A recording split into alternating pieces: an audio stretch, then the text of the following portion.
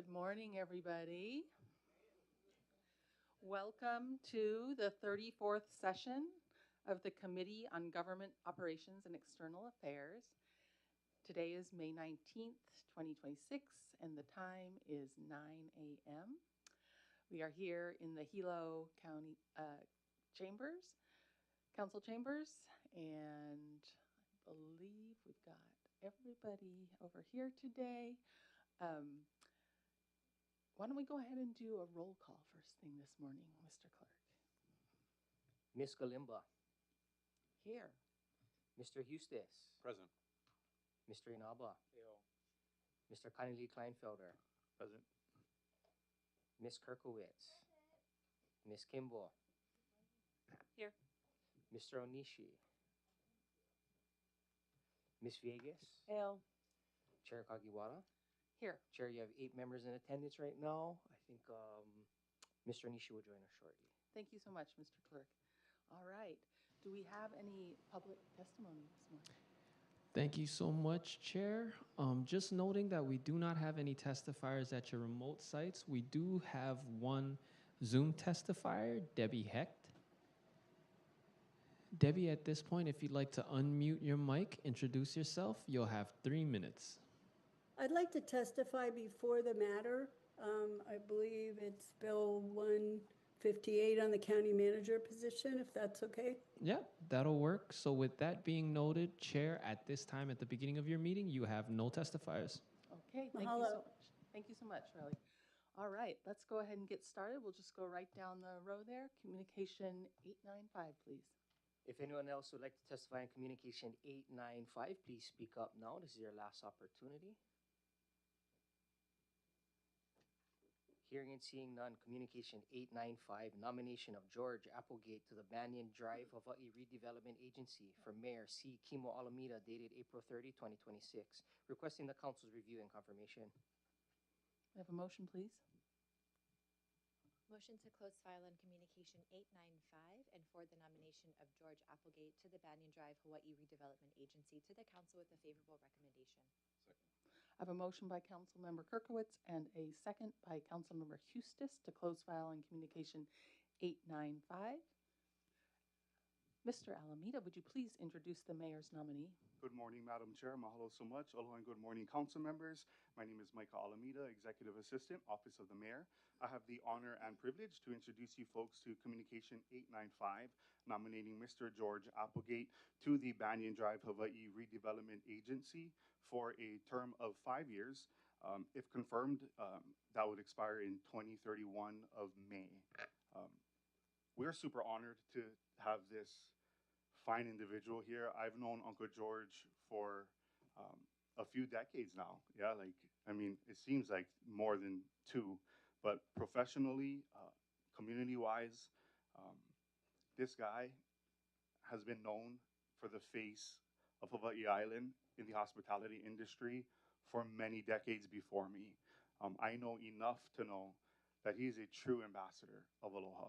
And we are super lucky to have Mr. George Applegate still with us today, but even more so wanting to give back to this island community in more ways than I think he could ever imagine. He came to us several months ago wanting to serve on this committee that was full already. There was just no room. And it pained me, you know, he literally has a crosswalk on Banyan Drive that bears his name. And that is, to me, so special. Whenever we name things on this island for people, that is the ultimate recognition, I believe. We all know the connection that we as Hawaii Islanders have with places, and to have a space named after you, that is the pinnacle. So to have him offering his ike, his mana'o, and his experience on this Banyan Drive Hawaiʻi Redevelopment Agency is something really special and something that we are honored to be a part of. So with that, Madam Chair, I know you folks have a really long day, so I'm going to try to keep these short. But yes, we are hopeful for a positive review. And he is serving currently on the Arborist Advisory Committee, which he will step off of or we haven't talked about that yet, but I'm assuming he will step off of once confirmed here. Mahalo, Madam Chair. Back to you. Thank you, Mr. Alameda. Mr. Applegate, would you like to say a few words to the council before I open it up to the members? Yeah, well, thank you so much. Well, first of all, I want to thank all of you. I watch television all the time. I watch the meetings, and I want to thank you for serving, and that kind of prompted me to try to be of service too. You know, I'm retired, and I just want to give back too. So I just want to say thank you.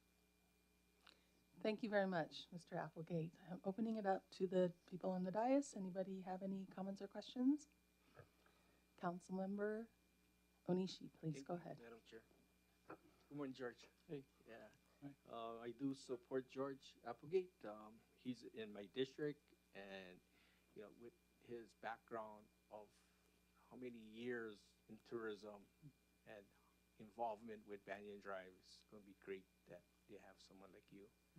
And the only thing is now you guys got to figure out how, with the state ledge, how they pass that. I guess having D-bed, being more involved with the properties and so forth. So good luck, and hopefully things can work out down there. Yeah, it's a needed issue down that side. Yeah. So thank you for stepping up. Thank you. Thank you, Councilmember Onishi. Anybody else? Councilmember Connie Kleinfelder. Mahalo for being here today, Mr. Applegate. I read a little bit about you. Were you a bellboy at the Hilo Hawaiian Hotel? Well, actually, it was at the Nailoa. The I was a Nani Loa? bellboy in 1966, but prior to that, I was a bellboy and front office at the Hukilau in 1963, and that's 4 years after we became a state. So I watched the progression of tourism from the ground up to now. Yeah, So 60 years ago, oh God, was that long ago? was that long ago, you were working at the Nani Loa Yeah. Hotel. Yeah, it was probably the only hotel. There were 2 hotels on Banyan Drive. There was nothing else there. Amazing. And now you're back to help guide how we look at the Waiakea Peninsula and the Banyan Drive redevelopment. Well, it's a showcase of tourism for this side of the island. The thing that gets me, that prompted me to want to get involved too, it's such a big picture. It's so important. It plays a very important part of our economy, but it's not the only part. It's if it's managed well and done well, it could be such a blessing for our side of the island. In a way, if done right, that it doesn't spoil of who we are or our lifestyle. We don't want to become something we're not. We want to show who we are, and those people that want to enjoy what we have to offer will come. The rest can go enjoy someplace else. I love it. Yeah. Mahalo for your experience and for stepping up to be on this agency. I think your depth of experience and your history in the tourism field and just growing up in Hawaii will highlight the importance of what you bring to it, but also what we can be for the world if we choose to do so in a Pono way. So mahalo. Yeah, thank you. Thank you. Thank you, Councilmember. Councilmember Villegas. Aloha, George. Such a joy to see you again. We go back many, many moons, back in my life in the beer world, and supporting our island through Liquid Aloha. And it was just a joy to get to know you in those spaces and see your leadership and your ability to walk into a room and make everyone feel welcome and like they belong. And I know that you'll utilize that skill set to elevate that kind of impact for visitors to have with Banyan Drive without sacrificing or compromising or losing the authentic sense of place, the history, the legacy that lives there. So thank you for continuing to be willing, even though I'm sure you could just be happily retired, but to continue to take a seat at the table and provide input for those who don't know what they don't know about the past of this place, because it is sacred, and it's through that past that we will find our way into a Pono future. So thank you, George. Thank you. Thank you, Councilmember Villegas. Councilmember Kirkowitz. Thank you, Chair. Aloha, Mr. Applegate. It's great to see you. It's kind of weird to call you Mr. Applegate. I'll just call you Uncle George. Known you for many, many years. Consider you to be like the unofficial mayor of Banyan Drive. You've been a longtime fixture there, supporting community and the visitor industry, always striving to make sure that that industry operates in a regenerative and pono way. So thank you for stepping up and providing leadership in this particular area. As you know, the state legislature did pass, I believe, SB 2001, which does allow for HCDA, Hawaii Community Development Corporation Agency, to begin to support the planning of Banyan Drive revitalization efforts. As part of that bill, they are also standing up an advisory board made up of county officials, state individuals, lineal descendants of the area, which I think is so important that folks of that particular INA have a say and provide grounding of how we proceed with any kind of revitalization or any kind of development of the area. How do you see this state board and the county's redevelopment agency working together? It's a good question. I believe that we can all collaborate if our main objective is to do what's best for all of us, not some of us, all of us. There are a lot of different things to consider. One is our heritage, I was raised in Waikatown. I know some of it, back in the early 50s, But I think we can work together. It's just mutual respect. Gather information from everybody. I got my good friend Leslie back here. He's been a real good friend. He's part of my past. I know people in Waikatown. I don't know. I just think that it's something we're going to have to deal with. And I think respectfully we can work together, or we have to work together. As long as we keep in mind that we have to do what's best for all of us and respect the past. 60 years ago when I started, all of Hawaii looked like Hilo. Honolulu, Waikiki was Waikiki, but Maui, I remember going to Lahaina in 1967. I was a tour guide with a tour group that started direct flights into Hilo. We'd go to Hilo, Kona, land on Maui. Continue on. There were only 3 hotels in Maui. Maui. And a lot of sugarcane and rural areas. And today, everyone's advanced, and they call it progress. And there's been a lot of changes. I don't know if it's all for the best, but change happens. And in another reason why I wanted to get involved is Hilo was so far behind the blossoming tourist industry. We were so far behind. Everybody's going this way, and we're so far behind. And now the values that give us an identity of who we are today, it still lives in Hilo and East Hawaii. Nothing wrong with West. I love West Hawaii too, but from Kau to Honoka'a, maybe Waimea, there's still a sense of ruralness. And now we're going this way. And we were behind. And now, if you look at it from a different perspective, the values that we have still exist there and in some places. But it's important that we keep that because, the aloha spirit, the mixture of different cultures from the plantation days who gave race,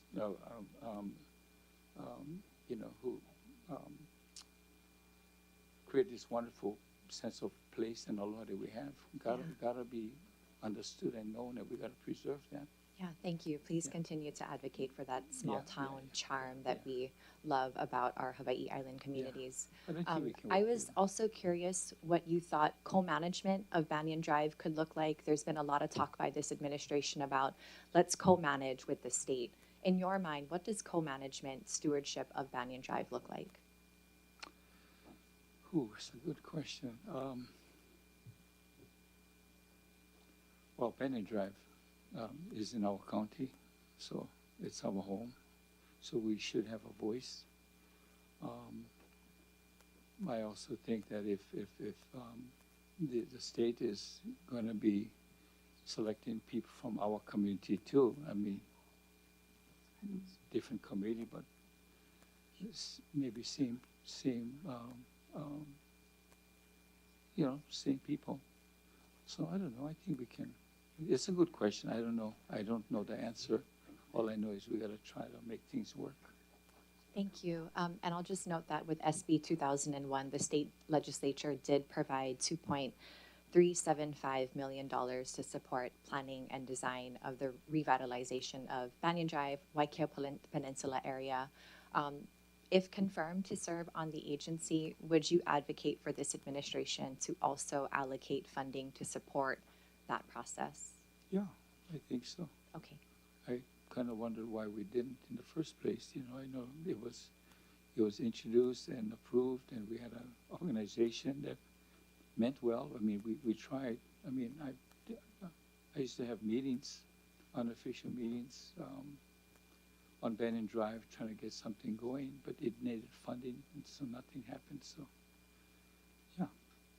Well, I'm in strong support of your nomination. I know that there's a lot of talk about supporting the visitor industry and making space for that at Banyan Drive, but I really do hope that the priority will continue to be serving our local community and local families. I remember growing up, Sunday brunch at Naniloa, and Auntie Faith, who was our waitress. It was a place where we could all go and appreciate just being in Aina and being as a family and community. So I hope that you advocate for more recreational opportunities and community gatherings in that space, because there's not a lot of options in East Hawaii. Well, I'm not. What I want to say is I'm in it for making this a better place. And if we do something that's good for all of us, tourism will flourish. You cannot say if you concentrate on the hotel industry itself.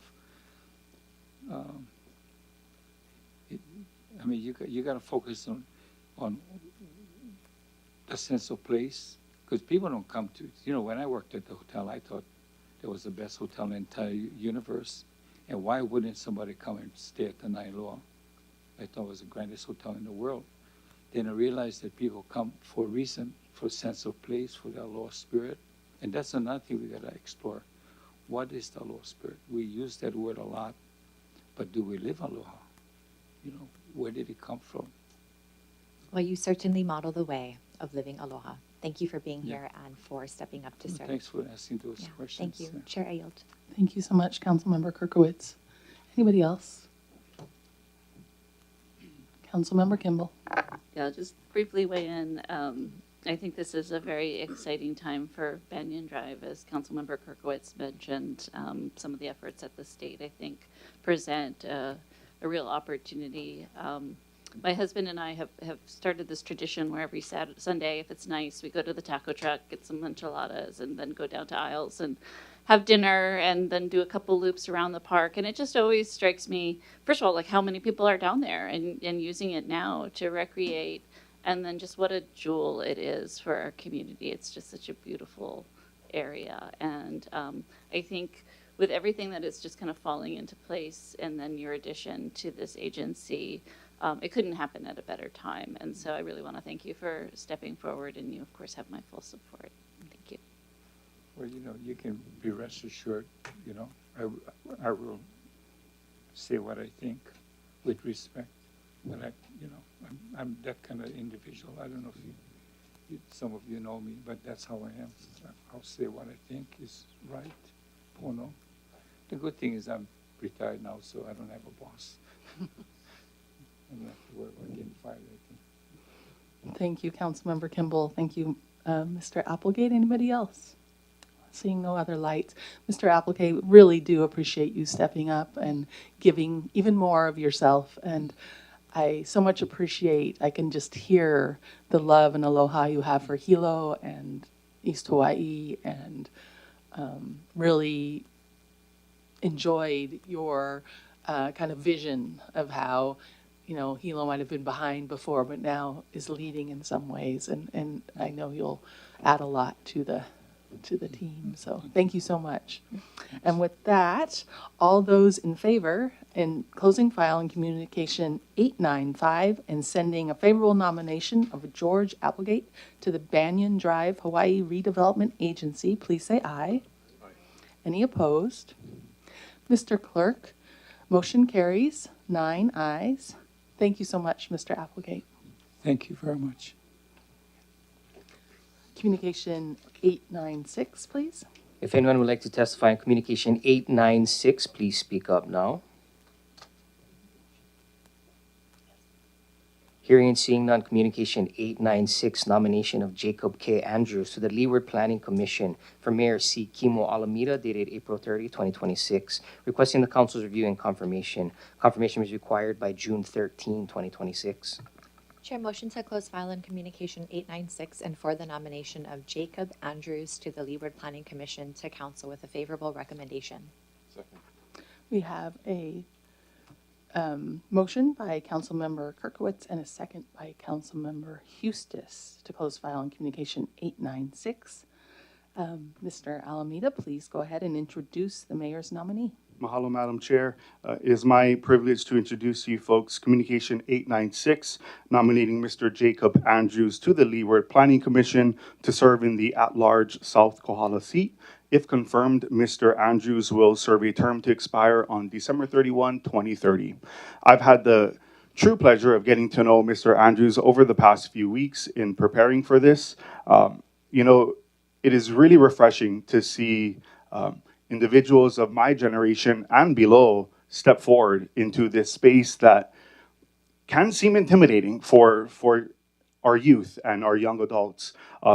So for an almost 30-year-old to want to step into what I consider an A bracket commission, like the Leeward Planning Commission, I first off want to mahalo Mr. Andrews. He applied about a month and a half ago. When I saw his application come in, I was super impressed with just a professional resume like his for such a young man. He went off to college, studied in San Diego, where he got his Bachelor of Science in Construction Engineering. He came back home, where today he works for Goodfellows out in on the west side. When I talk story with his references or with his coworkers at Goodfellow, they had nothing but high marks to say about Jacob, particularly for being such a young man. They characterize him as being diligent, as someone who always shows up on time, as someone who goes above and beyond, as someone who is extremely wise beyond his years.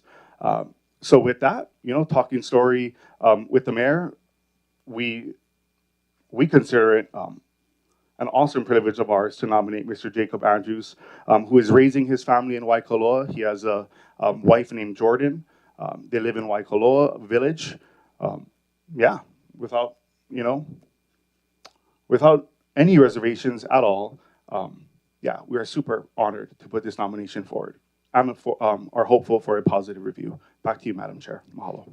Thank you, Mr. Alameda. Mr. Andrews, would you like to say a few words? Yeah. Can everyone hear me fine? Yes, we can. Yeah. Well, first of all, I'd like to say I'm honored to be nominated for this position, as well as a quick introduction to myself and why I'm volunteering for this position. Well, I was born in Kamuela. I was raised in Waikoloa for a majority of my life until I went to Oahu for Kamehameha. And then my family has been in Niuli'i Kohala for over a century. So I think it's safe to say this Kohala district in general means a lot to me. And it would be an honor to be able to give back to the community that has raised me into the man I am today. Thank you so much, Mr. Andrews. Opening it up to the dais. Councilmember Inaba, please go ahead. Thank you, Chair. I just wanted to share, I did have the opportunity to reach out once we got our confidentials and discuss, some of the kuleana with Mr. Andrews. And as you folks know, I've been a stickler for some of the folks trying to join the Leeward Planning Commission, but seeing what background he brings and looking at who's currently on the commission and what expertise they bring, and then just learning a little bit more about Mr. Andrews and where he wants to see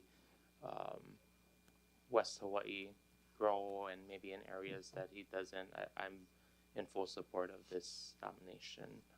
So thank you, Micah and Mayor's Office for bringing him forward, and thank you, Mr. Andrews, for volunteering to do this.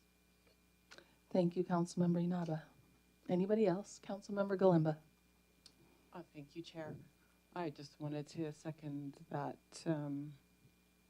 I haven't spoken with Mr. Andrews, but based on his background and what he's just shared with us about his family having long history in that area, I do think this is an excellent nomination, and want to thank Mr. Andrews for stepping up and for the mayor's office for bringing him forward.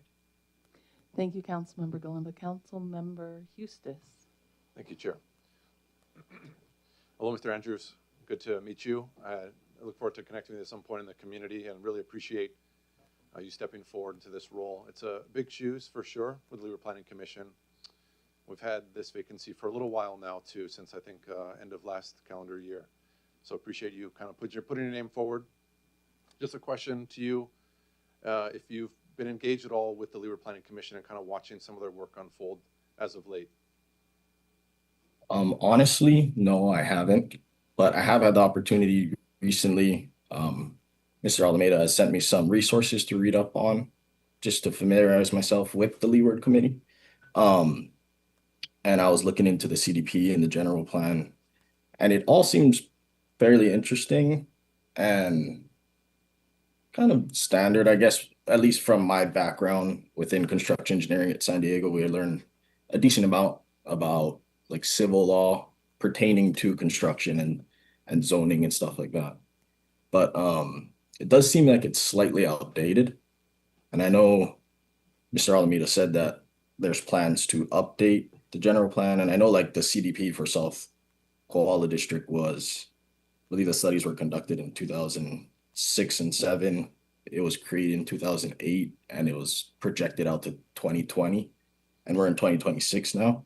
So it would be nice to see some updates on that. But furthermore, on top of that, I have not too much familiarity with the Leeward Committee and the current work they've been conducting. Thank you. I appreciate that. I mean, we're definitely having that conversation about the general plan. So you can join us tomorrow and we'll have that conversation in council. But yeah, so working through those updates and recognize that you're looking through some of those documents that speak specifically to those regional areas with the CDP and so forth. Yeah, the Leeward Planning Commission, recently they've had some discussions about contested case hearings. So some interesting kind of conversations that are going on there in that space. They have had quorum issues. That's been a big issue with the Leeward Planning Commission. So Chair Kagiwara often asks this question, but I'll jump ahead and ask it to you about your ability to balance your time with your work, your professional life, and then commitment to this volunteer board, because it is a heavy lift. They do have long days and some heavy conversations. So just curious on your scheduling and ability to attend and participate in that fashion. Yeah, Mr. Alameda actually brought that up to me yesterday when we were speaking. I have been in constant communication with my direct report, as well as some of the higher ups in our company and stuff. And we have a fairly flexible company to the point where as long as you're getting your work done throughout the day, you have your time to do what else you may need to do. So I don't believe that attendance will be an issue. Thank you. I appreciate that response. Mm-hmm. Yeah, I mean, even this month they've canceled their meeting for quorum issues. So it's important that we make that commitment and we step forward and we give that time, because it is your volunteer time. So I do recognize that, but to kind of conduct the business of the county and some of the issues that have happened, we need to curtail that for sure. So appreciate your commitment there. I do think you'll bring a good balance to the commission. I've been looking for someone to help the administration with this particular seat for South Kohala, so appreciate you stepping forward, and I look forward to meeting you in the community at some point. So mahalo. Thank you, Councilmember Eustace. Councilmember Villegas. Yes, aloha, Mr. Andrews. Thank you for your willingness to lean in and step up and serve on what could be considered one of our most vital and powerful commissions. I'm heartened to hear and your stories of your lineage, of your kuleana, and that accountability that you exemplify sharing in how you shared, how you carry that close to your heart. You know, it will be an interesting dance for you working within a construction kind of organization and field and balancing, you know, successful business mindedness as well as the long-term plan and strategy for infrastructure needs, capacity issues in West Hawaii, and just what's best for the Kama'aina and the Maka'ainana versus just kind of building to build. So I hope for you that that ability to balance those priorities. But I am heartened to hear of your family's long legacy here on the island, and I think that will be really helpful for you, right? Because when we're confused, we can look back to the wisdom of those who've come before us, and we can see the mistakes that have been made, which are why we are where we are. And if we keep doing the same thing, we're going to keep ending up with the same, if not more, catastrophic results with so many of the other variables and factors included in. But I am honored to support your nomination today. And I think it's really wonderful to have younger people, fresher from school and who are up to date. And, you know, when it comes to things like the general plan, I'm not a professional planner. And while the way that this, you know, the plan we're going to be discussing may not be put together in a way that I find most familiar, I'm not up to date on how professional planners are lining up, you know, reports and projects right now. So I do hope that you will be able to join us in some capacity and take a look at things and just to get up to speed. And yeah, I was giggling when Councilmember Eustace asked about being up to date on the Leeward Planning Commission, because I don't know the last time they met because it's had so many quorum issues. So just showing up is huge. So thanks for that, and we'll look forward to seeing you again in our next review of your nomination. I yield. Thank you, Councilmember Villegas. Anybody else? Seeing no other lights, really appreciate your time and energy going towards this, Mr. Andrews, your volunteerism and your commitment to community. Just reiterating, you know, my colleagues here, not only looking back at your lineage, but obviously looking forward 7 generations to what we do with our land or water and other resources here. So important. So appreciate you stepping up and that you are ready to take on this task. So with no further ado, all those in favor on closing file on communication 896 and sending the favorable nomination of Jacob Andrews to the Leeward Planning Commission to the full council, please say aye. Aye. Any opposed? Motion carries. Mr. Clerk, you have 9 ayes. Thank you very much, Mr. Andrews. Thank you. Communication 897, please. If anyone else would like to testify in communication 897, please speak up now. Hearing and seeing none, communication 897, nomination of Bobby Jean Akane, lead head Todd, to the Board of Ethics for Mayor C. Kimo Alameda, dated April 30, 2026, requesting the council's review and confirmation. Confirmation required by June 13, 2026. Chair, motion to close file in communication 897 and for the nomination of Bobby Jean, lead head Todd, to Board of Ethics to the council with a favorable recommendation. We have a motion by Councilmember Kirkowitz and a second by Councilmember Eustace to close file in communication 897. Mr. Alameda, please go ahead and introduce the mayor's nominee. Mahalo nui, Madam Chair. It is truly my distinct honor and my personal privilege to introduce you folks to Communication 897, nominating Ms. Bobby Jean Akane Leited Todd to the Board of Ethics. If confirmed, Ms. Leited Todd will serve a term to expire on December 31, 2030. You know, it's really quite impossible to find the words to introduce someone like Auntie Bobby Jean here. So, you know, I'll just say this. I've had the true fortune to have been raised with Chris, her younger son. We're both 37. We're classmates. We paddled canoe together. So I got to see Auntie Bobby Jean in many different spaces, wearing many different hats. And then when we came into the professional world after we grew up, just seeing all that she did, can do, and is still willing to do is just mesmerizing. You know, she reminds me of an Olelo No'eau, right? And there are rarely, you know, much people that I would compare to an Olelo No'eau. But that is He'a'ali'i kumakani maiau, a'ohe makani nana e kula'i. I am a wind withstanding a'ali'i, and no wind can topple me down. That is what I think of when I look at Auntie BJ, when I think about her.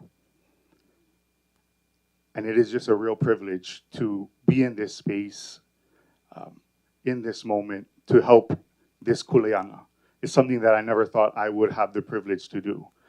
Just knowing how major this lady is. And we really just mahalo you, Auntie Bobby Jean, for stepping forward and willing to kokua. This is who you are. You are a cultural practitioner. You are a historian. You are an attorney. You are a director in many cabinets. You are someone that this county, that this state has leaned on time and time again through many success, through unfortunate tragedies. And to have you still step up, step forward, I think it is an example for all of us, especially for our children and their children to come. And let us all be more like Auntie Bobby Jean in everything that we do. So mahalo, Madam Chair. We're hopeful for a positive review. We're really looking forward to the value that Auntie Bobby Jean will add to the Board of Ethics. Mahalo. Thank you, Mr. Alameda. Thank you for being here. Would you like to say a few words, Ms. Lita Todd? I was on the mainland because my daughter was expecting baby number 6. Oh my goodness. When I read an article that you were having trouble making quorum for Board of Ethics. And I thought, okay, I can add that in between lay making demonstrations, because I had served on the board in the past during a very contentious period of time. And I was concerned particularly about the fact that there were employees asking for advice on whether their outside employment would pose a conflict of interest with their position within the county, and they were waiting and not getting word, and you need to try and get that turned around. So I said, you know, okay, I'll throw my name in, because and I'll be honest, I didn't think there would be a huge rush of people volunteering, because it's not really a sexy board. You know, people want to be on board a water supply, or they want to do liquor, or they want to do the planning stuff. But I thought it was a potentially a good fit, and I have the time in between my other endeavors.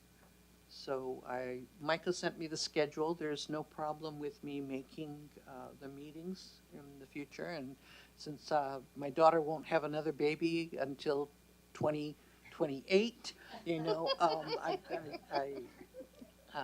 shouldn't be a problem. The only thing that I need to put up front is that generally when you're on the Board of Ethics, you're not supposed to manage or campaign for people running for office.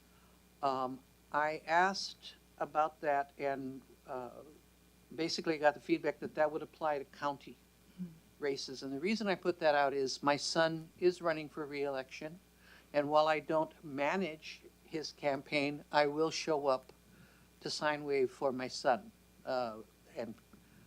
So I want to put that up front, and if that's a problem for anyone, but I don't see that as a conflict, since this is a county Board of Ethics and I'm going to be doing opinions related to county employees as opposed to state employees.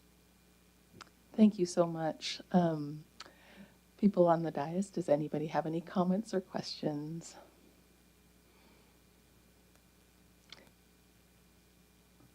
Councilmember Connie Kleinfelder, please go Thank you. ahead. Oh, Miss Bobby Jean, Planning Director, Environmental Management Director, Corporation Counsel, Board of Ethics. How many years have you been revolving in and around our county? Push your button. Push your button. You need to press the button. There you go. Thank you.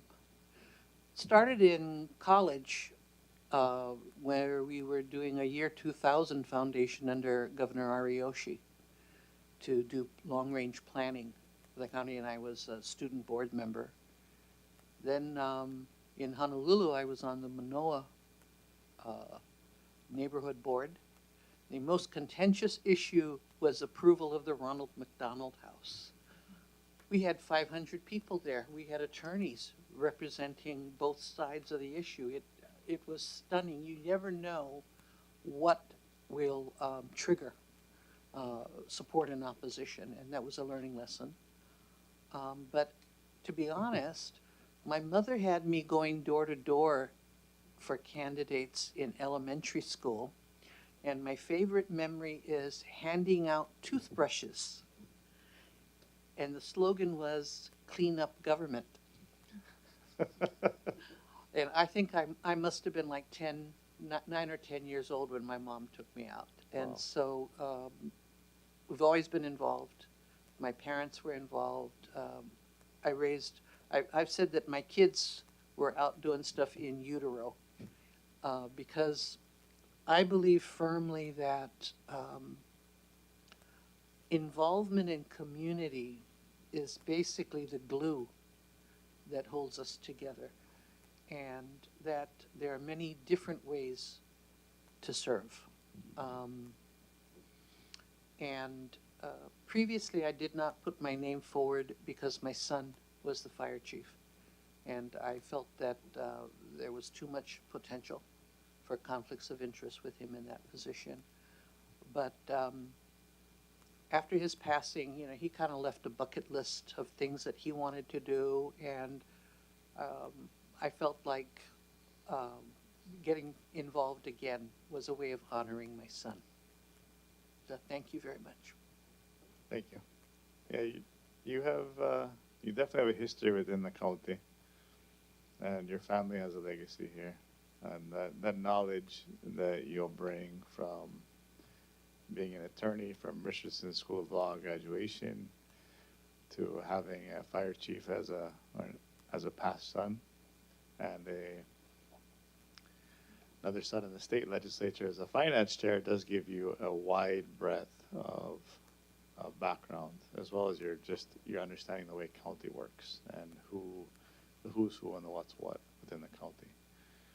So having you on the Board of Ethics, I think, will be good given your background and what you've endured over the years and what you've seen. So thank you for being here. I mean, at some point, I think you should pass this on to the younger generation and they can show up. But mahalo for being here, for stepping up to this board. And please help us when we have those interesting cases come in front of the county that require an even keel and a depth of knowledge, which I think only someone like you can bring. Thank you. Thank you, Councilmember. Councilmember Kirkowitz. Thank you. Auntie BJ, great to see you. I don't know if folks know this, but I was an intern for the Department of Environmental Management when BJ was director, and so I got to see her in action, and she is quite the powerhouse. I don't think we need to go through your resume. You've really served an illustrious career in public service, and I'm in full support of your nomination. I think the Board of Ethics is incredibly important because it provides the public and county employees with clarity and accountability with the judgments that you do, and opinions that you do offer. You bring vast knowledge to the table, but for me, it's the sound judgment and discretion and fairness that you bring to the conversation and decision-making that is going to be so valuable in the deliberations of the Board of Ethics. So just appreciate you stepping up and being willing to serve again. It really hit home for me when you said something about community contribution. It's not enough to just write your idea on a sticky note and call it a day. It's about actively living and creating that community you envision. And you really embody that, and I'm just so inspired that you continue to step up and serve. Thank you for being here. I yield, Chair. Thank you so much. Anybody else? All right, seeing none, thank you so much for stepping up. All your years and years of wisdom with the county, it will be put to good use, I believe, with the Board of Ethics. And, you know,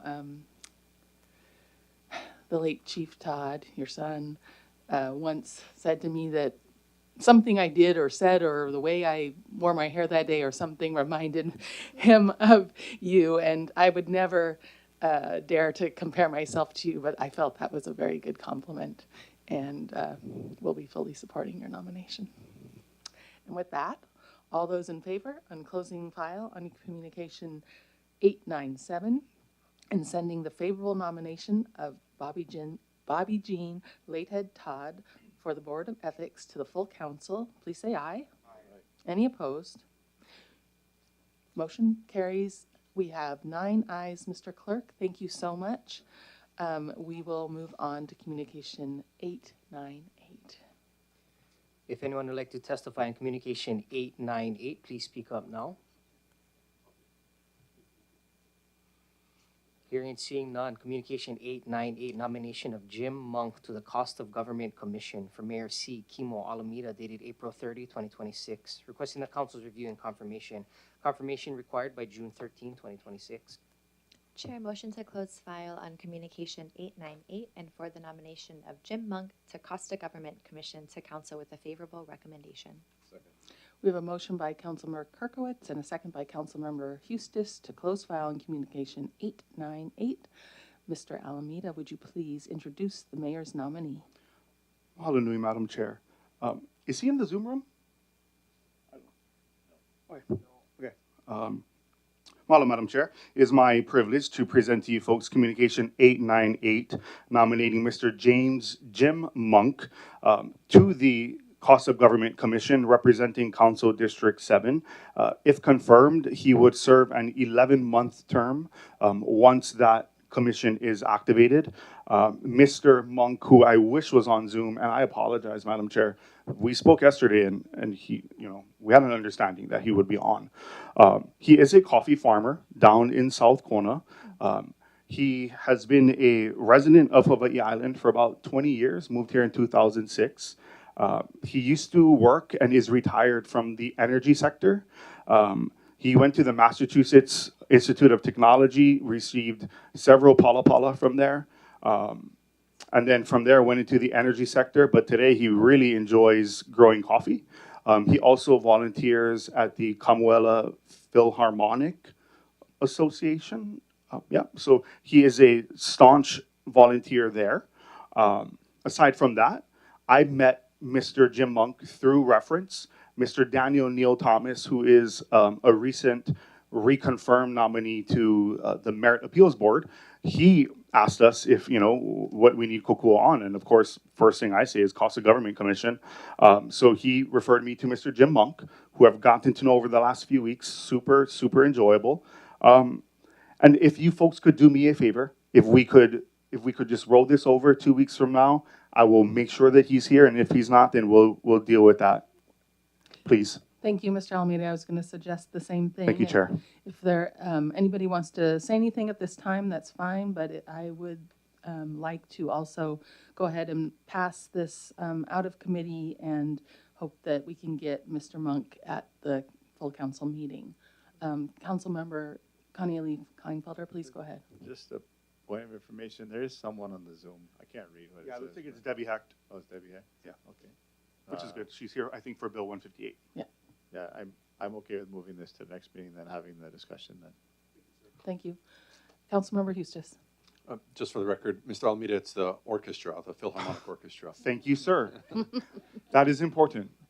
Thank you, But I believe he's you know, according to the resume, he just supports their duties as an organization, as their secretary, and has some talents as a musician too. But yeah, Thank you, sir. Thank you. Thank you, Councilmember Eustis. Councilmember Kimball. Yeah, happy to support this moving forward and then meeting the candidate next time. I was curious though, where are we then on filling the positions for this particular commission, and when do you expect they'll start? Yeah, we have 4 more vacancies. So we have 6 of them in spot now.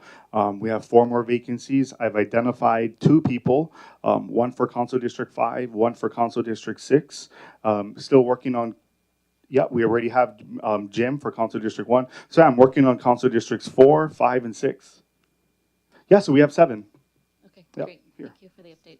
Thank you, Excited to see Councilmember. what Councilmember Galumba. Oh, thanks. Relevant to that, I see his address is Kuakini Highway, but then he has a coffee farm in South Kona. So I was just wondering if he's 7 or 6. Yeah, he lives in 7. He lives in 7 and he farms in 6. And I was sure to check the election map, so I'm confident that we're accurate. Thank you. Thank you for following up because I know that's been a little shaky. So thank you, ma'am. Appreciate that. All right. Thank you, Councilmember Galumba. All right. With no further ado, all those in favor of closing file on communication 898 and sending the favorable nomination of Jim Monk for the Cost of Government Commission to the full council, please say aye. Aye. Any opposed? We have 9 ayes. And thank you very much. We will move on to communication 899. If anyone would like to testify on communication 899, please speak up now. Hearing and seeing none, communication 899, nomination of Nick Riznick to the Water Board for Mayor C. Kimo Alameda, dated April 30, 2026, requesting the council's review and confirmation. Confirmation required by June 13, 2026. Can I get a motion, please? Chair, motion to close file on communication 899 and for the nomination of Nick Riznick to the Water Board to the council with a favorable recommendation. I have a motion by Councilmember Kirkowitz and a second by Councilmember Eustis to close file on communication 899. Mr. Alameda, please introduce the mayor's nominee. Mahalo so much, Madam Chair. Before I introduce communication 899, I'd just like to say 2 things. It is really nice to have all 9 of you in one place. It's super refreshing. And number 2, I'd like just to say a very haoli belated lahanau to Council Chair Holaka Inaba. We appreciate all that you do and the sacrifices that you make for our Hawaiʻi Island. So mahalo and haoli lahanau.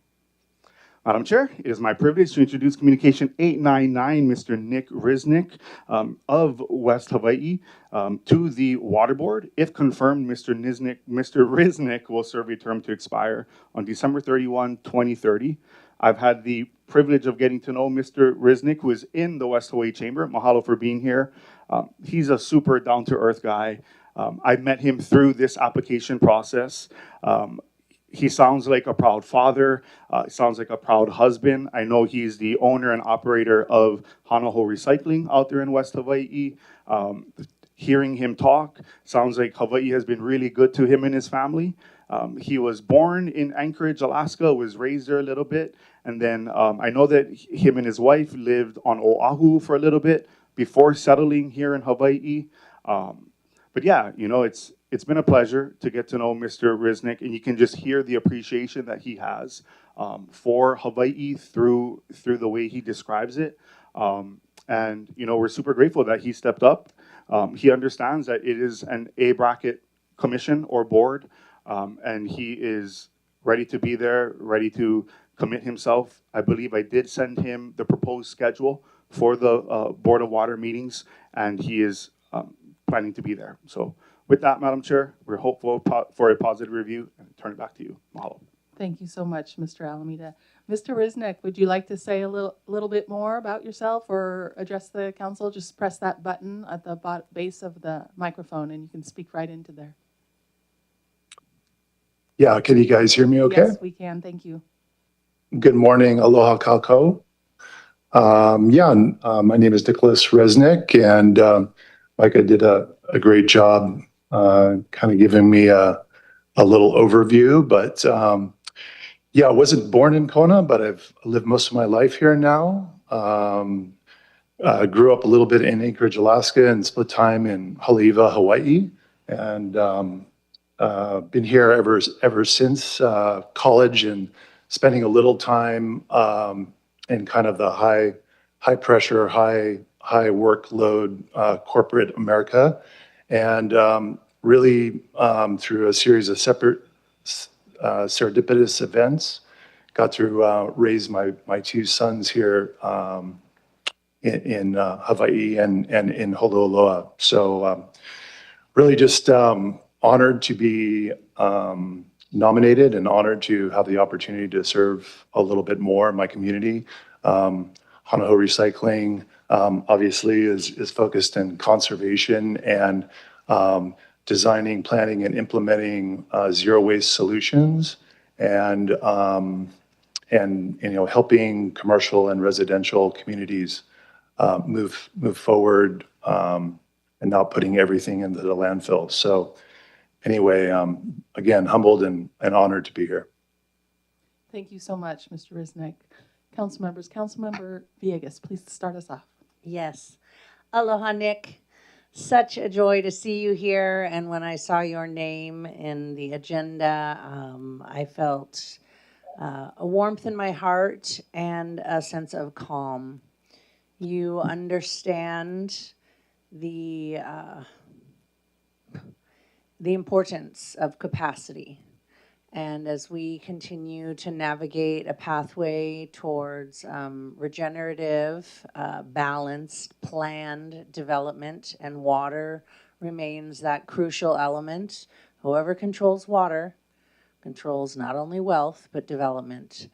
And I am really heartened to have someone like yourself. And you can't tell from looking at him necessarily here, folks, but he's got to be like 6'6", 6'7", which is super fun for me to be around somebody and feel tiny. But he has a big heart, a huge, huge mind, and an understanding of the interconnectedness of elements and resources, and a deep connection, appreciation, and an honor for the values of this place and the people and the host culture. So Nick, I'm in full support and deeply grateful. I know you already juggle so many different things, but just really grateful to see you here today. So I'll be in full support of your nomination. I yield. Thank you, Councilmember Villegas. Anybody else? All right, not seeing no others. Yes, I'll just say that thank you very much, Mr. Risnick, for stepping up and, I guess maybe in reference to your big mind and big heart, but I've heard the nickname for you that people give is Big Nick, and really appreciate, especially in the conservation world of Hawaii Island, very well known as Big Nick, and really appreciate you stepping up to be part of our volunteers who are so important to us. So yes, very much in support. Thank you so much. With that, all those in favor on closing file and communication 899 and sending the favorable nomination of Nick Risnick to the Water Board for the full council, all those in favor, please say aye. Aye. Any opposed? We have 9 ayes, motion carries. Thank you very much, Mr. Risnick. And we will go on to resolution 556. If anyone would like to testify on resolution 556-26, please speak up now. Hearing and seeing none, resolution 556-26 authorizes the mayor to enter into an intergovernmental agreement with the United States Postal Inspection Service for Postal Inspector Task Force officers.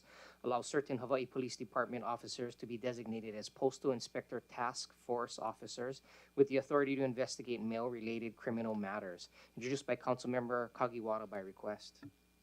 We have a motion, please. Motion to forward resolution 556-26 to council with a favorable recommendation. I have a motion by Councilmember Hustis and a second by Councilmember Kirkowitz to send resolution 556 to full council with a favorable recommendation. I believe we have Captain Boyton over there in Kona. There he is. Thank you for joining us, Captain. Would you like to give us a little brief overview on this resolution, please? Absolutely. Good morning. Thank you for having me. The Postal Inspection Service is a top-tier agency, and to be able to collaborate with them at that level is huge for our community, because we can put a stop to drugs, we can put a stop to firearms, a lot of human trafficking and or exploitation of children. So to have officers have limited authority to operate with them really puts us in a position of advantage. So thank you for hearing it and considering it. Thank you so much, and thanks for being here. We'll see if anybody has any questions from the dais here. Any comments or questions? Councilmember Hustis. Thank you, Chair. Thank you, Captain. Just, do we have any of these task force officers already within our police department at the moment? We do not. This is actually the first time for us to enter into a potential MOU with them. This has been about 3 years in the making. They're such a top-tier agency. I know I already said that, but they really handle their business at a high level. So to be considered, we're going to hand choose the right officer or detective to participate in this as the first time. So it'd be one detective, one individual that you're looking to start it off, or are there a couple? We're looking at one for now, possibly two. You know, it's new to us. We do have other task force officers with other agencies, as you already know. But entering this one, we're really going to do it from a quality perspective. Thank you. And some of the language in the MOU speaks to reimbursements and stipends. So those will be coming from the United States Postal Service to the department then to reimburse costs of vehicle and overtime salaries, correct? That is correct. Okay. Thank you. Appreciate the time. Thanks, Chair. Thanks, Councilmember. Okay. Seeing no other lights, I'll just say for the record that I did have a constituent reach out with a, just kind of a question, concern, making sure that this new task force with the federal government, with the Postal Service, would not pose any risks to our immigrant community. And I did run it by the Hawaiʻi Coalition for Immigrant Rights folks, and they didn't see any issues here. So I just want to put that out there that this does not seem to be any kind of concern for them anyway. So with that, all those in favor and approving resolution 556 and sending it to the full council with a favorable recommendation, please say aye. Any opposed? We have 9 ayes. Motion carries. Thank you so much. Thank you, Captain. Thank you for being here. My pleasure. Thank you. Can we please go on to Bill 156? If anybody would like to testify in Bill 156, please speak up now. Hearing and seeing none, Bill 156 amends Chapter 2, Article 25, Section 2-137 of the Hawaii County Code 1983, 2016 edition as amended, relating to appropriation of funds to nonprofit organizations. Requires a nonprofit organization applying for county grant funds to certify, under penalty of perjury, that the organization has internal policies relating to management, audits, fiscal procedures, nepotism, and conflicts of interest. Introduced by Councilmember Inaba. Motion to forward Bill 156 to Council with a favorable recommendation. We have a motion by Councilmember Inaba and a second by Councilmember Hustis to forward Bill 156 to Council with a favorable recommendation. Please go ahead, Councilmember Inaba. Thank you. This is a bill that I worked on with the Finance Department closely, especially as it relates to our Vai grant program. Right now, the current process is that finance gets all of the applications and has to go through the bylaws, the conflict of interest policies, and the nepotism policies to confirm that they meet the standards required by our code, which takes a lot of work. And in some cases, there have been perhaps some confusion or disagreement as to whether language provided by these organizations do in fact meet our requirements. So what this bill does is replace the need for any department to have to go in and look at these bylaws and these conflict of interest and nepotism policies, and instead receive a certification by the organization that they do have those policies. And if we choose to request them, the last section here in the bill, section B, allows us to get copies of those documents. But again, it's really to simplify and not put, whether it be the department or the Office of the Corporation Counsel, in a place of drawing a line that could be gray, depending on who's reading the language. So Corporation Counsel, we have Deputy Finance Director here, Lisa Tata from Budget, and Ted Shrey as well, if anyone has questions, but ask for your support. And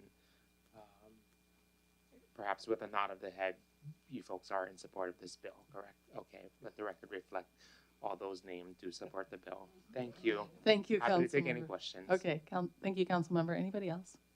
Councilmember Connie Kleinfelder. Completely support this bill. I've been watching intently, watching the nonprofits play in and out of the media, but mostly on the side of being at caution if the nonprofits were to stop functioning the way that they do. And in that light, what I see is a tremendous amount of tax-based resources being applied to nonprofits, which is good when they do something for the community. But on the back end of that, there's a tremendous amount of tax money from state, federal, and county sources being applied directly to nonprofits, to the point where they're competing with staff for the county, they're competing with staff across the board, 401k, retirement plans, brand new vehicles.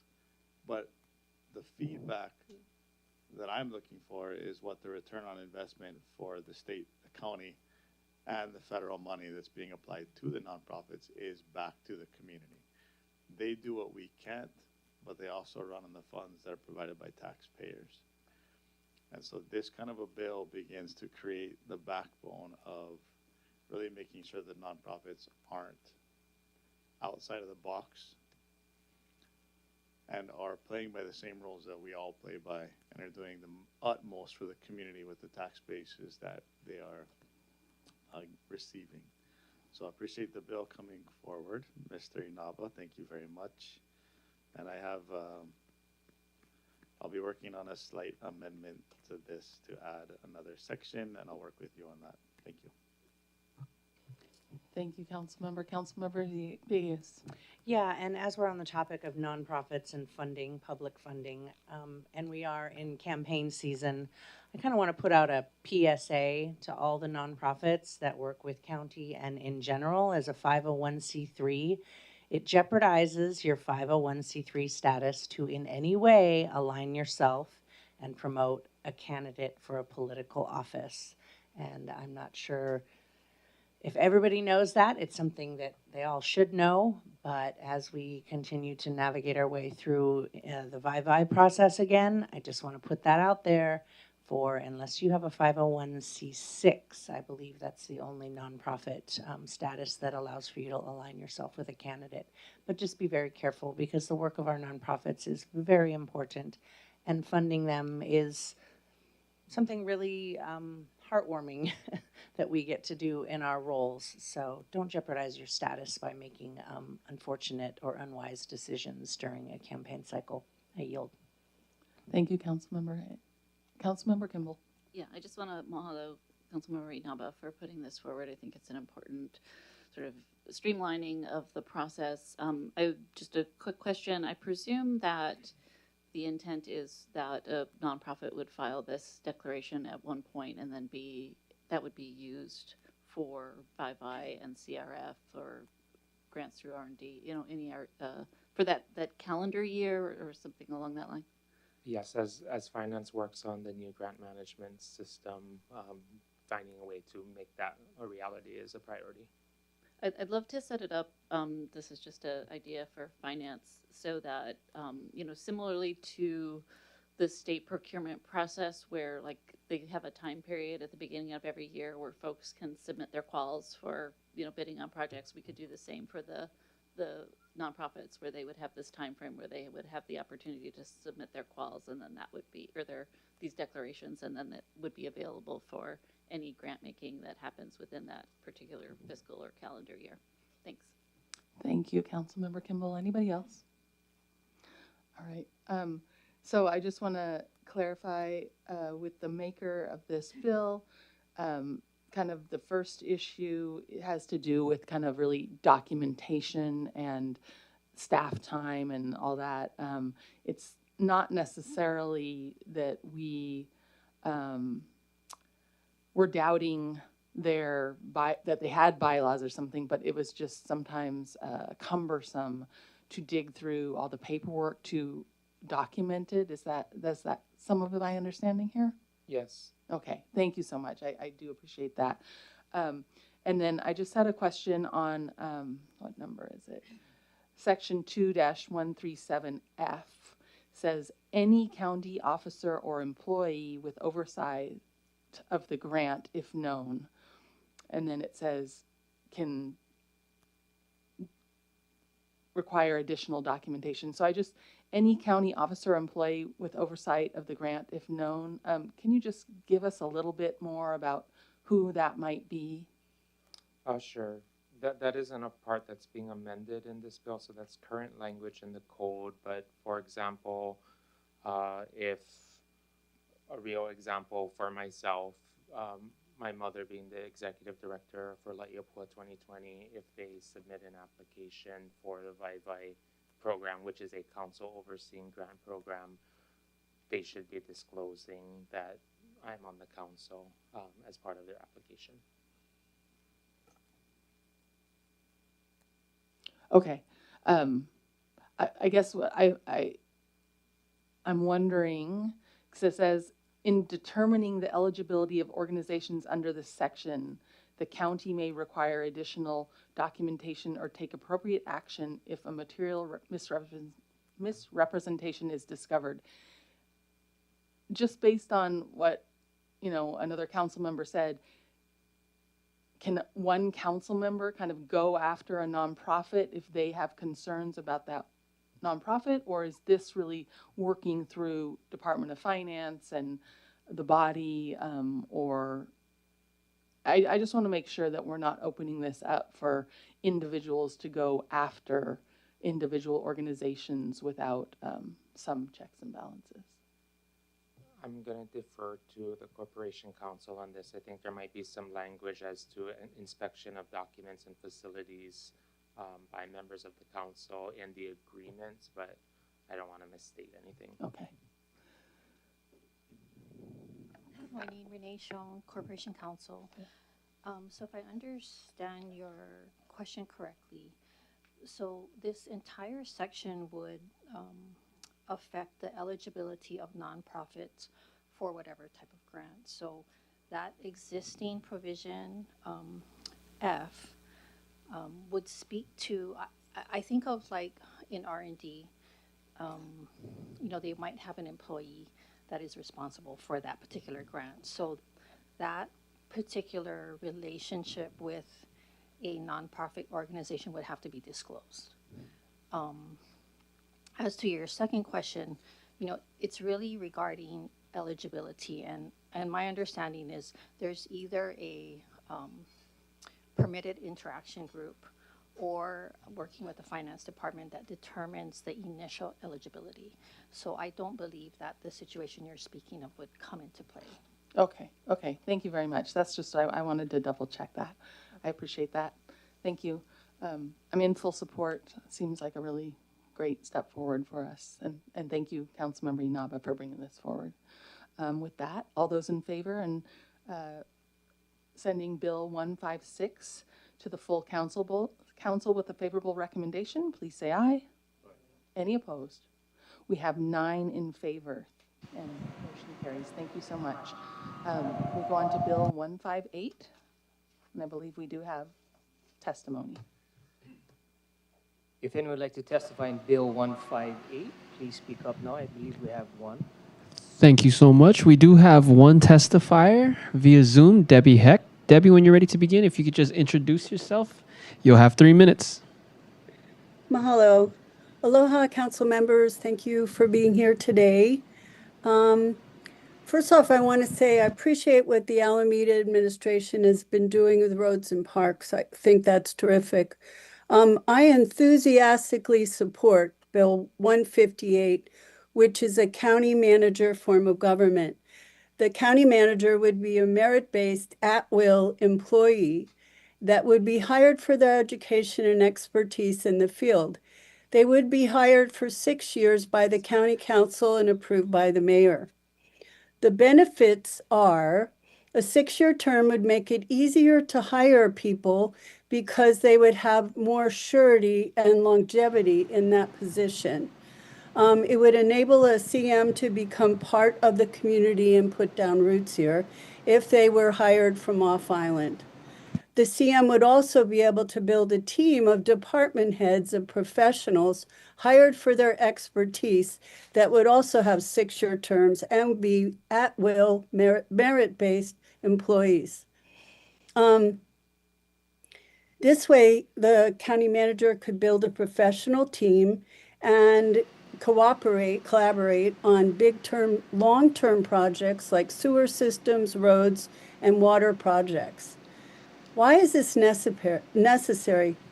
In the 23 years I've been on island, Hawaii County falls pretty short on completing long-term projects. And that's because every 4 years we get a new mayor and new department heads. And so if we have people that are working consistently, I believe that the long-term projects, will get done more. And also people hired for their expertise. I would recommend an amendment that would be that all of the department heads go through this process to be hired by the council and approved by the mayor. I think we don't do well on long-term projects, and now we are facing an enormous multi-year, huge heavy lift on the cesspool conversions and large-scale improvement of the sewer system. Because council members are elected for 2 years, 30 mayors are seconds, elected please. to 4 years, they only focus on short-term projects. I have more information, but I don't want to violate the 3-minute rule. So if you have questions or you want more examples or anything, and my time in Pima County really did show that the county manager works.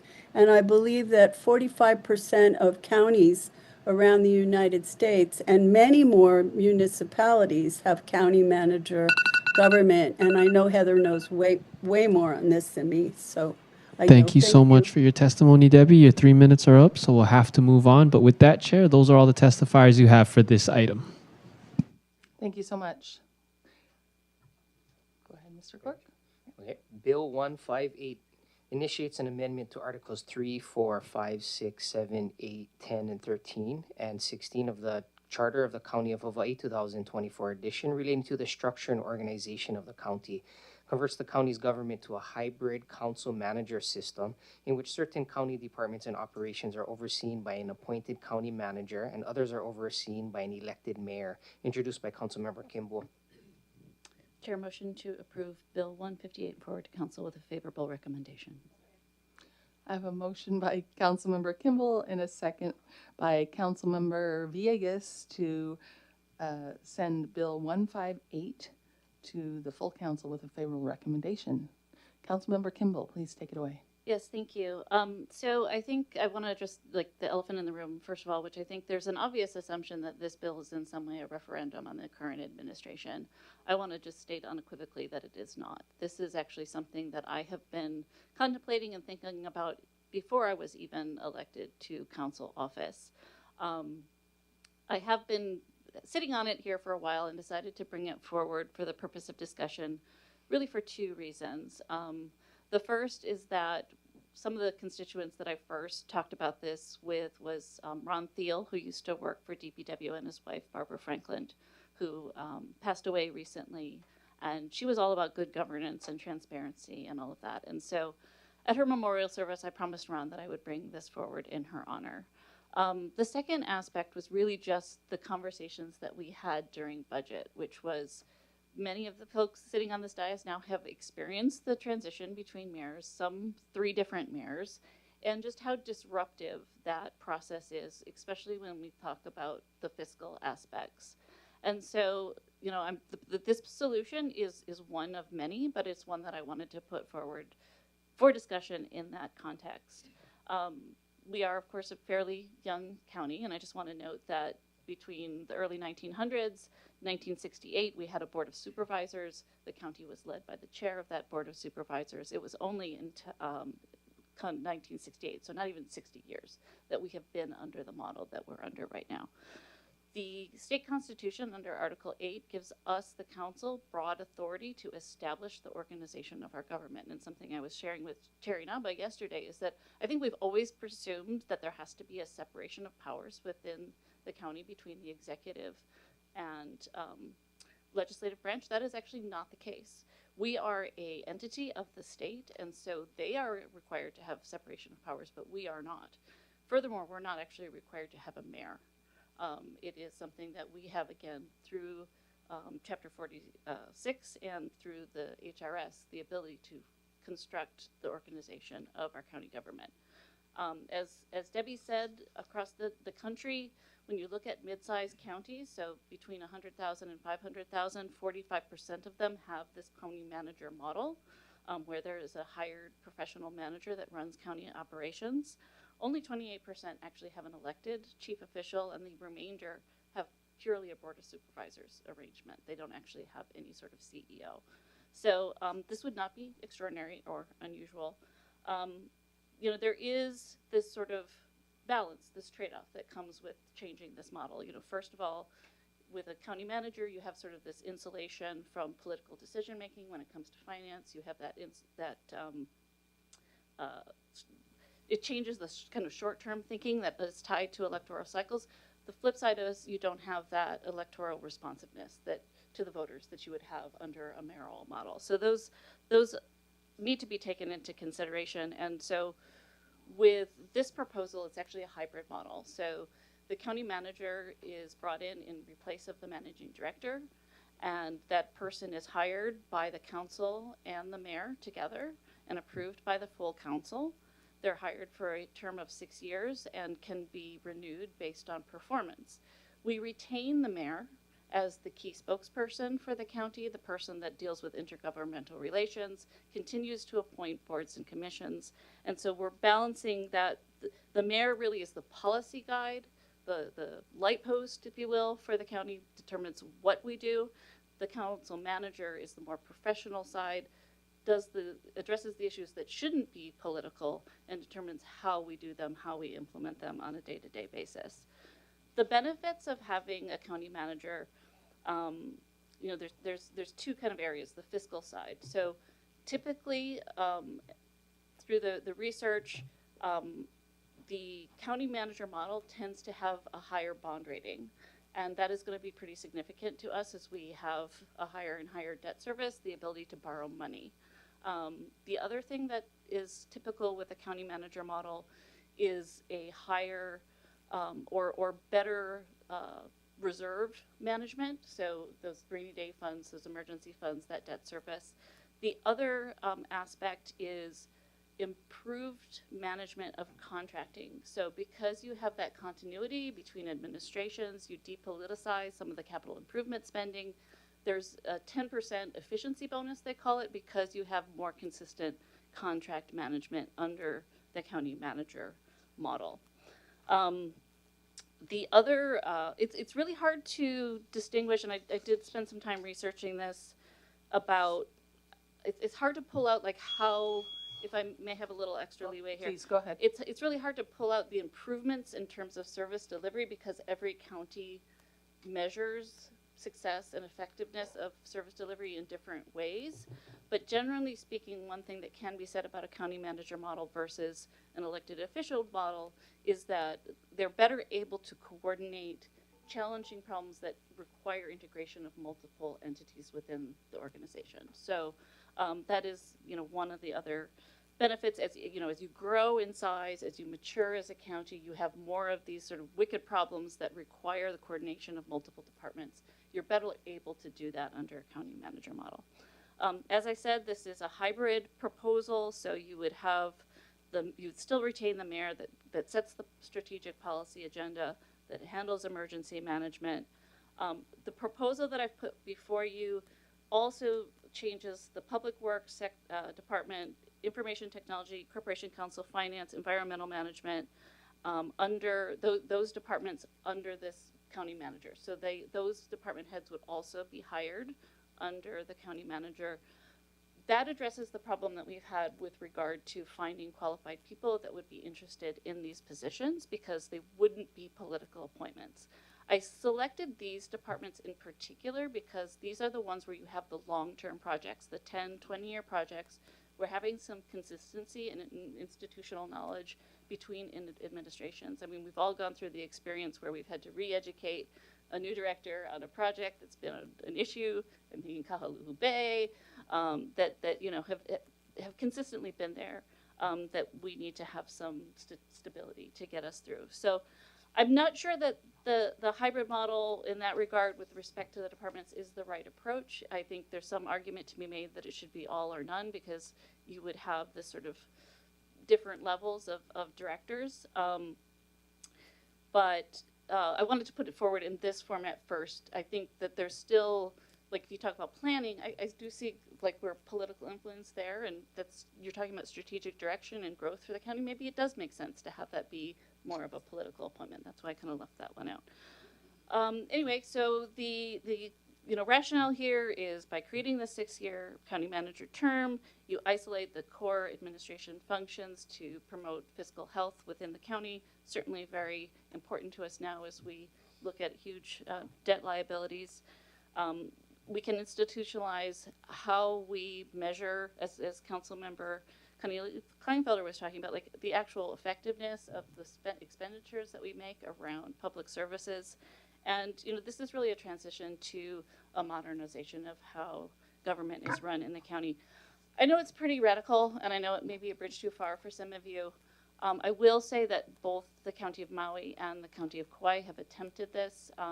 The County of Maui did get it onto the ballot, but it was not approved by the voters. The County of Kauai, they had some legal problems with the way that theirs was developed. I have addressed that here, and I'm happy to go into that in more detail if folks have questions. I would ask my colleagues to consider this, to put out to the voters, to get their input on. I do think that it's something that's probably too new, maybe at some level, but I would like to get voter input. I have shared this with the mayor and the managing director. I will tell you that he intends to veto it. As you might imagine, it does shift power to us to a large extent. And I'm hoping between now and the next hearing that I can have more opportunity to talk to him about the merits of the idea. But I thank you all for your consideration, and I'm happy to answer questions about the proposal. Thank you. Thank you for that overview, Councilmember Kimball. Do we have comments and questions from folks? Councilmember Hustis, please go ahead. Thank you, Chair. Thank you, Councilmember Kimball. Just a couple of questions, maybe start off here. The hiring process of the county manager, it says by 4 council members, done through a permitted interaction group or ad hoc committee as we call it right now? Yes, the proposal is that and there's the transition language there, that at the start of a term where the county manager would be hired, the council would identify a PIG to take that on, that would work with the mayor to identify and nominate an individual that would then be approved by the full council. Got it. Thank you. In terms of the education requirements for the manager, is this on par with how other municipalities have this sort of level of requirement? Wait, I'm just going to quickly stop you right there. If you could maybe say your questions, we don't have just like a back and forth so much, and then if the the maker would like to answer them all, that would be great. Okay. So question on, thank you, Chair. Question on education requirements, particular with, are those on par with other municipalities? And is that level of requirement necessary? Just kind of the background and your insight into that. Your position on Department of Water Supply, where we have that is, I understand it would be, it's already semi-autonomous, but this would kind of direct it more so under the manager role to that depoliticized space as much as possible. So curious on that agency and how that shift would happen.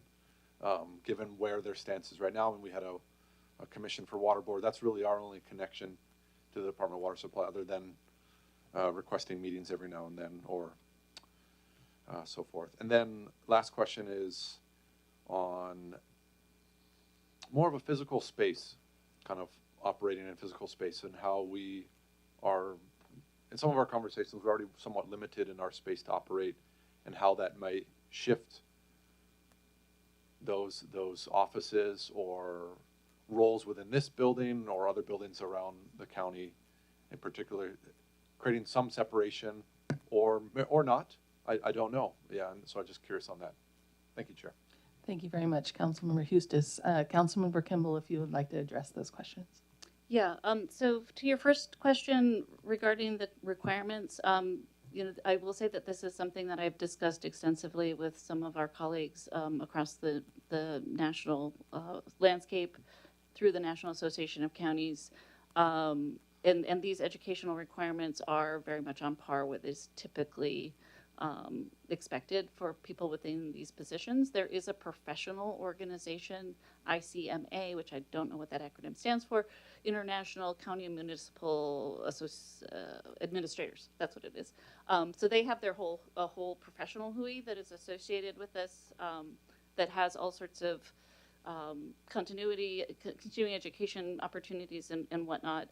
I should note, as I remember Aaron Chung did when he had a charter amendment put forward, I am actually pursuing a PhD in public policy and administration right now. I would not be qualified for this because it's academic in nature. It's not actually professional. So I'm not setting this position up for myself. To your question about DWS, I'll also loop in there police and fire.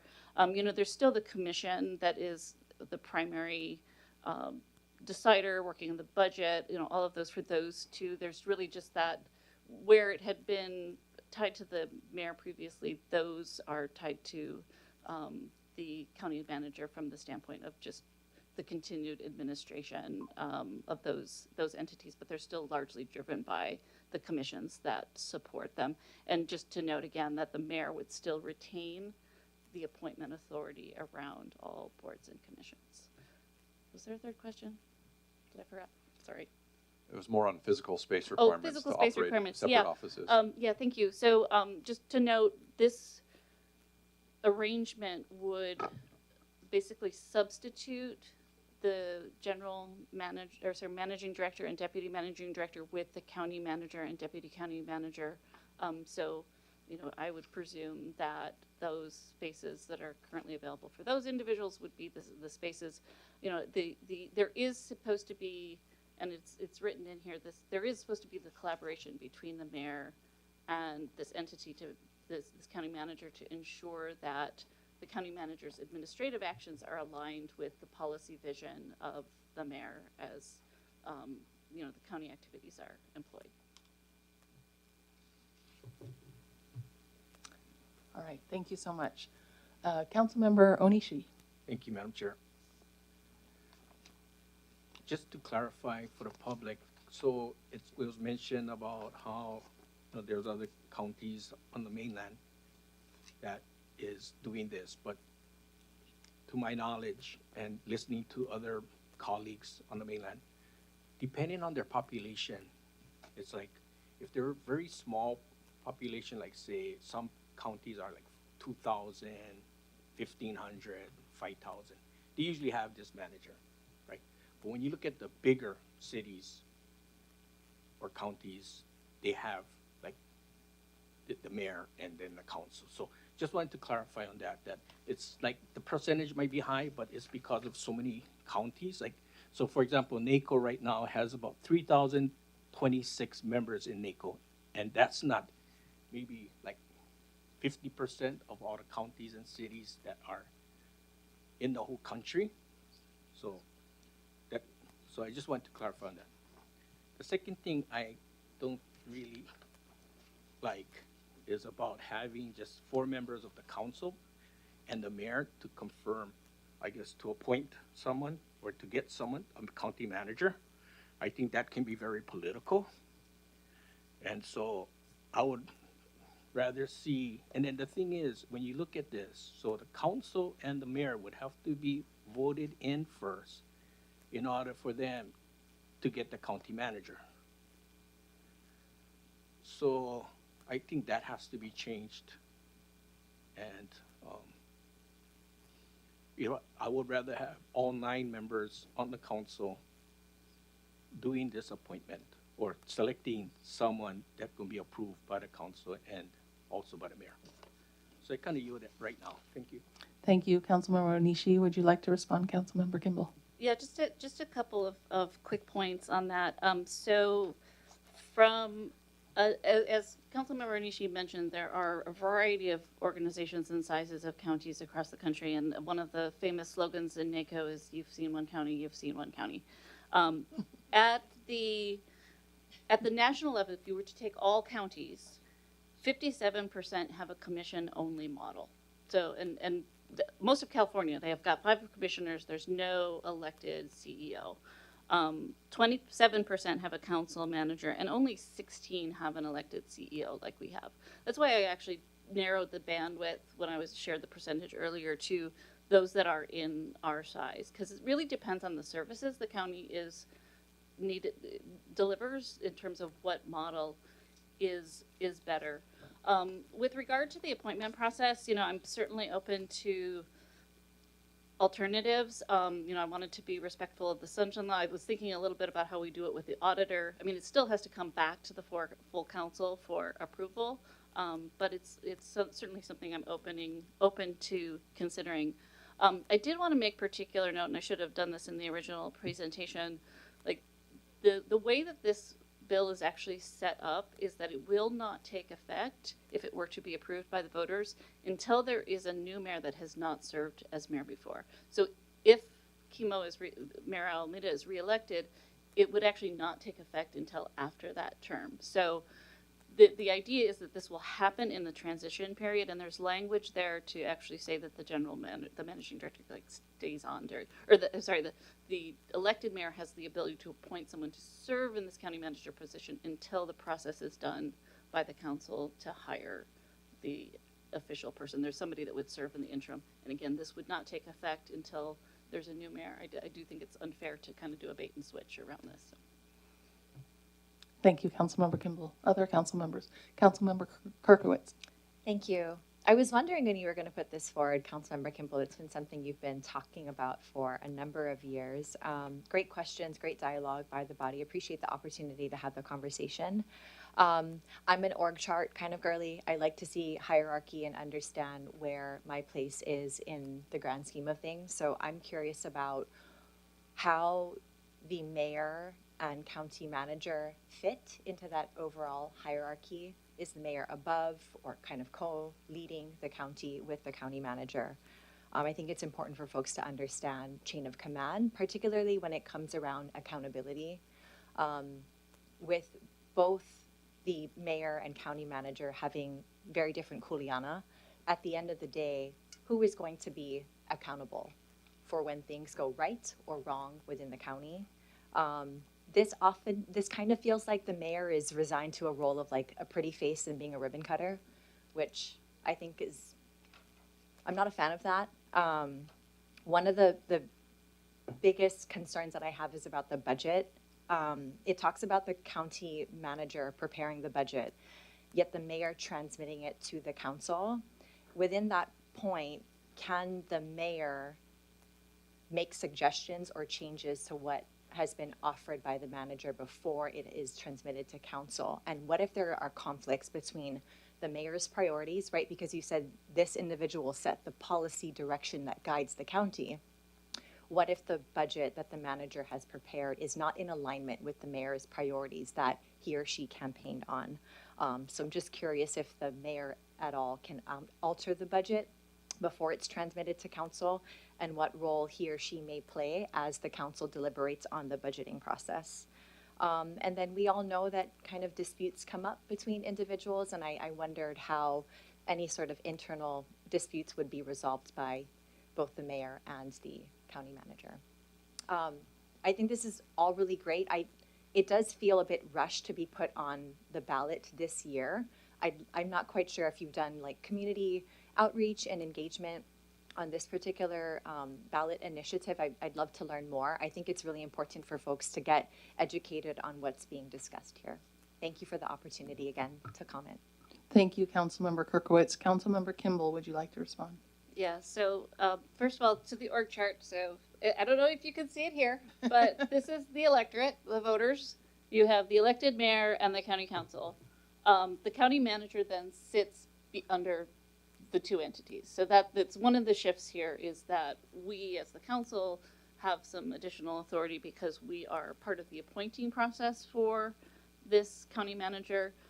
In terms of like dealing with poor performance, the mayor can either initiate a request to remove and replace the county manager, and then there's a simple majority by the council to support that, or the council could actually initiate that themselves with a supermajority. So that's sort of where the accountability lies to both the mayor and the council from the county manager side. With respect to the budget, the language about submitting and transmitting really aligns with the language that exists in the charter around the budget process as it stands right now. But there is language in there that says that the mayor will and the county manager work together to formulate that budget. So there is the intention, at any rate, that there would be this sort of team effort, if you will, to formulate that budget that is then presented to the council. So you have that balance of responsiveness to the electorate, but then also, like, we do need to depoliticize some of the decision making, especially when it comes to long-term capital improvement projects. So you have that insulation. So again, the reason I went forward with a hybrid model is to kind of retain the important part of the politicization in terms of being responsive to the electorate, but then adding a certain layer of stability.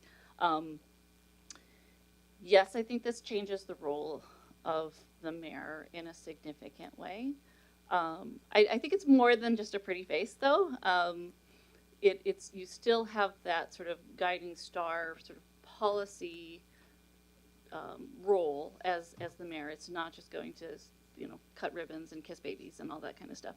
I do think that because of our growth as a county, there's enough work in that executive position for, I mean, you look at how many of our mayors have had heart attacks. I mean, there's a lot of pressure within that role right now, and actually pulling out some of those administrative functions, I think, makes sense from that standpoint. County public outreach. I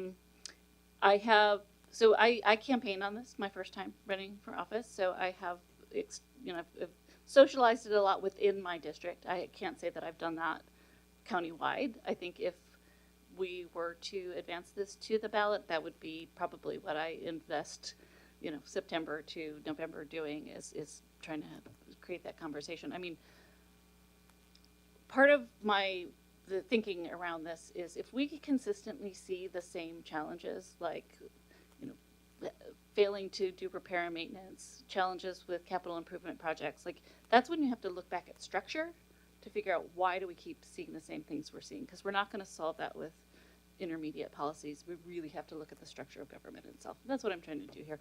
Again, not sure it's the right solution, but I think it is a solution, and I think it merits conversation. Thank you, Councilmember Kimball. Councilmember Galimba. Thank you. Yes, and thank you so much for doing all the work on all the details to do this. It is something that I've had many conversations with members of community who've brought this up to me, folks that have lived in counties where this is the case, and who would like to see it here, and of course with you, Councilmember Kimball. And I think it definitely, I'm really happy that we can have this conversation, because I think it is important for not to take our structures for granted. And unquestionably, we all are struggling with not just in this county, but I would say in this country, struggling with the fact that our system does not incentivize long-term decision-making. It incentivizes short-term, in fact, you use capitalism also, but our democratic system incentivizes a kind of populism and popularity contest and short-term sort of thinking and incentives. So this is not just a Hawaii County problem, but I think we're seeing it acutely in Hawaii County because we have not made the long-term investments in our infrastructure that we should have been making all along. And that is because it's not incentivized in our structure. It doesn't get you elected to make long-term investments in wastewater. Nobody enjoys, has fun with wastewater, although they all, to not have wastewater plants is a big negative. So it's kind of a human nature to want the fun things and not really pay attention to the foundation and the structure and the things that we take for granted. So changing our structure is something that we need to do. Is this the way that we should do it? I don't know, maybe not. But I think opening the conversation, not just here at the council, but with the electorate, is, I think, a really important thing to do. I would say the odds are that it would not pass this round. But having that conversation, I think, would be a very good thing to do. I think there's other possible ways to build in a structure that would incentivize long-term commitments to infrastructure. I don't know what they are right now. Perhaps it's amendments to this. Perhaps it's an entirely different kind of structure. I think if we do pass this bill and it does pass the electorate, there's going to need to be follow-up work around the changes in the role that the council takes on. I think in some ways the electorate will need to change what they view as an optimal council person because of the more executive function that the council will have.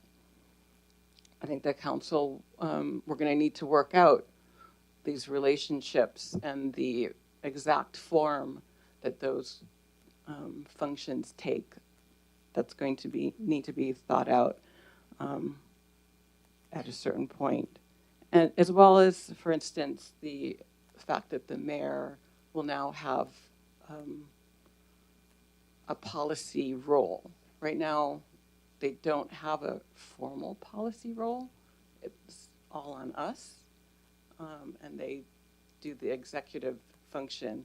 There's a lot of policy embedded in that, but there's not any real relationship between the council and the mayor on that policy level. So the forms of that will probably need to be institutionalized. Like, what does that look like? Is it a document that we work on collectively? I don't know what it might be, but there's definitely would need to be a lot more detail that would need to be worked on if we did make this change or something like it. With that, I yield. Thank you, Councilmember Galimba. Anybody else before I go back to Councilmember Onishi? Someone who hasn't spoken yet? Councilmember Cornelia Kleinfelder. Thank you. To the maker, I had a question about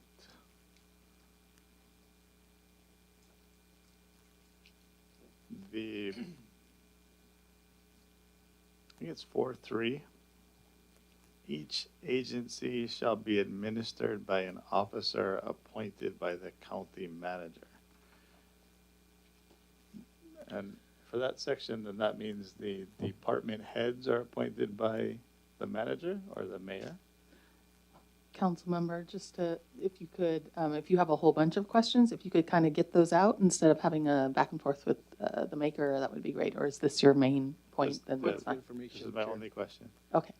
Yeah, So, yeah, because hold on. I think for the public, it would be great that if the council member has a question, then you have the maker answer, because then by having 4 or 5 questions and then the maker has to answer all, the public could get confused. So this way, it would be much more understanding when they watch and listen to the discussion. So I would recommend that if a council member has questions, they ask one at a time, and then the maker can answer.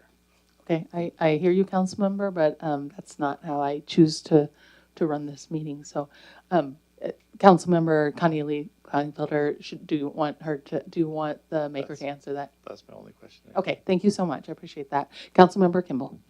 Yeah, so with respect to section 4.-3, the officers would be appointed by the county manager except as otherwise provided in the charter. So the sections of the charter that are not actually included in this bill, so the appointment of the Parks and Rec director, our research and development, planning, you know, all of those that are not included here would still, as the language is retained, that those are appointed by the mayor. So they would not, the county manager would not appoint all department heads, just the ones that I've pulled out. Okay. Okay, so thoughts on the bill. It's an interesting breakdown of hierarchy. There's definitely a shift from the role that we have classically in America and the world. I still see politics playing into this no matter how we do it. I like the longevity piece, the continuity piece of a person working within the county at a 6-year interval creates a continuity of decision making that I think is beneficial to the people. Although that this newly created county manager position is appointed by council members through a 4-man group plus a mayor, so that aspect then becomes what I would conceive as being political, because the mayor is going to want someone who works well with him and the council is going to want someone who works well with them at that time. And then 6 years later puts them into a whole new administration with possibly 8 brand new council members, depending on what's going on in the political world. At which point the council or the mayor could say, we don't like this guy or woman and we're going to get rid of him. It's interesting. I gotta say, it's interesting, the thought process, and I like that you brought it to the table. I do have some questions. I'm working in my head through how this actually plays out across 6 or 12 years, and how the structure that we have currently, our political structure, that there are positives and negatives too. So removing the politics, having a county manager, but the politics also drive change. Like we see when we have terms for council members and no term limits for state officials. That drive for change, the being out in the community and hearing what's going on, doesn't happen if you're seated in government and comfortable. You get uncomfortable, it forces the change. So I like what you brought forward. It's interesting. It would definitely be a shift. It is hard to hear that the mayor is not on board, because if we look at something that's potentially going to get through and then get vetoed, just that delay in process may not allow this to get where it needs to go. Now that's a pretty solid point. So let's just say we pass this and we have how many hearings? 3. 3 hearings. To the clerk's office then, if we had 3 hearings and the mayor has openly said he's going to veto this, we veto, then it comes back to council to say, and we want to try and reinvigorate it. What's our deadline? I can answer that. Oh, to either the clerk's office or to the maker. I'm sure you've thought this through. Yeah, like I said, I hadn't intended actually to bring it forward this term, but I decided to for the reasons that I mentioned. We will just make it if the mayor vetoes it. So we would have to, as I understand from the clerk, and he can confirm, given the timeline that the mayor has to respond, if we were to turn it around as quickly as we could, getting through 3 readings at the council, the mayor would have the 10 days, business days to veto. We would have to request a special meeting to override that veto if that were to happen, but there is time to do it. Oh, that's tight. Because we need if we were to get to that point, Corporation Council has to develop the language for the ballot that, so there's that consideration that needs to happen before August, I think is the deadline. Okay. Yeah, that's what I thought. I remember John being pretty much a stickler for when we can have these in and on the agenda by to make sure they clear. Oh yeah, yes, please, Mr. Yes. Henricks. Thank you. Thank you. Thank you, Mr. Clerk. Mr. Clerk joining us today in a nice green Good shirt. morning. Chair Kagiwara, members of this committee. For all charter amendments, the clerk's office is required to get the ballot language to the state. It's around August 20th or something, around that time. And sorry for not being so specific, because that date is not as relevant as it used to be because of and I sent the council members and their staff an email just outlining this process, because we now have a digital voter information guide that's provided for all candidates and also for questions to assist the public in understanding what they're voting on. This question were to go on the ballot, this proposal would need to, the Corporation Council be required to draft an explanation for it. And that explanation would then need to be translated into at least Olelo, if not other languages. And because of that translation period, it actually shortens the amount of time the council would normally have if the digital voter information guide was not a factor in this, because we need some lead time, because they didn't extend the period by which we need to get the language to the state. So it's truncated because of that, which is a good thing.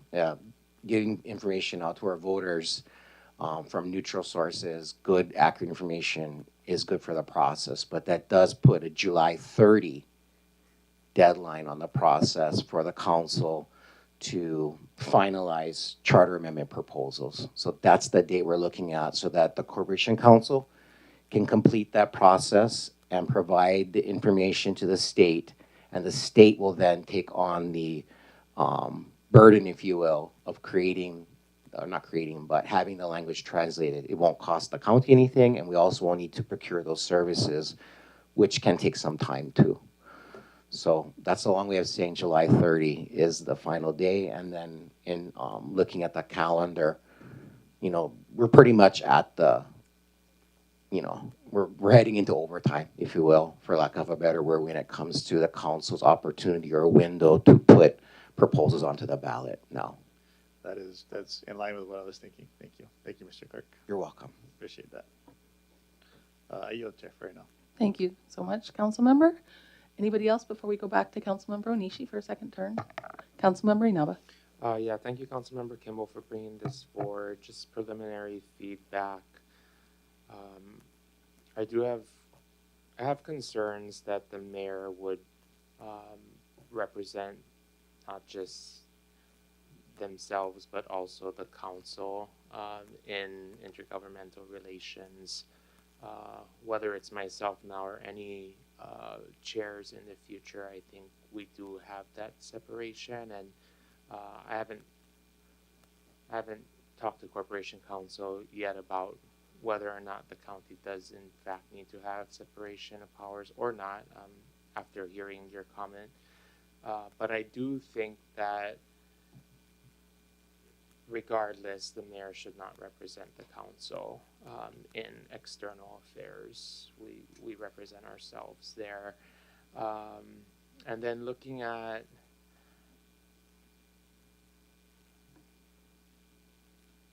some of the language for the county manager position itself,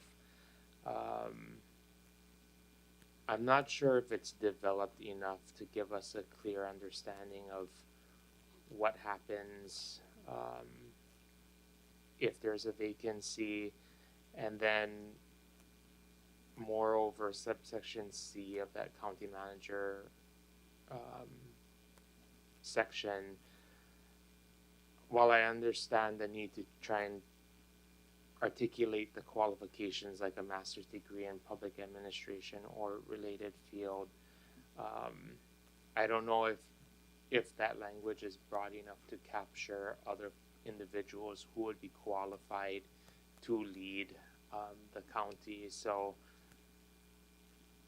right now, I can't support the bill as it's currently written. I don't think it's ready to move forward based on some of that preliminary reading right now.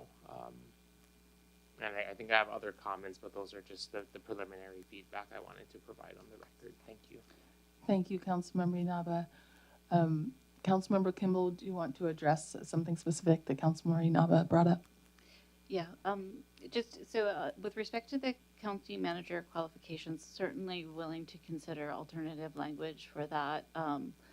This was taken from, like I said, the best practices from the International Association with respect to qualifications.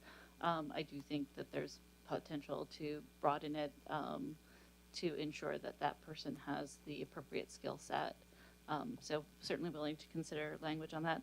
Did want to clarify that the mayor currently has that ability in terms of interactions with the state and federal government to speak on behalf of the county. So this isn't a new function. Well, at the same time, the council still has the authority to, like as U.S. Council Chair, still represent us in intergovernmental operations as well. That is not a shift from current policy with this. It's really just a clarification point in terms of what the mayor's kuleana would be under this particular arrangement. I did want to just speak real quickly to Councilmember Connie Lee Kleinfelder's comment about this being a major shift. It's actually really not. One of the more consistent models out there actually is that the chair of the council serves as the chief elected officer. So that in a full, like I said, this is a hybrid model, which I think there are challenges with doing a hybrid model instead of going all one way or all the other way. But in a typical fully county manager model form of government, the chief elected officer would actually be the chair of the council, and there wouldn't actually be a mayor at all. And that is how most of these other counties that have this sort of organization are run. Again, I chose to go with a hybrid approach to ensure that we still had that balance of bureaucratic insulation versus electoral accountability. Thank you, Councilmember Kimball. Is there anybody that hasn't had a chance to speak before we go back second rounds for folks? No. Okay, Councilmember Onishi, please go ahead. Thank you, Madam Chair. Just about the discussion had about longevity. I guess, I don't know when it happened, but I think there was like a proposed for charter amendments where we had term limits and also we had districts. And so prior to that, council members didn't have any time limits. And so that way they could foresee projects that could last longer. But now because of term limits, that's where we are restricted, right? Whereas a prosecutor, they have no term limits, right? Our state legislators don't have term limits, right? But the governor, the mayor, the council members, we do.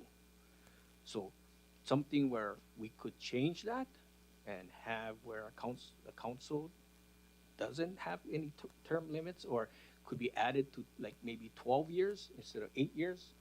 And that would give more time for council members to see their project go through if they get reelected, right? So it's just something to let public know about why we have a hard time. Like for example, for me, when we built High Fire Station, it took over 8 years to get it done. But then in the beginning of my first term, I got the ball rolling, but it just took time to the process and to get the permits and the plans and everything, community meetings, so forth. And the final completion was after my term was up, after 8 years. So yes, I mean, if I had the 12 years, I could have seen the whole project go through. but because of my term limits, I couldn't. But then I wanted to make sure too that they didn't rush the project, and we have like a half done station, and then later on we gotta do all kind of changes, right? So I wanted them to do it really completely, up to par, so that we don't have any problems moving forward. But yeah, so just wanted to kind of give that information. Are you? Thank you, Councilmember Onishi. Councilmember Connie Lee Kleinfelder. Okay, thank you. Okay, my worst case on this. I'm just going worst case. So if I was evil, this bill passed.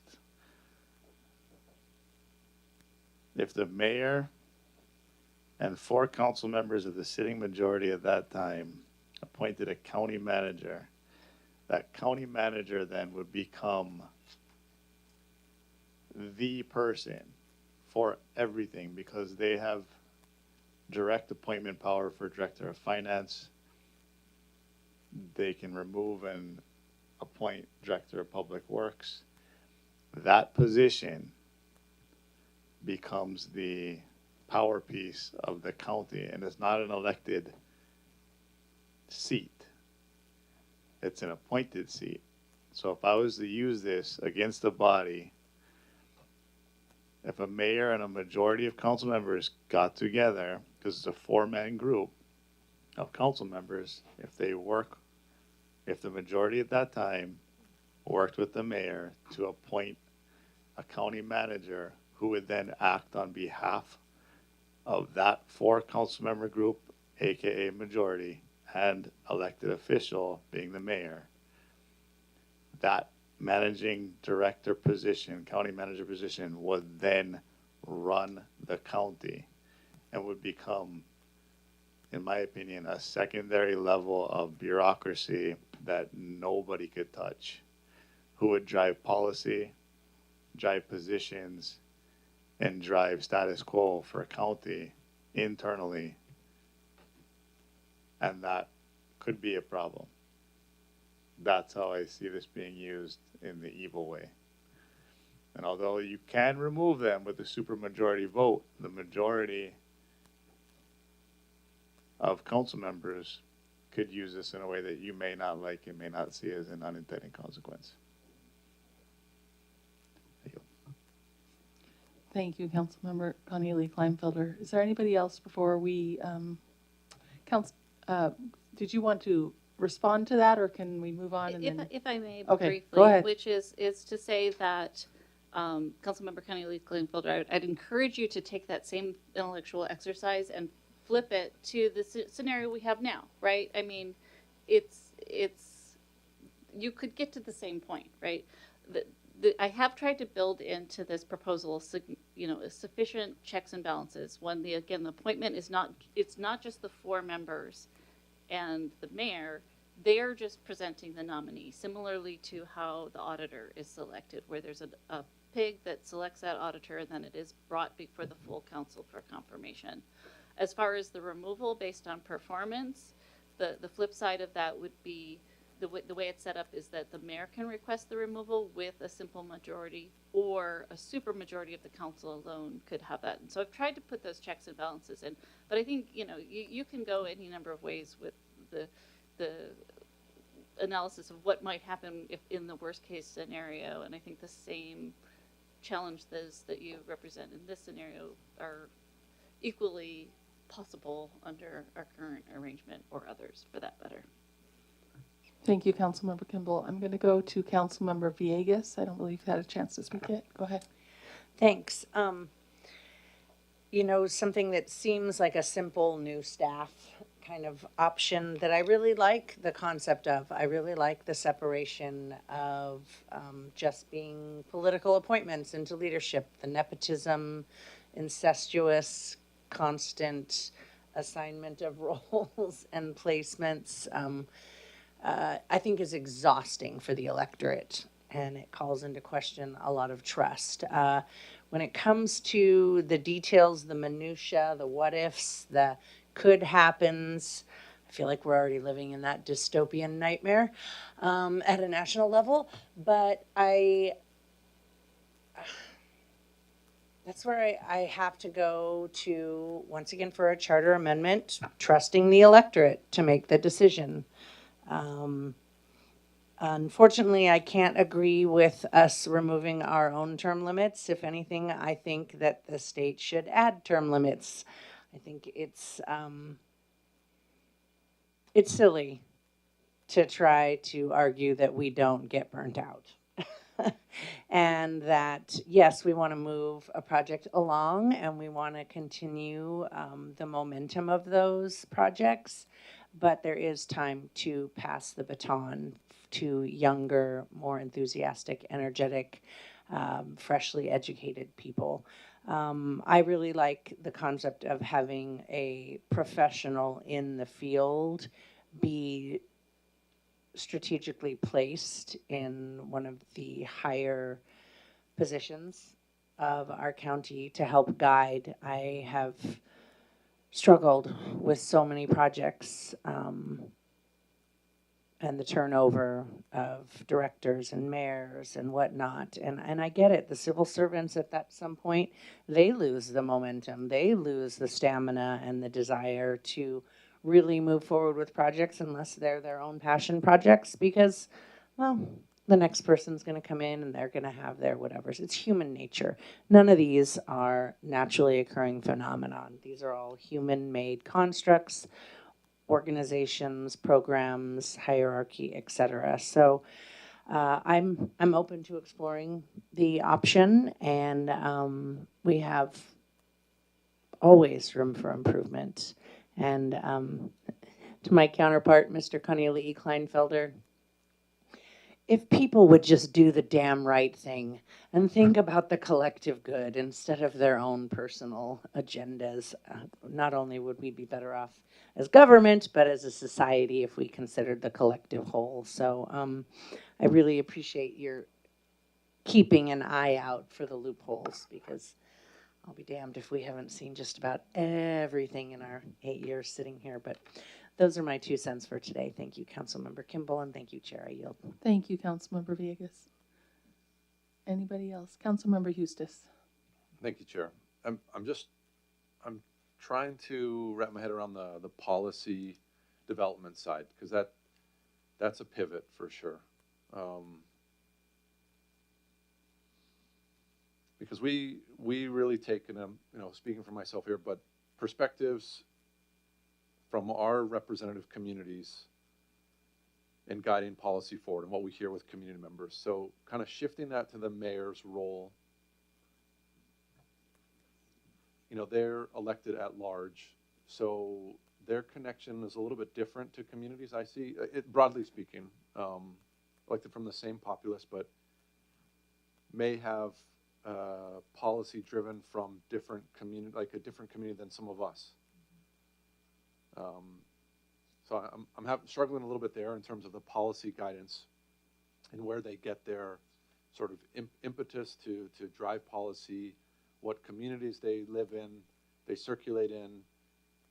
Yes, they serve the whole community as the mayor does now, but may have different sort of perception on where policy can be generated from. So definitely some challenges there. The other piece of that is the county manager is in that role, serves longer term. The mayor's policy directions may be an affront or conflict with the manager, though. So trying to drive policy with someone that's in the role, some of those issues may not be carried out. Maybe good, maybe not the evil or the bad side, but maybe good for the community. But the managers is that lever for a lot of the departments, so may still be some resistance to some of those policy directives. So trying to see how that could be either broken down or interspersed a little bit more between those policy guidance from shifting it away from this body to the mayor. And I'm still trying to puzzle with that piece a little bit too, but how that then interfaces with the manager role. So curious on that one for sure. Thank you. Thank you, Councilmember Eustace. Did you want to respond to that, Councilmember? Yes, please. Okay. So just to be clear, in terms of the policy direction, this body still retains the ability to write bills, pass law, change code. That ability has not been pushed over to the mayor. Really, it's more about the strategic higher level policy making that is then supported through the appointments of like the planning director or the boards and commissions. That is how, under this scenario, the mayor's policy agenda gets advanced, as well as communicating on behalf of the county with regard to intergovernmental relations at the state and the county level. With respect to conflict is a natural part of government, and it's essential, right? It is how we get to the best point. I would argue that under our current structure, the conflict actually exists between the administration and the council. That is where more frequently we see that disagreement about policy and strategy and how we move forward. This shift actually tries to align the mayor and council from that policy side with the administration side, which is going to be the administration of county functions, which is bureaucratic. There will be conflicts, and that is essential. The conflict is how we actually resolve disagreements. The question is, can we do it civilly? The advantage of this is primarily fiscal in terms of creating that insulation for the types of projects we need to do and engage in the long term. And I'll just show one other quick chart here. So show it to the camera. I didn't share this presentation with you guys because I wasn't quite ready for prime time. I will by the next hearing. But the research, it demonstrates that when you have an elected official, your spending tends to be this jagged line. It's more responsive to the electoral mandates. Whereas when you have a managing director that is more of a professional, you have this more consistent spending towards these long-term projects. And so that, if there was any key point that I would be trying to argue with this, is this kind of spending issue, whether or not we're spending with respect to capital improvements towards these long-term projects, the repair and maintenance that we need to do that help us avoid cost at a later point, versus this spending that tends to be more politically motivated. And again, why I brought it up after the budget conversations. Thank you, Councilmember Kimball. Councilmember Hustis, did you have something to add? Yeah, just because some of the conversation has been about longevity for projects, so I just wanted to just chime in on that for a second, because whether it's duration of roles or projects and kind of seeing them out. I mean, we'll have a conversation tomorrow about the general plan, but that's one of those challenges, I think, in terms of longevity. Where we can look at the 2005 general plan and the CDPs for the communities that have CDPs, right, and action committees. But those are documents that have shown projects that community has invested time and energy into, and even members of this dais in years past, to recognize that some of those projects need to be carried out, and a lot of them have not been carried out. And maybe that speaks to that managerial role, and some of that political strife between carrying some projects out for sure. But I think through that lens, the CDPs and those policy documents generated from communities aren't necessarily carried out. I think there's a challenge there where projects and infrastructure that community has witnessed and needed for 20 plus years, and some of those have not been enacted in any form or shape. So there could be a way through that mechanism too, that there's some enforcement and direction pulled from those guiding documents and those policy documents. Thank you, Chair. Thank you, Councilmember Hustis. All right, there's a lot of good discussion going on here. I'm going to go to Councilmember Galimba, who's only had one turn, then we'll come back to you, Councilmember Connie Kleinfelder. Go ahead, Councilmember Galimba. Thank you. Very, very briefly, I'm not surprised that their current mayor said he will veto it. I did bring this up with the previous mayor, and he was not a fan either, and I don't think any mayor would be a fan of it. So it's really, they, understandably. So I just wanted to bring that up. Thank you, Councilmember Galimba. Councilmember Connie Kleinfelder. Okay, listening and try to summarize in my brain. How many new positions will this create? None, it would replace the county manager or the managing director position. So managing director goes away. Cost of managing director gets transferred to the new county manager. County manager has staff. Yes, How many staff? it's not identified. That doesn't raise to the level of charter. Sorry. It's okay. It's okay. Yeah. Okay, interested in what I heard, because what I heard was adding a layer, although the continuity piece can be argued, adding a layer of bureaucracy will simplify the process and make things better. That statement, I'm having a hard time with. Because whenever we add layers of bureaucracy, we have elected officials, a new layer of bureaucracy right in the middle, then we have elected officials, then we have all of our normal positions appointed, regular. But if we adding levels of bureaucracy, I don't know, it doesn't make things simpler in my mind. I yield. Thank you. Do you need to respond to that?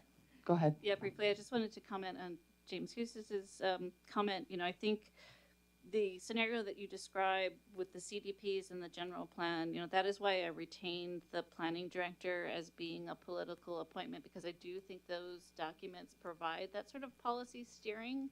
But then when you talk about how that would actually get implemented on the ground, this sort of more consistent long-term thinking that would be under the county manager model. And just to respond to Councilmember Conley Kleinfelder's last statement, I didn't say this would add a layer of bureaucracy. I don't know where you heard that, but this is shifting from managing director to county manager. I don't consider it adding any kind of layer. It's really just redefining it, how it would look. Thank you so much. Okay. I'm going to say a few comments and then we can talk about how we want to move forward. First of all, thank you, Councilmember Kimball, for bringing this forward. I know that, you know, your intense involvement with HSAC and NACO has really afforded you the ability to research and gather a lot of good information that are for new ideas for helping our county and for looking at things in different ways. And I encourage folks here, if you haven't had the chance to go to a NACO meeting, to really talk to other counties that are like similar in size, similar in circumstances, about what they're doing. It does provide the opportunity to think about these new ways and not just be stuck kind of, well, this is the way we're doing it. So for those who have participated before, I know that you have had those experiences too, as I have. I am really grateful for this discussion. I think we do need to think about kind of how it doesn't matter really who the individuals have been in these positions through no fault of their own. Our system has driven us to some of these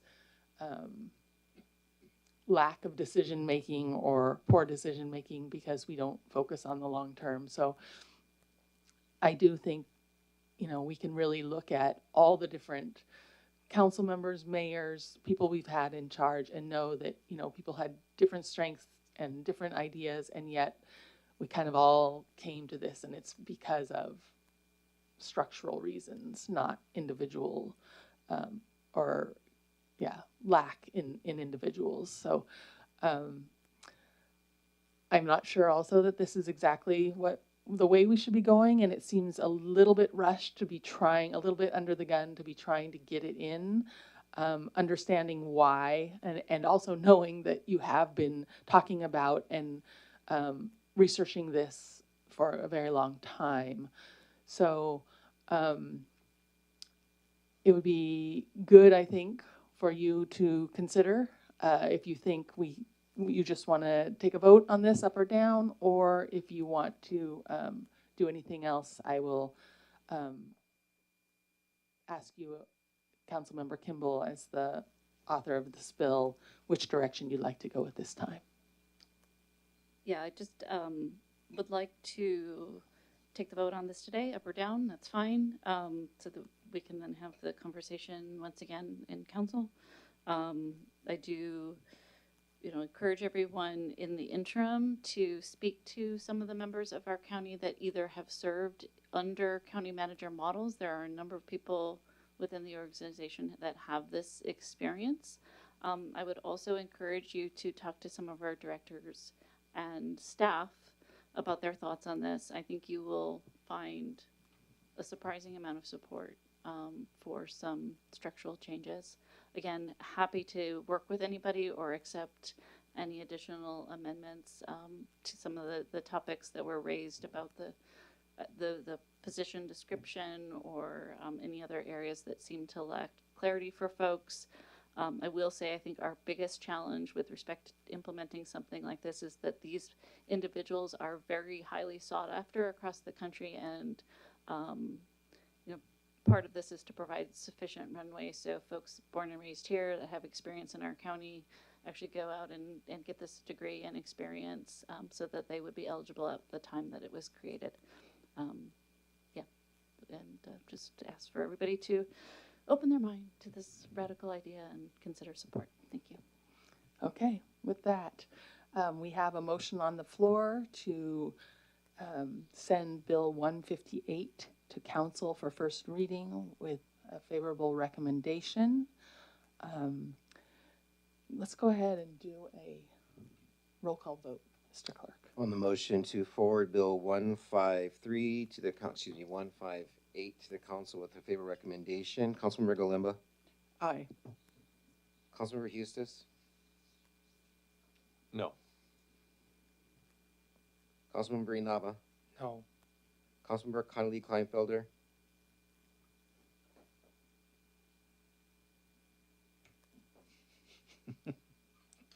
What is it called? Kanalua. Councilmember Kirkowitz. No. Councilmember Kimball. Aye. Councilmember Onishi. No. Councilmember Villegas. Aye. Chair Kagiwara. Aye. Councilmember Connolly Kleinfelder. Aye. Chair Kagiwara, you have 5 votes in favor with 4 opposed, those being Councilmembers Hustis, Inaba, Kirkowitz, and Onishi. Motion carries. Bill 158 will be forwarded to the council with a favor recommendation. Thank you, everybody. That concludes our agenda for today. The time is 11:27. We'll be coming up with the Legislative Approvals and Acquisitions Committee very shortly. Thank you.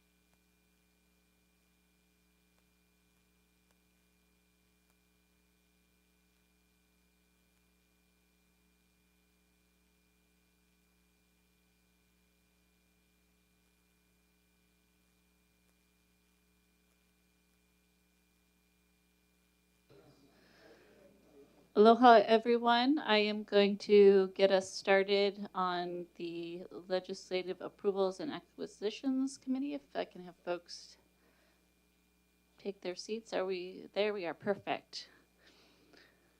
All right. Good morning, everyone. Welcome to the 26th session of the Committee on Legislative Approvals and Acquisitions. The time is now 11:36 here today. In the Hilo chambers, we have Councilmember Eustis, Councilmember Onishi, Councilmember Kaneohe Kleinfelder, Councilmember Galimba. Our other colleagues will be joining us shortly, and I am Councilmember Kimball. Mr. Clerk, do we have any testimony at the beginning of the agenda for today? Thank you so much, Chair. Just want to confirm that at this time, I do not believe that you have any testifiers. Yep. Just received confirmation. No testifiers here at the beginning of your meeting, ma'am. Thank you, sir. All right, Mr. Clerk, we'll go to the top of the agenda. All right, Communication 752, request formation of an ad hoc committee for the purpose of reviewing applications and developing recommendations for fiscal year 2026-2027 VIVI nonprofit grant and aid awards. From Councilmember Heather L. Kimball, dated February 11, 2026. This was postponed on March 3, 2026. There's already a motion on the floor by Councilmember Inaba, seconded by Councilmember Eustis to close file on Communication 752. And Communication 752.1 from Finance Director Diane Nakagawa, dated March 12, 2026, transmitting applications from eligible nonprofit organizations. And Communication 752.2 from Council Member Heather L. Kimball, dated April 30, 2026, transmitting recommendations for VIVI nonprofit grant organizations for fiscal year 2026-2027. And Communication 904, oh, sorry, that's the next You're getting super item. excited. We'll end it right there. Okay. All right, so just to remind everyone, the motion is already on the floor to close file on this communication. We can discuss process at this meeting. If there are any deeper questions with regard to the content of the recommendations, this communication, the vote should be postponed to the next hearing and we can have that conversation. Before I go forward, I do want to mahalo Councilmember Inaba, Councilmember Eustis, and Councilmember Kakiwara for their efforts in scoring and participating in the process of selecting our VIVI grants for this next fiscal year. Any questions on process from the body? Is there any interest in postponing to have a conversation about the recommendations or just move forward? Doesn't look like it. So I will just go ahead and take the vote. All those in favor of closing file on Communication 752, please say aye. Any opposed? Mr. Clerk, you have 7 ayes. Councilmember Kaneohe Kleinfelder and Kirkowitz excused.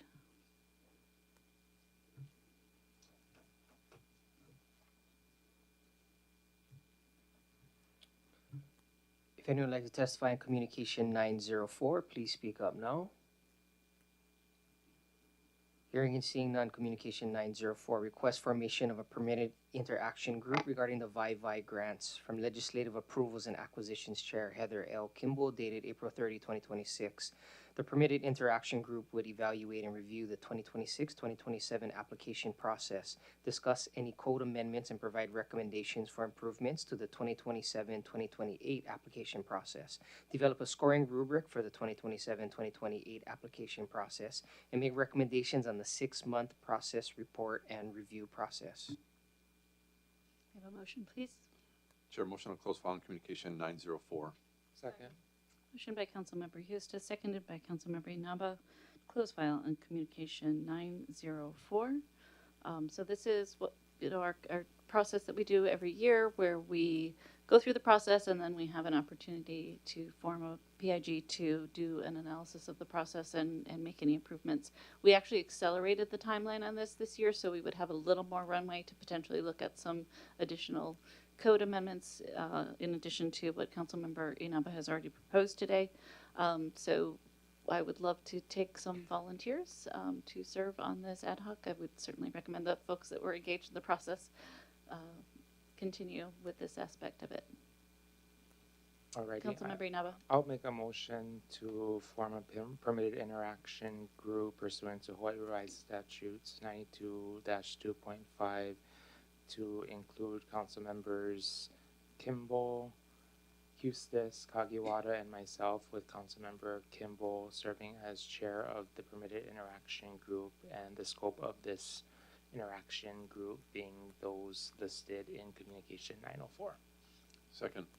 All right, motion by Councilmember Inaba, seconded by Councilmember Hustis to nominate himself, Hustis, and Kagiwara, and myself as chair for a permitted interaction group to address the items in Communication 904. Any discussion?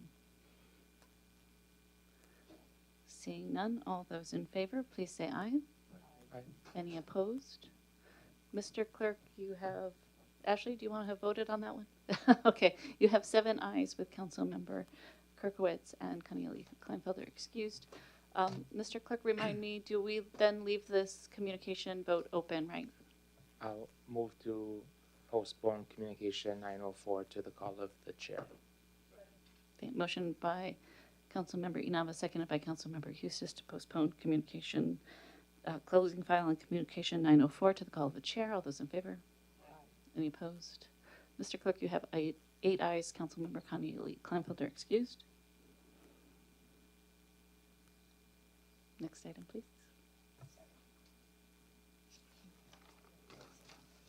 If anyone would like to testify in Resolution 567-26, please speak up now.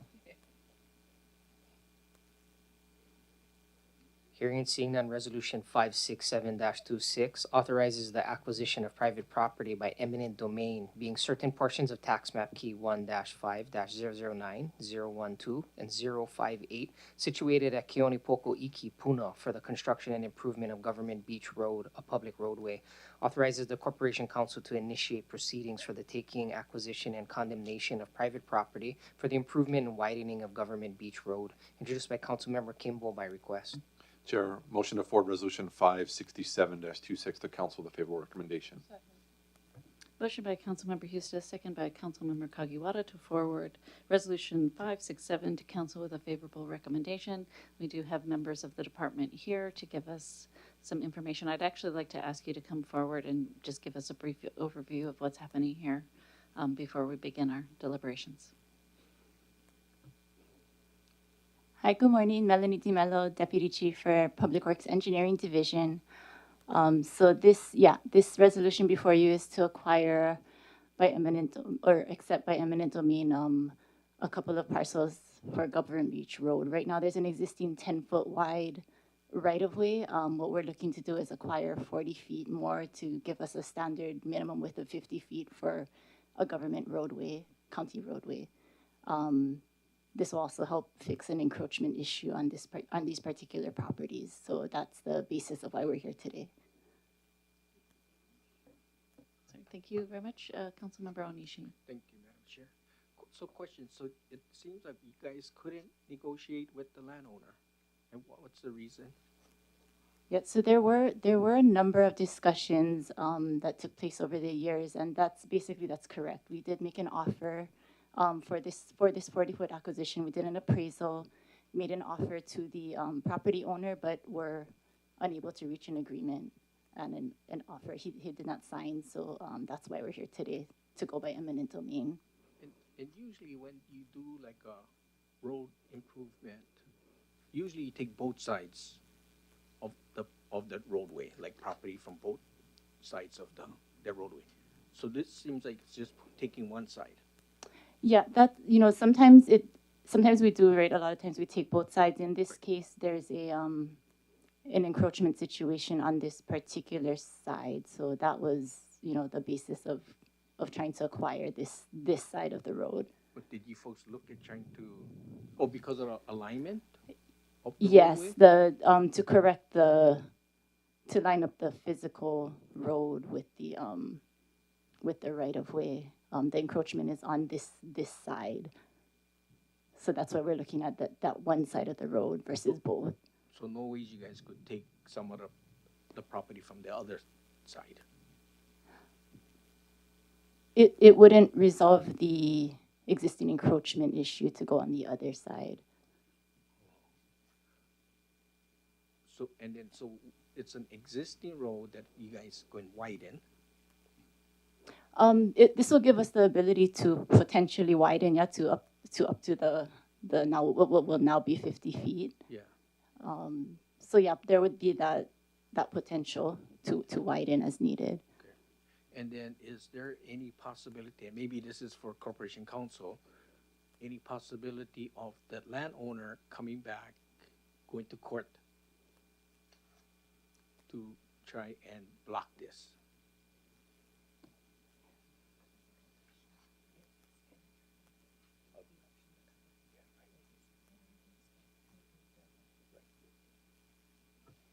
You can introduce yourself. Good afternoon, mid-morning, I guess. Deputy Corporation Sinclair Solis Ferguson. One of your questions is I actually went on a site visit, and the Mackay side, I think, of the portion of that road is like a ditch. So I think that's part of the reason why the road is where it's at right now. So what it is the county has a 10-foot right-of-way. On the Mackay side?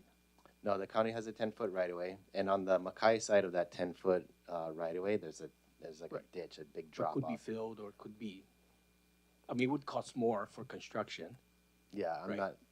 But I'm just saying, saying about like fairness, because like I said, usually most of the times when you do a road widening, you try to take both sides of the properties of that roadway, right, to make it fair, instead of just taking one side. And this will answer your question, I think, when I explain this. So there's a 10-foot right-of-way, and I think around 2000, what year was it? 2014, the county paved it, and they paved a little bit outside of the right-of-way. So our fault. Yeah, okay. we paved onto onto the Mauka property. Right. And for years, the county has been trying to negotiate with the landowner.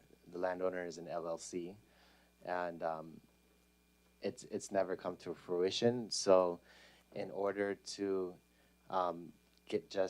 resolve the issues, we have to go through condemnation, and condemnation is where the county, the department, did. But then now my question about is the possibility of that landowner going to court? So it's actually.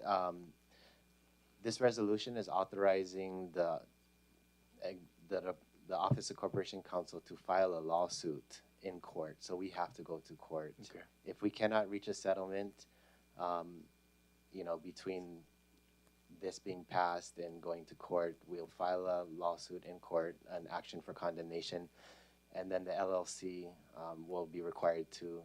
They already have an attorney, and we'll negotiate in court a settlement or they could countersue. What is that? They could countersue? No, so the county has authority to take private property for a public purpose, which is what we're asking today. If the court agrees. Yeah, but taking property for a roadway it's almost indisputable that it's a public purpose. But then, like you mentioned earlier, but the county made a mistake and paved into their property. That's a side issue. Right, I know, but I'm just saying. That's a side issue. So the fight in court for condemnation is the valuation of the land generally. The owner is going to say, oh, it's worth this much. It's not, you're not paying me enough. And then the court will decide that. So we're hoping to resolve everything either before court or in court. Okay. Yes, go ahead. Sorry, I just wanted to add one thing. If it helps shed light, there is already an existing 55-foot wide road widening easement on this property. So it even though it's not part of the right of way right now, it was clearly slated for future road improvements. So we're at this time we're just taking the 40 feet, but that was already mapped out. And so with this widening, there must be other property owners along this roadway. Yes. And so other landowners agreed already. Or this before you is just with two lots, same property owner. Right. So yeah, we were just dealing with these property owners at this time, or this property owner. So are you folks going to be coming back to us again for other properties, or you folks are all set? I think there's right now we're looking at taking care of this one that has the encroachment. And if there is further discussion along for the other property owners, then I guess, we may have that discussion at that time. Right now, we're just focusing on this Because like one. usually too, when government does widening of roadways, like they do it as a whole project, so they contact all the landowners to make sure that they all agree, or whatever. But okay, so just wanted to kind of clear up the air a little for the public to understand too of what's going on. Yeah, I can understand that question. I think with this one, because of the particular issues at this property, because of what was done previously, it's something we want to resolve right now. But yeah, I do know what you're saying with normal projects. If it was slated for the entirety of a roadway, right, you'd go to all at one time. Okay. Right? Okay. Thank you. Ayo. Anyone else? Good. Okay. Seeing no further discussion, all those in favor, please say aye. Any opposed? Mr. Clerk, you have 9 ayes. Resolution 567 is forwarded to council with a favorable recommendation. Seeing no further business on the agenda, we are adjourned. The time is 11:51. We are back on schedule. Thank you.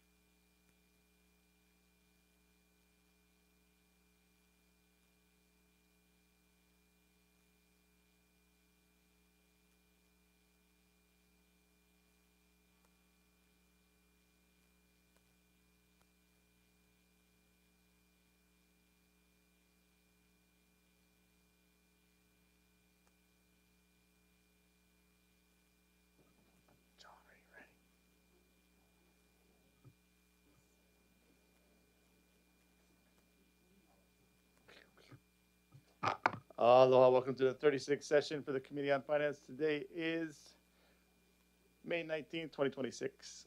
It is 1:01 p.m. Today's meeting is being held at the Hawaii County Building here in Hilo, and we have our facilities open island-wide for those who would like to testify. Starting us off today, here in Hilo, we have Councilmember Kimball, Galimba, Villegas to my right, Councilmember Kagiwara, Hustis, Kirkowitz, Onishi, and Councilmember Inaba's belated birthday was yesterday, and he's not joining us at this moment. He's excused. Calling this meeting to order. Mr. Araceli, do we have any testimony before we begin? Thank you so much, Chair. Just want to confirm that we do not have any testifiers here at the beginning of your meeting. Thank you very much. And give me 1 second. Please note for the record, Councilmember Inaba has joined us. Mr. Clerk, can we go to the top of the agenda, Communication 23.34. Communication 23.34, report of fund transfers authorized March 16 to 31, 2026 from Controller John Arbles dated April 21, 2026.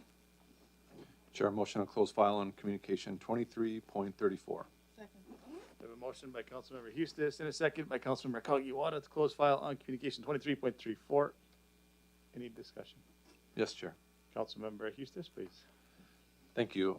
Just a couple of questions here on the request for transfer of funds. First to Public Works on the street sweeper.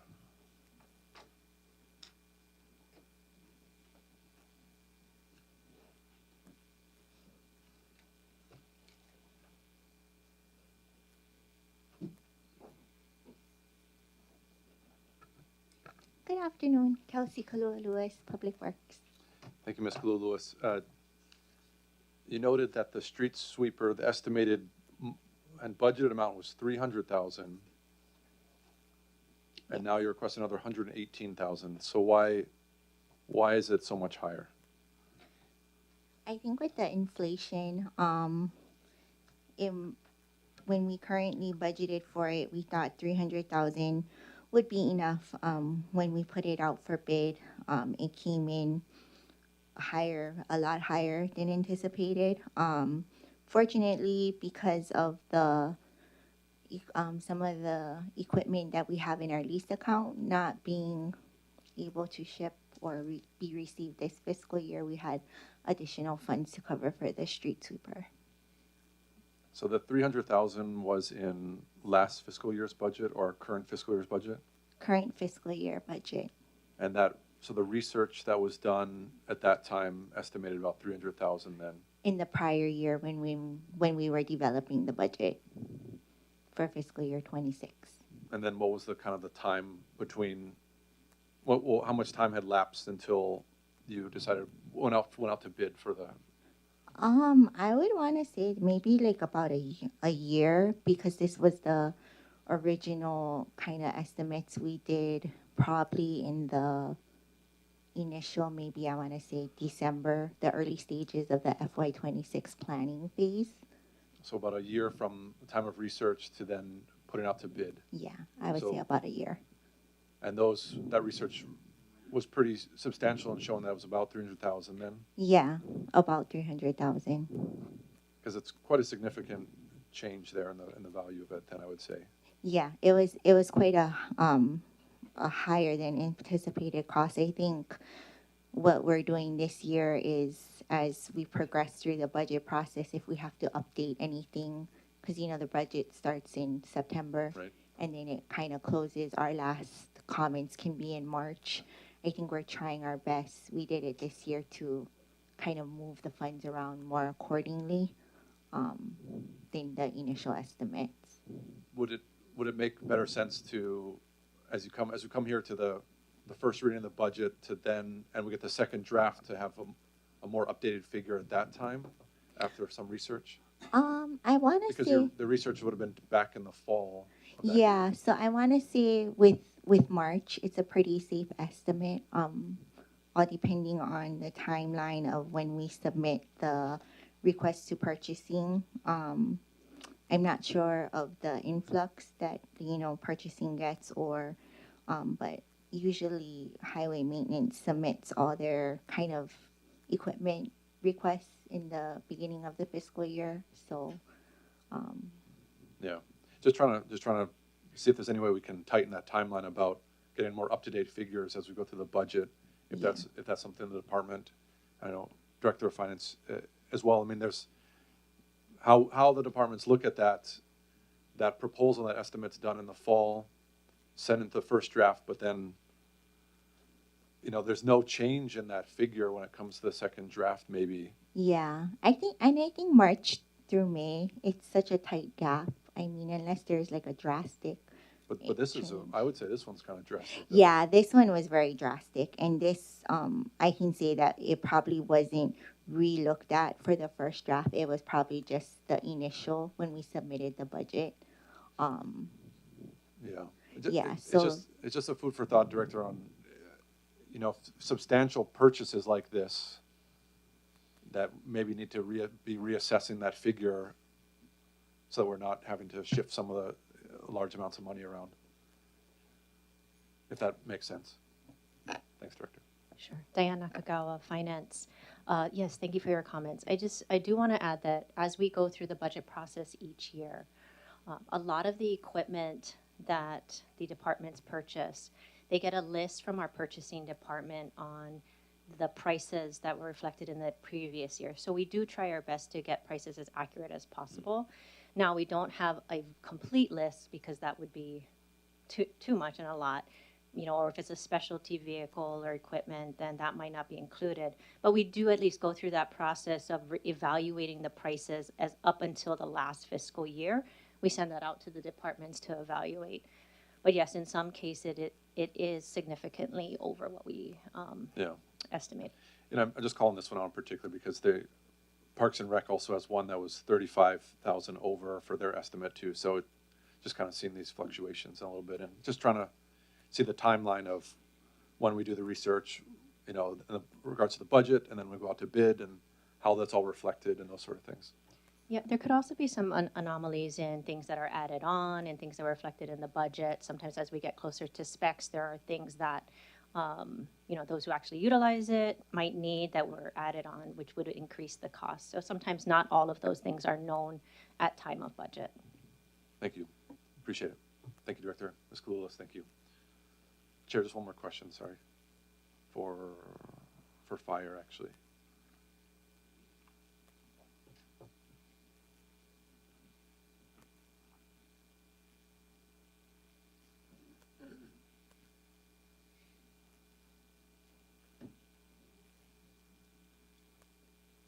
Hi, Nicole Monokapu for fire. Thank you so much. Out of curiosity, new furniture, new office furniture, what sort of range in furniture are you looking at to replenish or refurbish? We purchased 5 desks for administrative staff. The desks were termite eaten, and so these are just replacements. Okay, thank you. Appreciate the clarity. Thank you. Okay. Thanks, Chair. Thank you. Okay, seeing no further discussion, just noting the $39 million transfer for the provisional compensation for the hazard pay. Thank you to the administration for taking care of that. If I remember, that took a serious amount of bookkeeping to go back through and check the hours. Is that correct? I'm noting the very, very hard to read 4 pages of additional line items underneath of that transfer. Can you refresh me on that one, please? Yes, Councilmember, so what you see in front of you is actually the transfer back to the department. So the SNW that allowed us to pay for temporary hazard pay initially came out of the department's SNW. This is the transfer back. What you have in all those additional pages is by department, I believe, and then through which either HFFA or UPW or HGA in those different components. So that is the complete picture of our transfer back to the departments to make sure that they're made whole for those costs that came out of THP. Beautiful. Thank you. You're welcome. Okay. Seeing no further discussion, motion is on the floor. It's closed file on communication 23.34. All in favor? Aye. Any opposed? Mr. Clerk, you have 9 members in favor, none opposed. Motion carries. Is there any testimony for communication 23.35? Hearing none. Communication 23.35, report of fund transfers authorized April 1 through 15, 2026 from Controller John Arbles dated April 29, 2026. Chair, motion to close file on communication 23.35. Motion by Councilmember Houston, seconded by Councilmember Inaba. Closing file communication 23.35. Any discussion? Hearing and seeing none, motion is on the floor. All in favor? Any opposed? Mr. Clerk, you have 9 favors, 9 in favor, none opposed. Motion carries. Is there any testimony for communication 24.34? Hearing none. Communication 24.34, report of change orders authorized March 16 to 31, 2026 from Finance Director Diane Nakagawa dated April 16, 2026, transmitting the above report pursuant to Section 2-12.3 of the Hawaii County Code. Chair, motion to close file on communication 24.34. We have a motion by Councilmember Hustis and a second by Councilmember Inaba to close file on communication 24.34. Any discussion? Councilmember Kagiwara? Thank you. Director Nakagawa, if you don't mind just coming and just refreshing my memory on this. I see there's a large number of reallocations with no additional cost. And can you just explain, there's the reallocations for recruitment and the reallocations with no additional cost that have large numbers. And can you just explain briefly what those are? Sure. So if it's a no-cost amendment, a lot of times it's a price term agreement. So the price is unknown, so we don't put an additional cost for the year. Of course, there are costs if the county purchases or uses services off that list. But when it's when we do an additional year, an option year, it's still a no-cost amendment.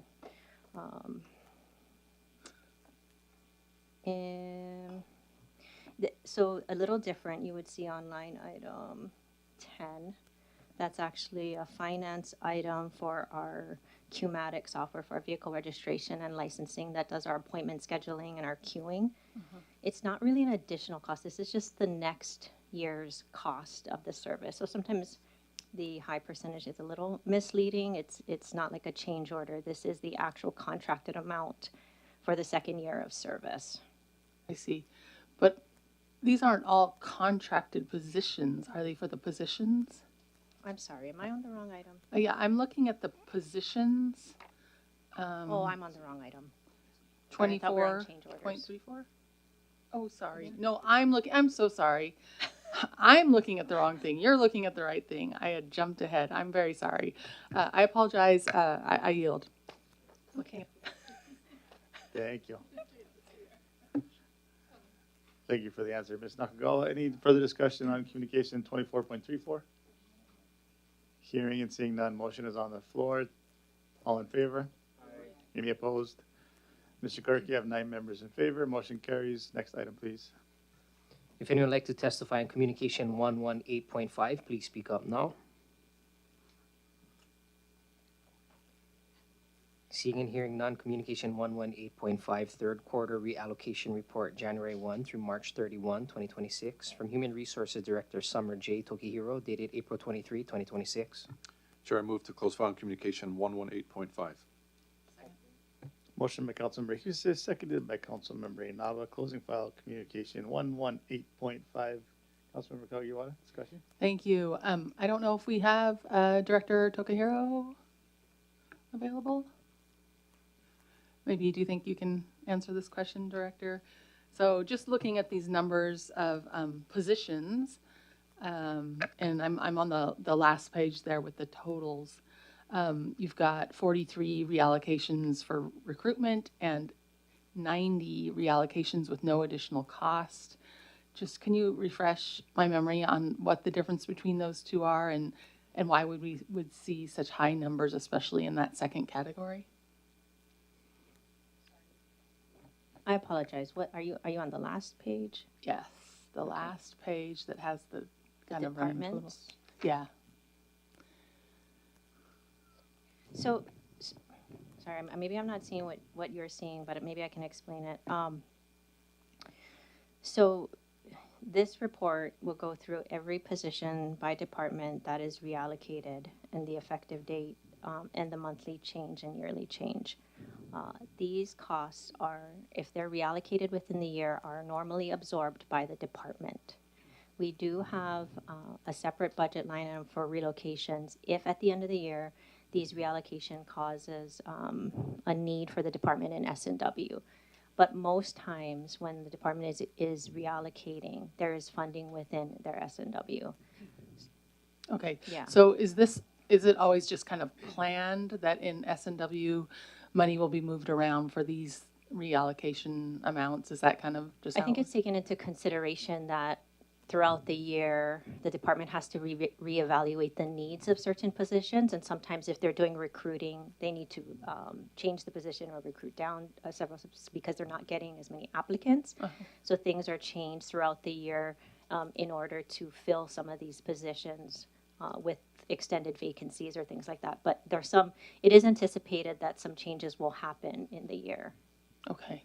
I'm just looking especially like at the police line, 82 reallocations with no additional cost. That's because they made an adjustment either up or down. Is that why that would be there?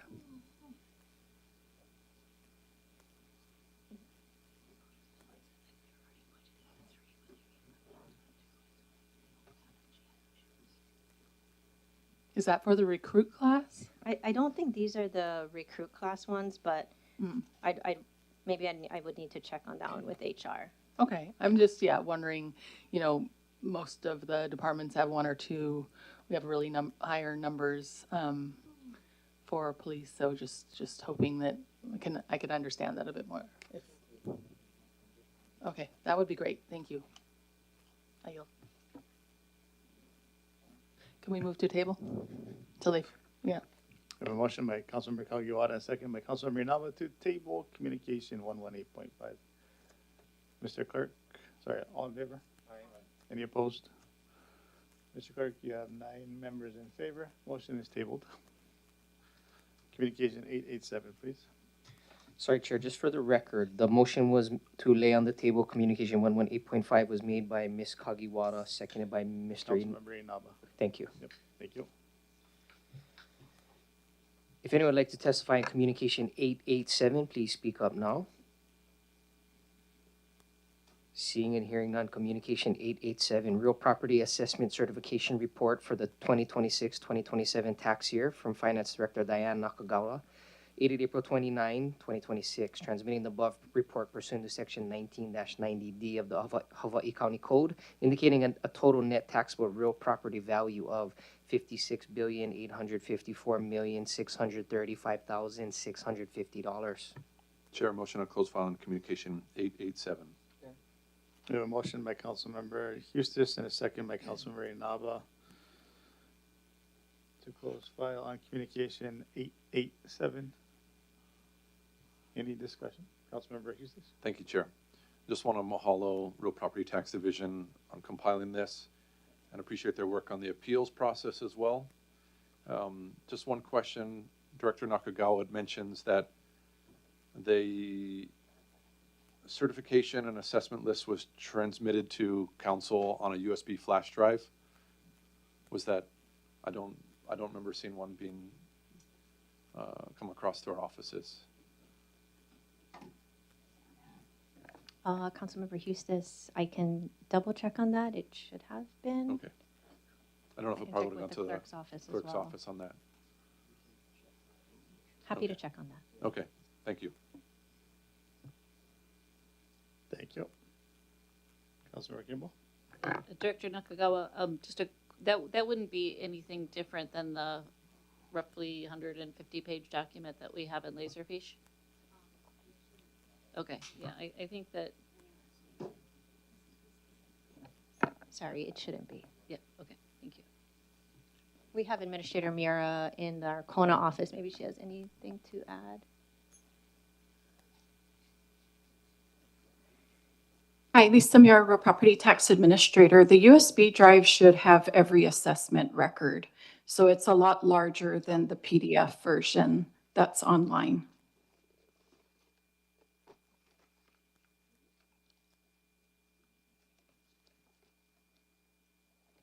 Is there any questions from the body? Councilmember Hughes? Thank you, Chair. Director, Administrator, those are different files then, so those would not be, those assessments are considered confidential, or how are those being? They're not considered confidential, but they would be extremely burdensome to have all 141,000 assessments printed on paper. Oh, I understand. Thank you, Administrator. I'm unsure if there were that difference between the certification and those assessments. So thank you for providing that clarity, and our clerk's office will check on that filing too. So thank you. Thank you. Anything further? Okay. Administrator Mura, could you just give us like a high level on that report, please? Sure. As Clerk Brown had stated, this is over $56 billion in taxable value. If you look at the PDF that's online and available, there is a breakdown by council district, and it also reflects all of the appeals under value. And there's a section that breaks it out by historical zone. And so we're the only county in Hawaii, I believe, that still provides it by council district, so you can see what the breakdowns are for every single tax class, which comes in handy during tax rate setting, which will come up on Thursday. I was just about to say that. You amazing person, you. What was the for discussion today, so we can think about this because we have Thursday coming. What was the highest level or highest bracket of real property tax collected? Which category? Well, this one just shows the values. So there's nothing in this report that will talk about taxes yet. But if you're talking about last year's tax collection, I mean, we can get a breakdown. We're still collecting for the current year because we have until June 30 and we have a tax sale coming up in a couple weeks. Okay. This is assessments only? Correct. The certification is only on the values. So what you're going to get is the net taxable values. It does break down how much in exemptions there are. So the very last page will show that there are approximately $10 billion in exemptions given, and that's through all of the different programs that the county council has approved in the past. Were the assessments higher than last year? Oh, yes. So we went up 2.74%. And then what is you see any pattern going forward that is clear, or is it just a guesstimate on what we're looking at next year? You're looking at a pretty flat, unless something changes in 2026 for 2027, which I believe Director Nakagawa will speak or has spoken about at budget, but it may come up again and show up in your future numbers as far as our revenues not supporting the expenditures at the current tax rates. That is where I was going. Ms. Nakagawa? Thank you, Administrator Miura. That is correct. So we are estimating at this point in time a 0% increase for 27-28. Okay.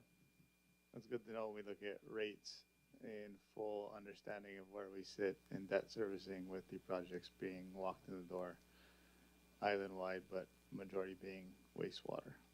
That is correct. Okay, thank you. Any further discussion? Nope. Okay, motion is on the floor to close file on communication 887. All in favor? Any opposed? Mr. Clerk, you have 9 members in favor. Motion, none opposed. Motion carries.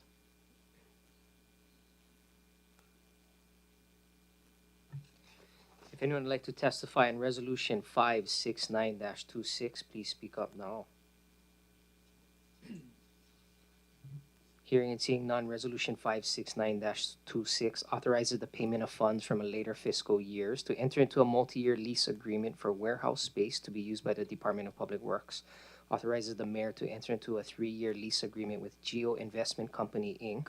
for warehouse space located at 73-4081 Hilokoa Drive with an initial security deposit of $4,896 and an estimated monthly cost of approximately $3,240 for the first year and increasing thereafter. Introduced by Councilmember Kanili Kleinfelder by request.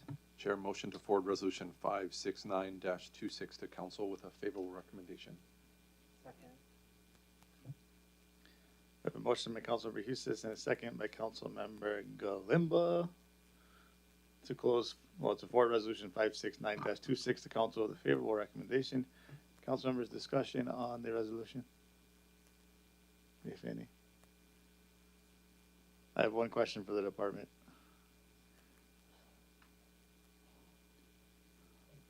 Maybe both of you. I saw that. Ms. Kalulos is saying that you should do it, Mr. Takaba. My only question is this. I believe Mass Transit is seeking a base yard in Kona. Is that right? Do you know? We don't know.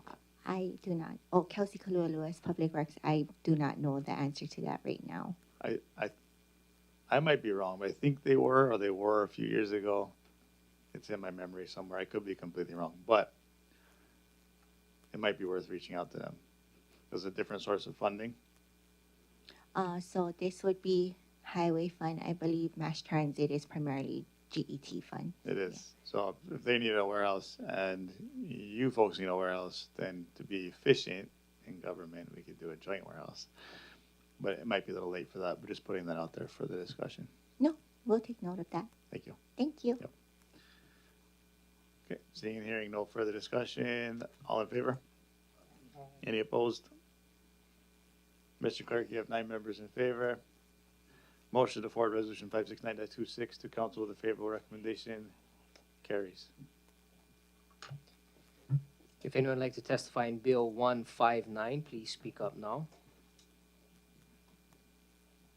Hearing and seeing none, Bill 159 initiates an amendment to Articles 3, 5, 6, 7, 8, and 10 of the Charter of the County of Hawaiʻi 2024 edition relating to the establishment of a biennial operating budget and capital budget. Establishes biennial budgeting for the county with an initial primary budget to be adopted every odd number year and a supplemental operating budget to be adopted every even numbered year. Introduced by Councilmember Kimball. Chair, motion to approve Bill 159 and forward to council with a favorable recommendation. We have a motion by Councilmember Kimball and a second by Councilmember Galimba to forward Bill 159 to council with a favorable recommendation. Councilmember Kimball, you start us off? Thank you. So yeah, here's another charter amendment, again, looking at structural processes that might contribute to greater quality of governance. I will say for this one, I do have the administration's support, and I will let Director Nakagawa speak to her level of support. What I will say is that this is something that I have talked about over the years with some of our former council members. The idea being that by providing a 2-year cycle, we would align with the state's 2-year budget cycle. It would, by default, force more sort of long-term planning in terms of expenditures and revenue. I also think that there's an argument for actually greater transparency with the biennium cycle, because our budget process is like a can't see the forest for the trees type situation when there's so much information provided to the public through the budget process. If it were more aligned so that we had a supplemental or just talking about the significant changes, it might be a little bit more clear to the public about how things are progressing and how things are changing year to year. The other key area of this is looking at our fiscal resources over the next couple of years, especially with our debt liability. There are administrative efficiencies in terms of reducing the amount of time that the administration has to spend in person hours towards developing the budget cycle. I will say that, you know, the council still retains the ability within this format to amend the capital improvement budget at any time, or to put forth a bill that would amend the operating budget, just as we do now. It does not change the 6-year cycle of the CIP budget, and that's intentional just to align with the state processes where they're contributing to our CIP funds. I didn't want to present a difference that would potentially cause a delay in that process of them sending funds to the county. Happy to take any questions about this. I think it is much more straightforward than the previous charter amendment that we discussed. Thank you. Thank you. Councilmember Onishi. Thank you, Chair. Mr. Nakagawa, can you please come up?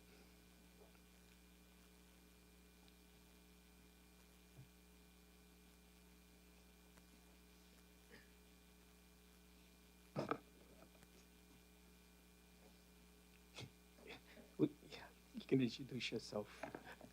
Diane Nakagawa, Finance Department. You know, we did have a discussion last week about this, right? And we wondered why. And I mean, can you give your opinion or your how you feel about it? Sure. So happy to. Our team has been talking, a lot about this, kind of looking into it. One of the things that I shared with the council member, that one of the first things that's critical is our new Connect SIST financial system was built for an annual budgeting process. So as we just built this system, it would take a significant amount of effort to shift the system to a biennial budget. So early projections, speaking with the developers, it's about 12 to 18 months to be able to make that shift from a system standpoint. That was first of mind because we are, still right in the middle of this big shift and change. Cost-wise to do that, I don't know yet what that would be. We of course, in finance, we are always looking at improvement and efficiencies. In this case, I think there's still more questions that we have on some of the details. Some of the concerns, of course, is in this 2-year cycle,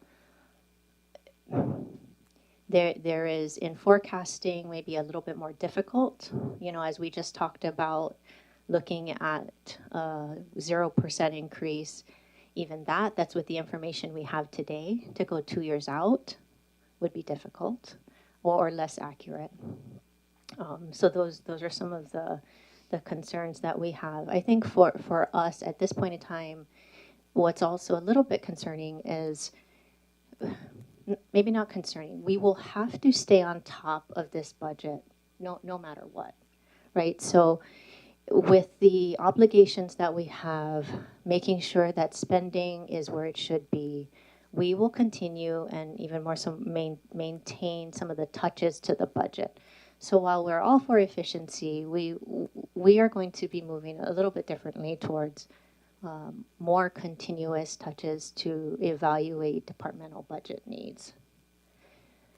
So that's some of the concerns, and I think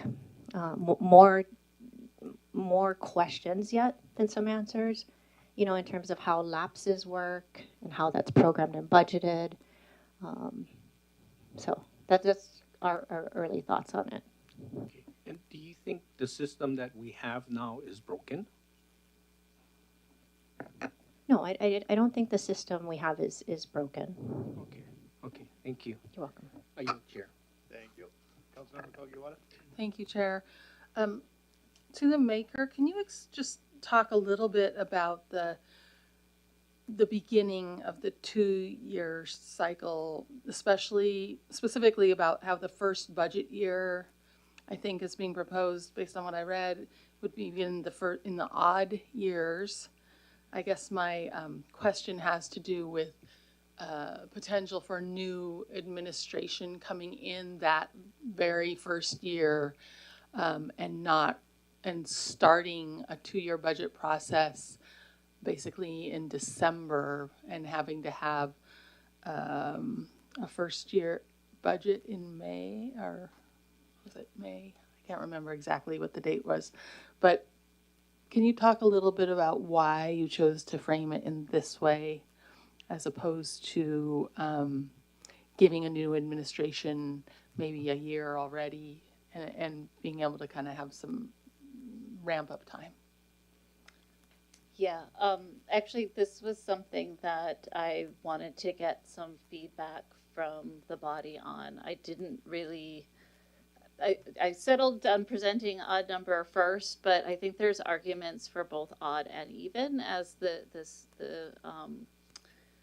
starting point, and then when you did the supplemental. So I don't have really a strong argument for one or the other. I mean, part of it is aligning with the state or not. I mean, you could argue that it would be best to align with the state, or that it would be best to be one off from the state, because then you would know what they were planning to do on their biennium budget. There is the argument that a new council coming in should have the budget to look at first thing, or have it in the second year of their term. You know, that there's pros and cons to each. So I don't have a preference really strongly one way or the other, and actually would like some feedback from the body. So thanks for the question. Okay, so I guess my feedback would be, I would be concerned about specifically a new mayor and their full new administration coming in with all the new leadership, and them having to create a new 2-year budget in a very short amount of time. If we were to keep it the odd years, they'd come in early December or the end of November, and then they'd have to create that with, while they're appointing directors and getting them, approved and all those things at the same time. It seems like it would be pretty challenging, whereas if they had the second year of a budget to work off of it that first year, and then really have that year to come up with their budget, it to some extent makes more sense to me. But that's just my 2 cents on that issue. I yield. I would just remark that happens now. Okay. Yeah. Thank you. Okay, further discussion? Okay. Okay, so from what I got, mixed results from the administration, especially regarding the co-next system and the interplay between this new style of budgeting. And charter amendment, same timeline question that we had on the previous charter amendment. This is one of those charter amendment kind of times, huh? Okay. Oh. Wait, I don't know if I should finish to share the important train of thought I was on. Choo-choo, go ahead. Mr. Inaba, go ahead. Just, I guess I'm wondering out loud how significantly different this is if we're having to do a supplemental budget every year that essentially is going through the same process. I mean, I can see where we have benefit of a 2-year projection, but when we're coming back anyway in that interim year with a required supplemental, are we not maybe better off right now, especially with the feedback provided by finance, staying with an operating budget and a capital improvement budget that we produce every year with the updated assessed values and the tax rates there? So, I mean, I don't feel strongly either way, but I just am not seeing where this is really going to get us in any place better than where we are right now, especially with the new finance system. It's going to potentially put us back. So, in terms of wording, Section 2 of the bill, I think throughout the bill, we talk about and the supplemental operating budget for the second year of the biennium. In Section 2, it just says and a supplemental budget.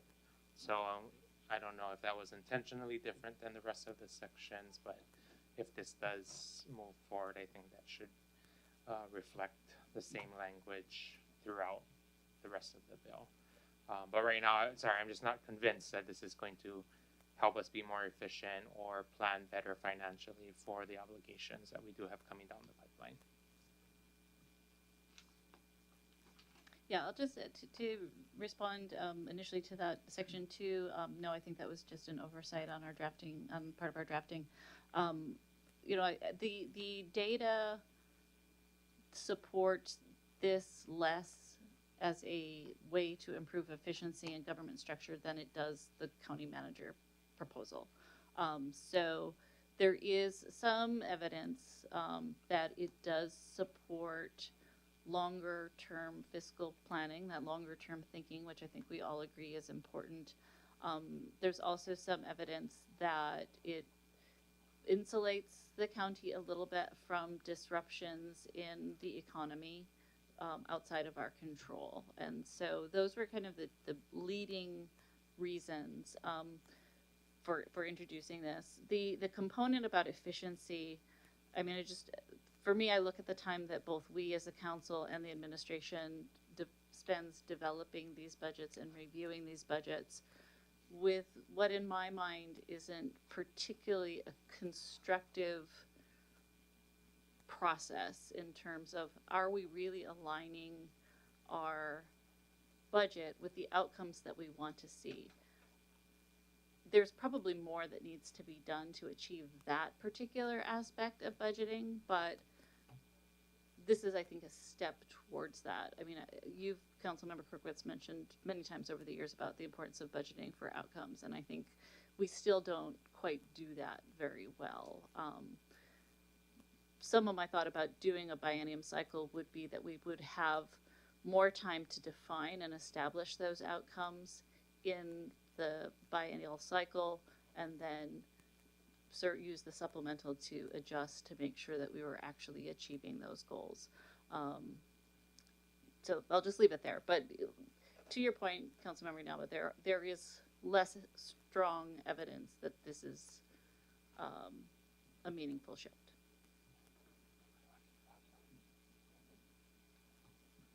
Okay, thank you. Councilmember Kirkowitz. Thank you.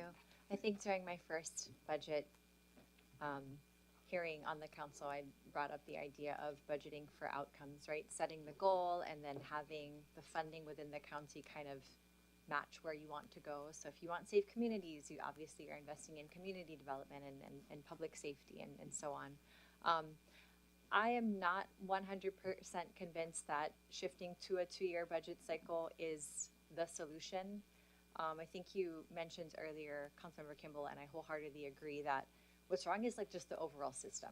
Like we have a lot of broken systems, and I think finally we're in a position as a county where we have invested in critical financial grant management systems that is going to get our county on track. We have the CIP manager, right? We have the data that's all coming in.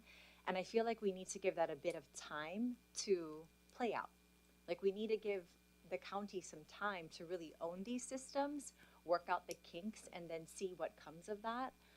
This might be too much too soon for our county to manage. And Director Nakagawa, if you could just come forward, I'm curious that with the system that has been invested in for our county, the financial management, and this idea of budgeting for outcomes, right? Because we want to make sure that every single tax dollar is spent according to the kind of community that we want to see, right? Safe and thriving, full of opportunity.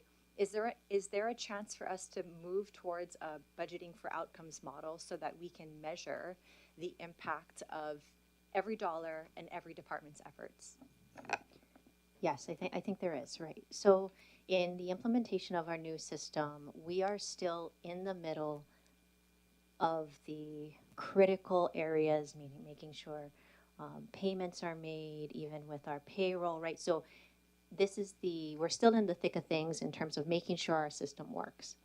The next step is kind of what I call the fun step, which is looking at all the additions, all the things that we've talked about from analytics, kind of making sure that we can provide more information for the public that's digestible. All the things that we've been talking about would be sort of the next phase of the system that I think will provide some of that. And you know, I want to make sure it's known that we do hear the comments of aligning our budget with our outcomes, making sure that what we present kind of all aligns. And I think we've kind of heard the comments, and there might be other ways in which we can discuss and present information that might be a little might provide a better outcome at this time than kind of a shift to a biennial budget, but more a change in formatting or the kinds of information and how we presented or the Q&A part. But I think I think there's room for improvement, but we could do it in other ways. You know, I think the biggest issue that we've all seen is if we are supposed to be making our decisions based on data, the information is not timely and it's not always accurate. So I think that's the struggle that Councilmember Kimball is trying to address through this bill. I don't know if this is the right vehicle, but I think you sense and understand our frustration. I think you're frustrated too, because there's a lot going on and you want to be able to articulate like all of the great things that are happening, but it's extremely frustrated, yeah. But and I also don't think that you want to go through these budget motions like we do every single year. I think we all want the process to be less stressful and more meaningful, and to have the process be accessible to more members of the community. I would love for council chambers to be full of folks every year to weigh in on what they see to be important, what are the priorities in their community, and for the council to then kind of make budget amendments according to community priorities. I'd love to see things in the general plan and CDP funded, right?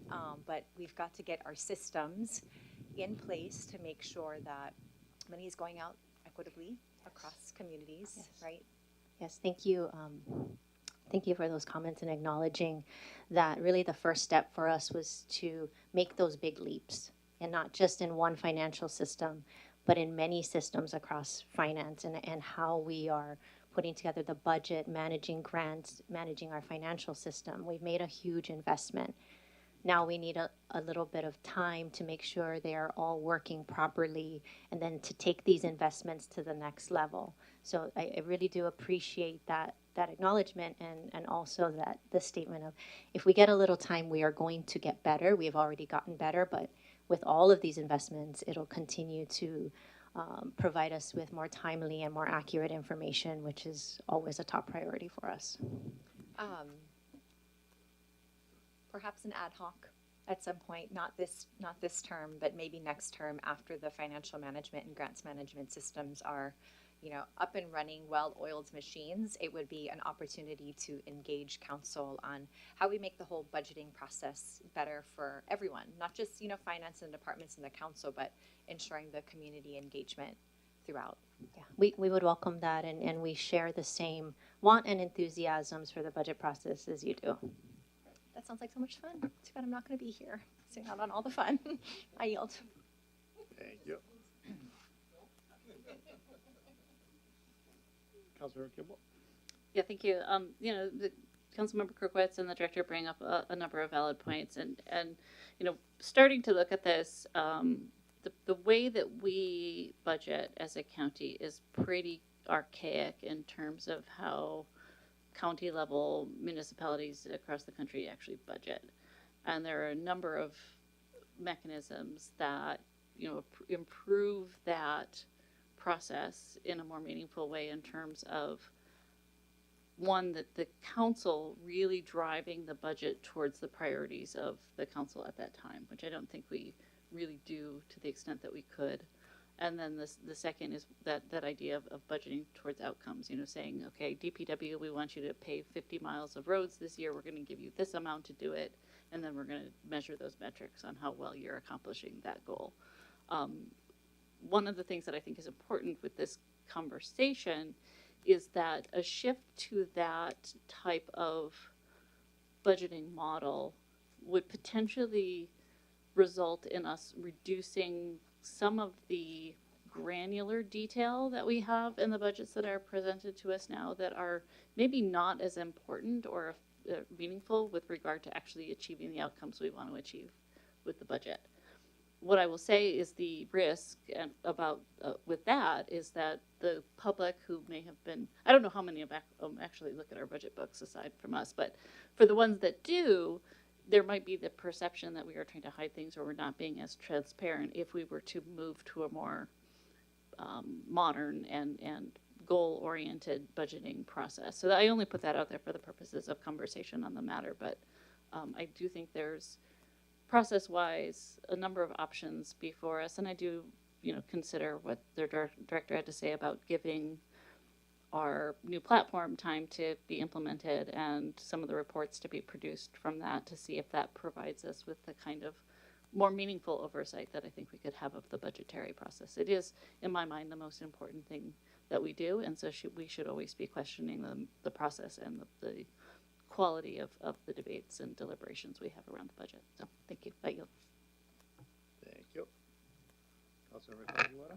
Yeah, I just want to add one more thing, kind of speaking to the point made by Councilmember Kirkowitz. I too have been just, I don't know, flummoxed is maybe the word, about the lack of input from the community on our budget process and our budget hearings. And I'm wondering, I'm trying to figure out why, but I like the model they have over in Maui, where the council is actually going out to the different districts to talk to people about the budget before it, gets finalized, and to kind of gather information from the community.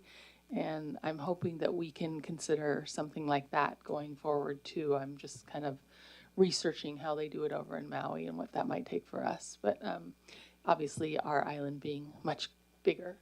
But I think something like that, I just feel like we're budgeting without a lot of community input, and it is a little bit frustrating. So I too would like to see our council chambers full when we're talking about these issues.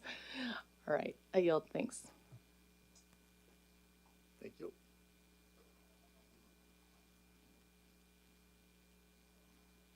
Director, can I talk to you for a minute? Just one-on-one. We're entering executive session. I'm just thinking about this concept, but what's getting me right now is forcing through a charter amendment that requires a 2-year budget. There's like missing piece of, are you telling me we don't think 2 years in advance right now, if not 5 years in advance when we start budgeting for things and as a county? I don't think that's true, but I mean, that's what this presupposes. Uh-oh.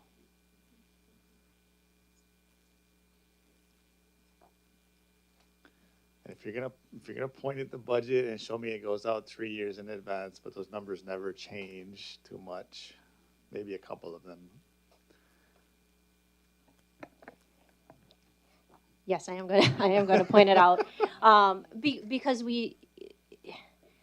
it is taken into account. Now, what we know this year, we may not know next year. So yes, maybe we could do, a lot more discussions on future years. But the budget does look, I bring this up because sometimes, to the point made earlier, the information that sometimes is shared with council is different than the published information. It's a much higher level. So when we talk about, council member was talking about some of the details on there. But this year, for example, if you look into your budget, you'll see 26, 27, 27, 28, and 28, 29. If there are known changes, then we'll go ahead and make those changes. If they're not known at this time, yeah, more than likely it is a status quo, or if it's something that we're not going to do. But that kind of demonstrates on a lot of these things, there's information that we don't have at that particular time. But yes, we are looking at the budget several years out. Yeah, that's where my brain was. That this is looking for a 2-year budget, but we're provided a budget every year that has 3 years out as far as estimated budget line items. And so, and then as more of an understanding of the whole system, I don't think that we just look at things 1 year out and call it good, saying, well, I think we should be good next year. There's a thought pattern there, I hope, department-wide, administrative to council levels, all branches of government, that we're cohesively building a solid picture into the future for our residents using tax money. There has to be. If there are, when there are items that we know that will continue, those are budgeted. If things are going to change and those that we know, then those are changed. So yes, I mean, we are looking as far as we can out and making those adjustments. And more than likely in the next year, more adjustments will be made in the next budget. I do. What do you call that right now? What? Do we have a name for that, or is just the way we do things? Or I mean, what's the deal? Our budget process? Yeah, I mean, but it's like, I think if I put a name on it, call it biennial or triennial. Well, we're still on an annual budget because the council's adopting 1 year, but we do provide information for future years because yes, we always want to be planning, not just 1 year out. As I, continue to talk about, especially now, we cannot plan 1 year out. We need to plan 5, 10, 20 years out, considering all the, different obligations that we have. And so, no, although we are adopting a 1 year budget, we are actively planning for future years to the best we know right now. Thank you. You're welcome. That's what I understood. Like that's where my head goes to when I read the bill, is understanding that this could charter require a biennial budget and force that way of thinking. I just wanted to make sure we're already doing it. We are planning ahead, and I agree wholeheartedly that we want to see more input from the community, but I also want to just mention that a lot of the times when the departments are working on their budget, there is adjustments made from the feedback that they get throughout the year as well. So, there's different ways in which the community shares what they would like to see, and some of that is put into the different ways that they change their budget as well. But just wanted to add that in there as well. I do like our yearly budget because it gives us a chance to break things down every 6 months, actually, if you think about it. When you start, when you end, when we have the budget in front of us, the public interaction, but it gives all of us a chance to weigh in. If you really use this time period that we're in right now, actually, to go after things that you want to get done, and you coordinate well, you can get a lot done in a budget cycle, which forces it every year, versus a 2 year period, which would actually lag it out a little bit longer. Yeah. Okay. Sorry, I'm like talking to you, thinking out loud. Okay. Okay, council members. Thank you, Director. Oh, Councilmember Glimbo. So I do think that there is a lot of frustration in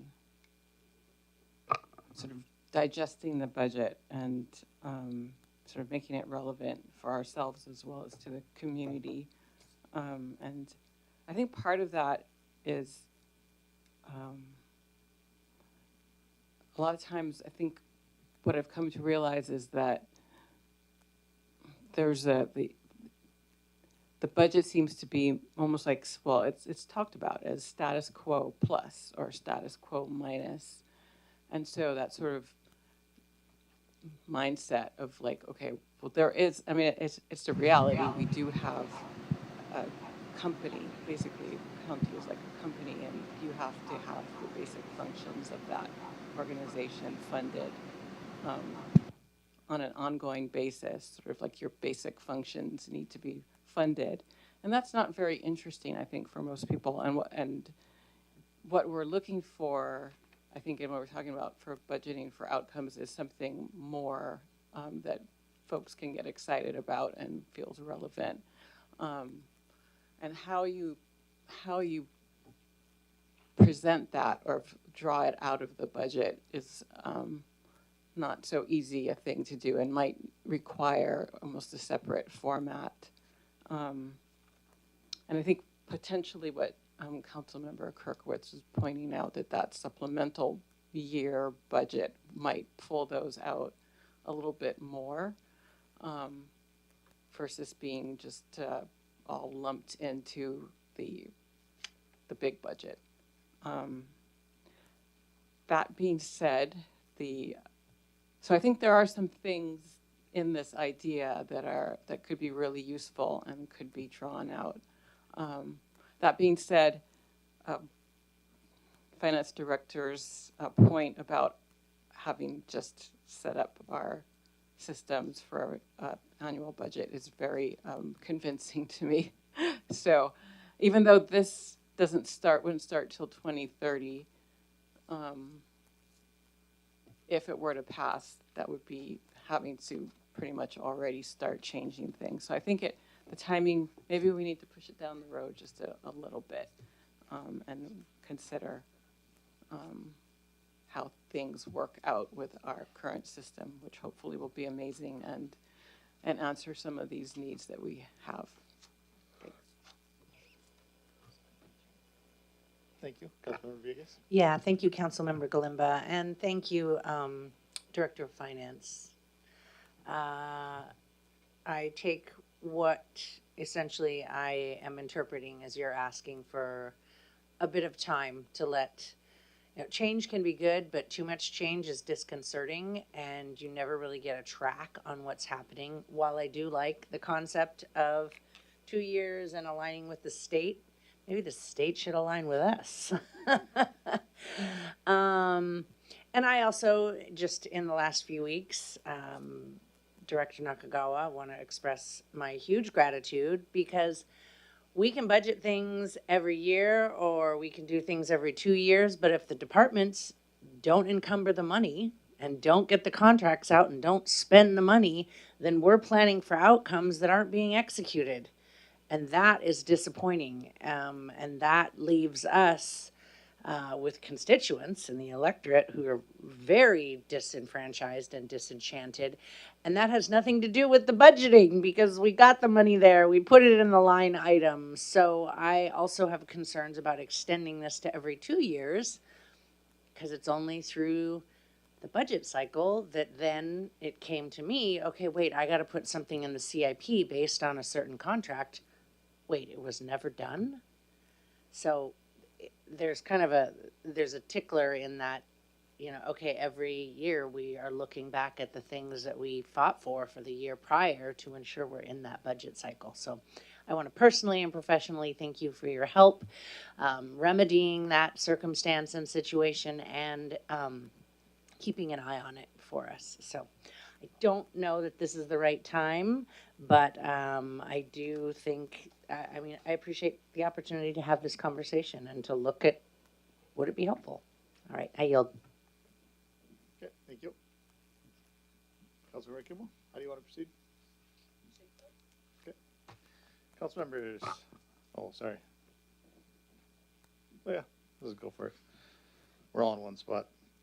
Okay, on the motion to forward bill. Ms. Clerk, can you do a roll call for me? On the motion to move Bill 1594 to council with a favorable recommendation, Ms. Kalimba. No. Mr. Eustace. No. Mr. Inaba. No. Ms. Kagiwara. No. Ms. Kirkowitz. No. Ms. Kimball. Aye. Mr. Onishi. Nope. Ms. Villegas. No. Chair Connolly Kleinfelder. Nope.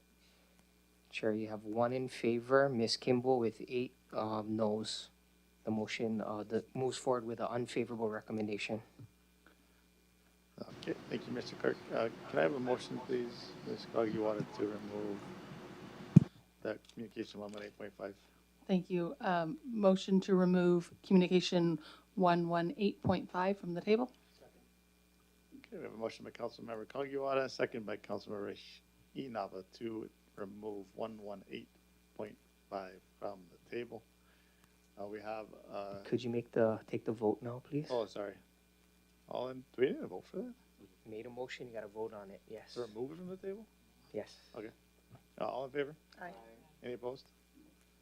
Mr. Clerk, you have 9 members in favor. Thank you, Chair. Motion carries.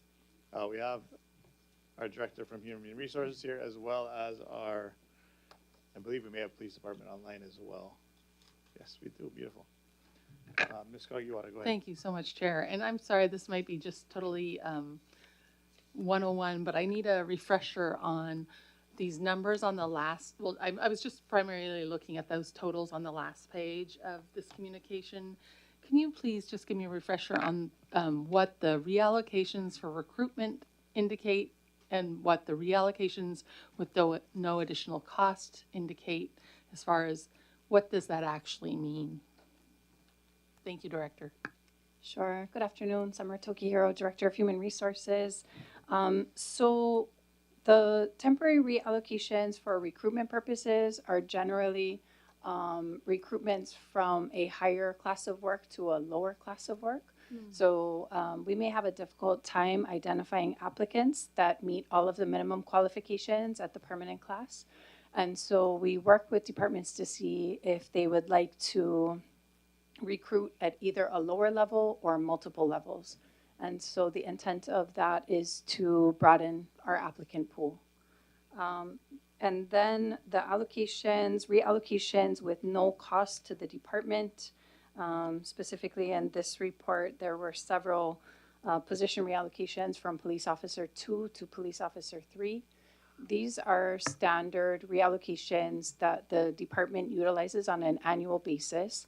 So it's a temporary allocation to the level of police officer 3 to provide promotional opportunities for specialized assignments within the department. So the department makes those personnel assignments and tracks how long personnel are in those positions, and they come to the Department of Human Resources to renew those temporary allocations on an annual basis. And so I believe, and I'm glad Deputy Chief Byrd is also here as well, but from a budgeting perspective, because this is a promotional opportunity within the department that occurs on an annual basis, I believe they set their budget knowing that they're going to have a certain number of positions reallocated from police officer 2 to police officer 3 on an annual basis. Okay, so you're saying that then reflective in this the budget we're working on now for this upcoming year, those 82 positions would be reflected at for instance, at the position 3 level as a permanent position as opposed as a temporary reallocation. So I believe that the funding is there covered in salaries and wages, but those PO3 positions are not permanent. They are temporary promotions. So we don't have any permanent PO3 positions. We have permanent PO2 positions that get reallocated to PO3 for these specialized assignments. Okay, maybe Deputy Chief Byrd, if you can just say a little more budgeting wise, I'm just not really understanding why we wouldn't, if we have this on a regular basis and we're needing these 3 positions, why we wouldn't make those permanent or something. Are these employees going into that, and then what happens after a year they've been in a position 3? What happens to them then if it was temporary? Hi, good afternoon, Deputy Chief Byrd, Hawaiʻi Police Department. Yes, to answer that, so these are temporary promotion positions, so it allows our officers to advance on a temporary basis. They're in those positions for 5 years if selected, but they have to go through a process, meet minimum requirements for the position, get interviewed, go through a process. Once they're selected into a position, these positions are like our vice positions, our traffic enforcement unit. So it requires a lot of specialized education, but they're in there for 5 years, and it can be extended up to 8 years.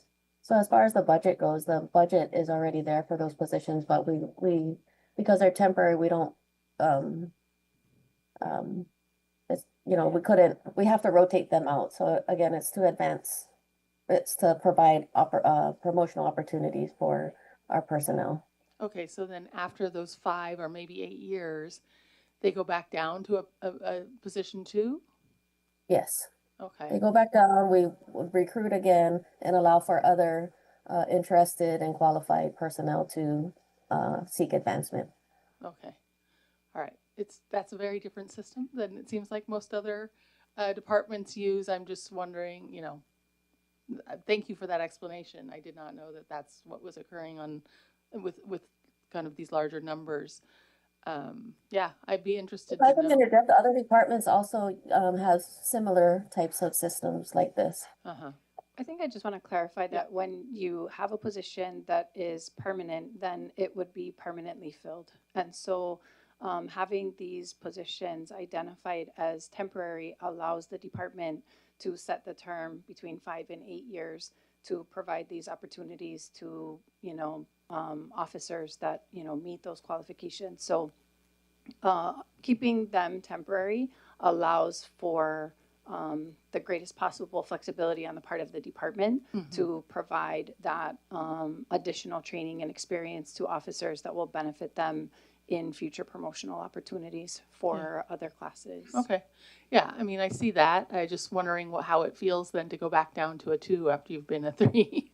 That's, I guess, where I was headed with that is, if that's indeed the cycle, as opposed to, a lateral move or going up or after taking those temporary positions, that qualifying them for moving up in the department. I'm just curious about that. To me, that's a little bit unusual to kind of be promoted and it be temporary and then go back down and then all that. So just very interested in it. I can take it offline and talk a little bit more with folks, but I just wanted to make sure I understood what these numbers represented. So I do thank you, Chair, and thank you for indulging me. I yield. Not a problem. I didn't do anything. Councilmember Eustace? Thanks, Chair. Director, just to follow up a little bit, and curious on, Councilmember Kagiwara was talking more about the positions within departments, but on the far right columns, you have the monthly costs and the annual costs. Some of these are a positive cost and some are a negative cost, though. They kind of range. So, I mean, even if you just look at the police PO2 to PO3, some are a positive cost and some are a negative cost. And it's the same for other departments too. So I'm not really understanding why some are in parentheticals and others are not. If the cost is going to be increasing the burden on the county to pay someone more for more duties and more work. So that's dependent on the position, but as far as the differences between those, I would have to do more research with my team. I'm not sure if the finance director could clarify that, but I'm really not sure of how those costs are impacted. Because it makes sense when they're going from like a civil engineer 4 to a civil engineer 2, there'd be a reduction in costs there. But then there are ones that are going from investigator 4 to investigator 5, but it's a positive cost. I'm sorry, I'm maybe not reading this accurately. It's just the way it's laid out. I would see these as in parentheticals. These are a negative, so in theory that would be adding to the cost of the department and the county, right? So what is the positive cost versus the ones in parentheticals?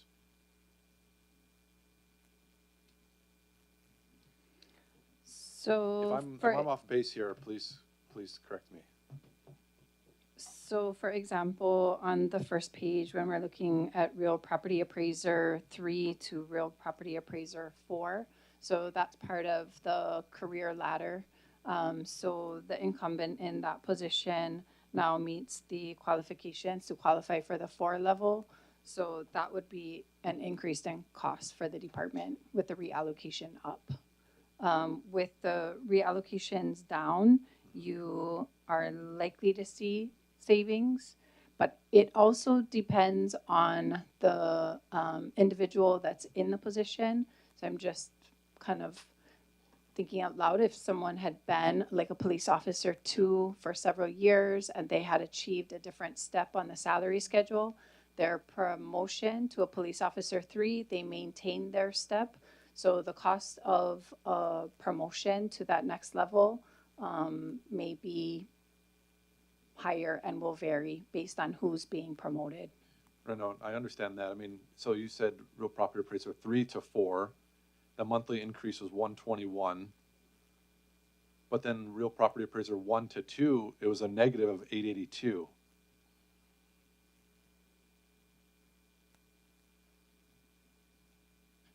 Yeah, and that's a good question. I'm Okay. going to have to Yeah. do some Thanks. research with my Unless there's- department or yeah. There we go. finance.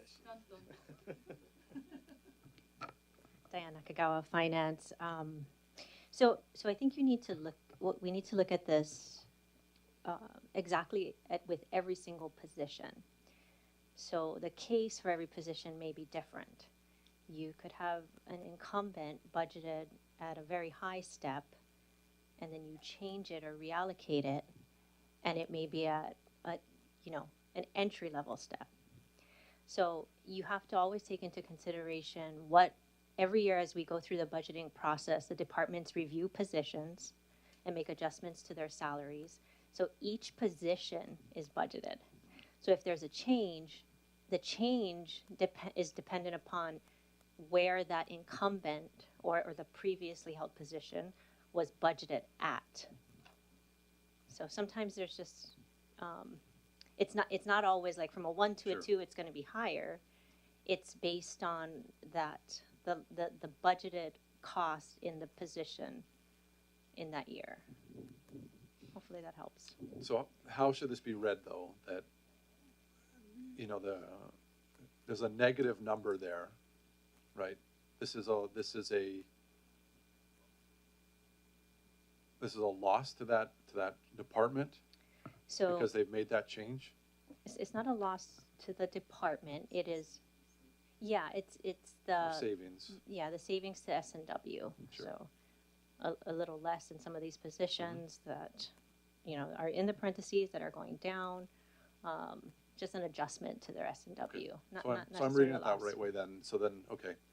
So those would be increased costs that department in the inverse there then too. Correct. Okay. So it's really just dependent on each individual employee in those positions, and then the transition throughout the year and changing steps, changing positions. So have to really look at a critical lens for each of those roles. Yeah, you can't really group them. You need to look at the incumbent position number and then where it was budgeted to what it's being reallocated to. Got it.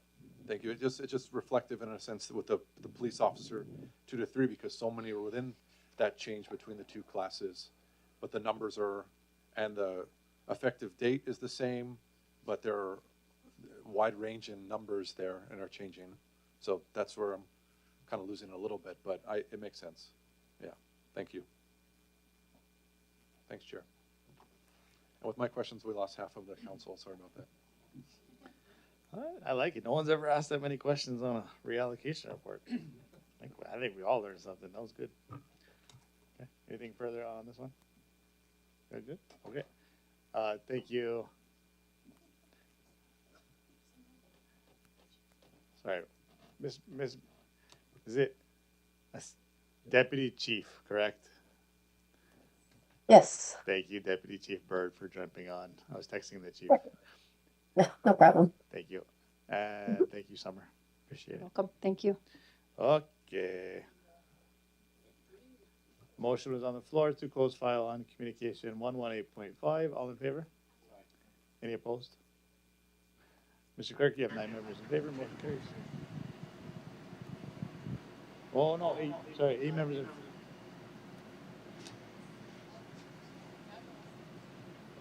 Wait.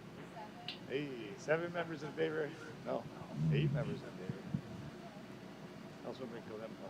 Oh, it wasn't here for the vote. 6 members in favor. No, because Councilmember Inabu was here for the vote. So -2, so 7 members in favor. Ms. Kalemba and Ms. Villegas were excused. Yeah. So for the record, 7 ayes, right? And there were 2 absences, Ms. Kalimba and Ms. Villegas. We just stepped out of the room, that's all. But not here for the vote. Yes. Thank you, Mr. Clerk, for verifying that information. I appreciate it.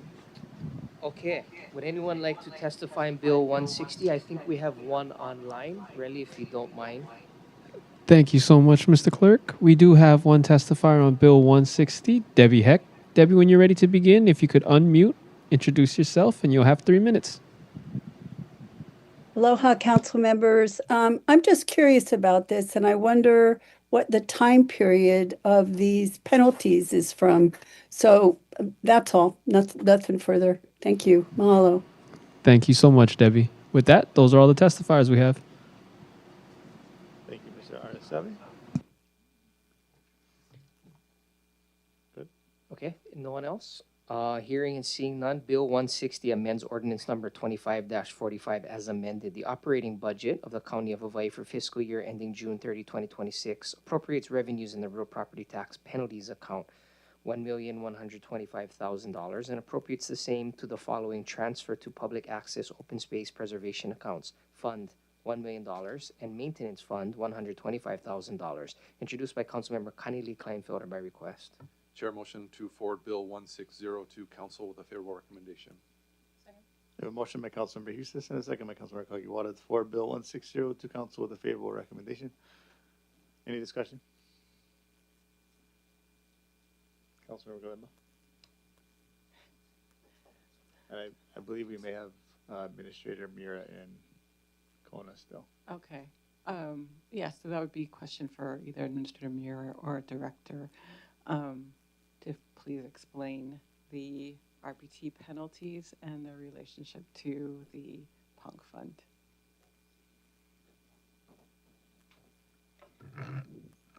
Happy to do that. Diane Nakagawa, Finance. Also here with me is our controller, John Arbels, who will go through just an explanation of this one and the following. Hi, John Arbels, Controller, Department of Finance. So what the RPT penalties are is just it's an anticipation of what we think, an estimated amount of what we think real property tax revenues will be, so that we can make the appropriate allocations to PONC and to these funds. In the past, it's just been listed under penalties, but it is in fact not just penalties. It is actually past due payments in addition to penalties. It's a little challenging based on the old system and the new system to try and split out which portion are exactly penalties and which portions are past due payments and so on and so forth. So, based on what we've done in the past, I just listed it all under penalties. But it is in fact an estimation of what we think we'll collect through the end of the fiscal year. And to make sure there's an appropriate appropriation for that to go to the allocated amounts. I don't remember this coming before us previously, so is this related to, well, can you explain that? Yeah, so if they were in a little different order between 160 and 161, it might be a little easier. But, we do an estimate of the amount that would be transferred based on the 2% or the 0.25% each year. So for example, on the next bill, what you're seeing is at year end, when we get the exact amounts, if those don't match up, we need to make sure that the proper amounts, the 2% and the 0.25%, are transferred into those areas. In 160, what we're doing right now is kind of anticipating that the revenue collection now is going to be higher than we anticipated, to make sure that we can do that transfer. So you're seeing both of them at the same time. Normally you would see 160, closer to 160, Bill 160 each year as we get to this time, and we know a little bit more about how much exactly needs to be transferred. But at this point, because we didn't do that last year, you are seeing both of those. So this is really to ensure that the proper amount of funding gets transferred into PONC maintenance and the other funds as well, like disaster. So that's what you see in front of you. Thank you. I yield. Thank you.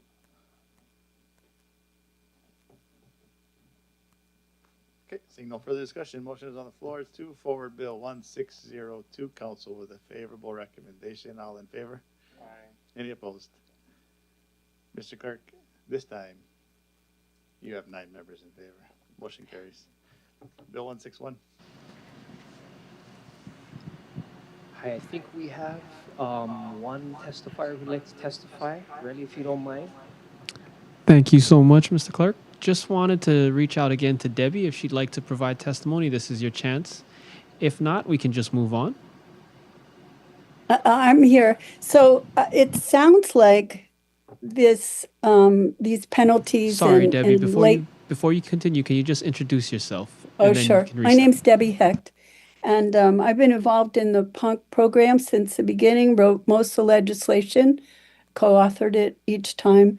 But it's unclear to me if this is just a yearly deposit for penalties and late payments, or if this is, and then Diane, I think, said it was for the last 2 years. So it's just unclear to me. Is this something that is done automatically every year? Those are all my questions. Mahalo. Thank you again, Debbie. And with that, Chair, those are all the testifiers you have. Bill 161 amends ordinance number 25-45 as amended. The operating budget of the County of Hawaiʻi for fiscal year ending June 30, 2026 appropriates revenues in the fund balance from previous year, reserved account $443,775.57, and appropriates the same to the following transfer to public access open space preservation accounts. The fund $274,878.65, and the maintenance fund $40,457.41, and transfer to disaster emergency fund account $128,439.51. Introduced by Councilmember Kanile Kleinfelder by request. Chair, motion to forward Bill 1612 to council with a favorable recommendation. Second.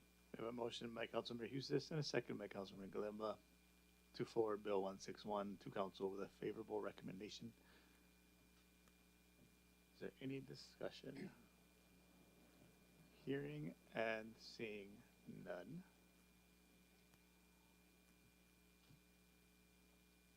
All in favor? Any opposed? Mr. Clerk, you have 9 members in favor. Motion carries. That brings us to the end of our agenda. Seeing no further business, we are adjourned. It is 2:28 p.m. Thank you very much. We'll see you for our next committee.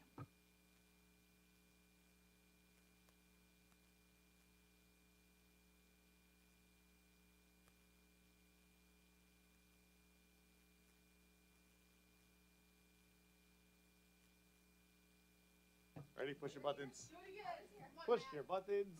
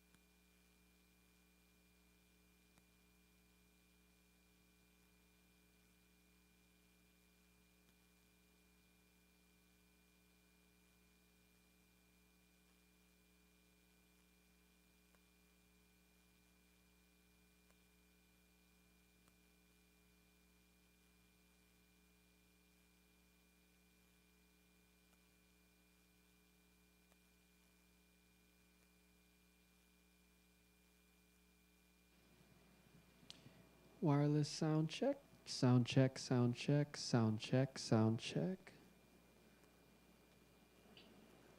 Check, check, check, check, check, check, check.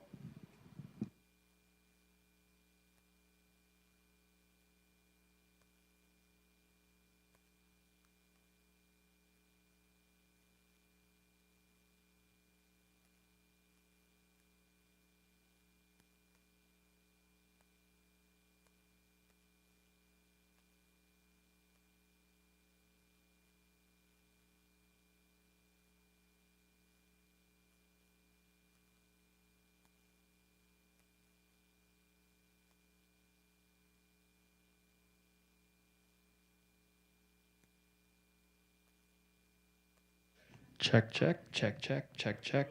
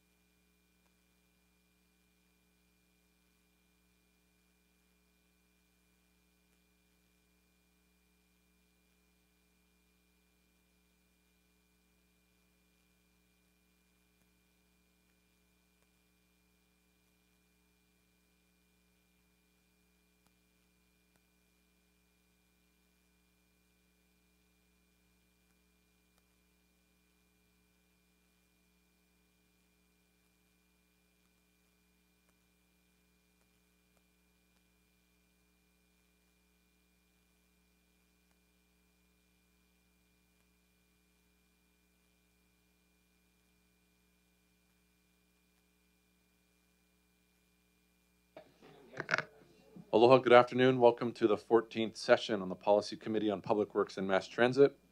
We are here in the Hilo Chambers. It is 3 p.m. Today I'm joined by Council Members Kirkowitz, Kagiwara, Onishi, Inaba, Villegas, Galimba, and Kimball. And I am your Chair and Presiding Officer, James Eustace. Mr. Clerk, we have one item on today's agenda. If you want to start us off with public testimony. Thank you so much, Chair. I just want to note that we do have one Zoom testifier and I believe one testifier in Kona. So what we'll do is we'll start with our testifier in Kona and end with our Zoom testifier. So Scott, if you could lead us off, please. Thank you, Relly. Yeah, this afternoon we've got Manuel Martinez in opposition of Bill 132. Manuel, go ahead and state your name for the record and proceed. You'll have 3 minutes.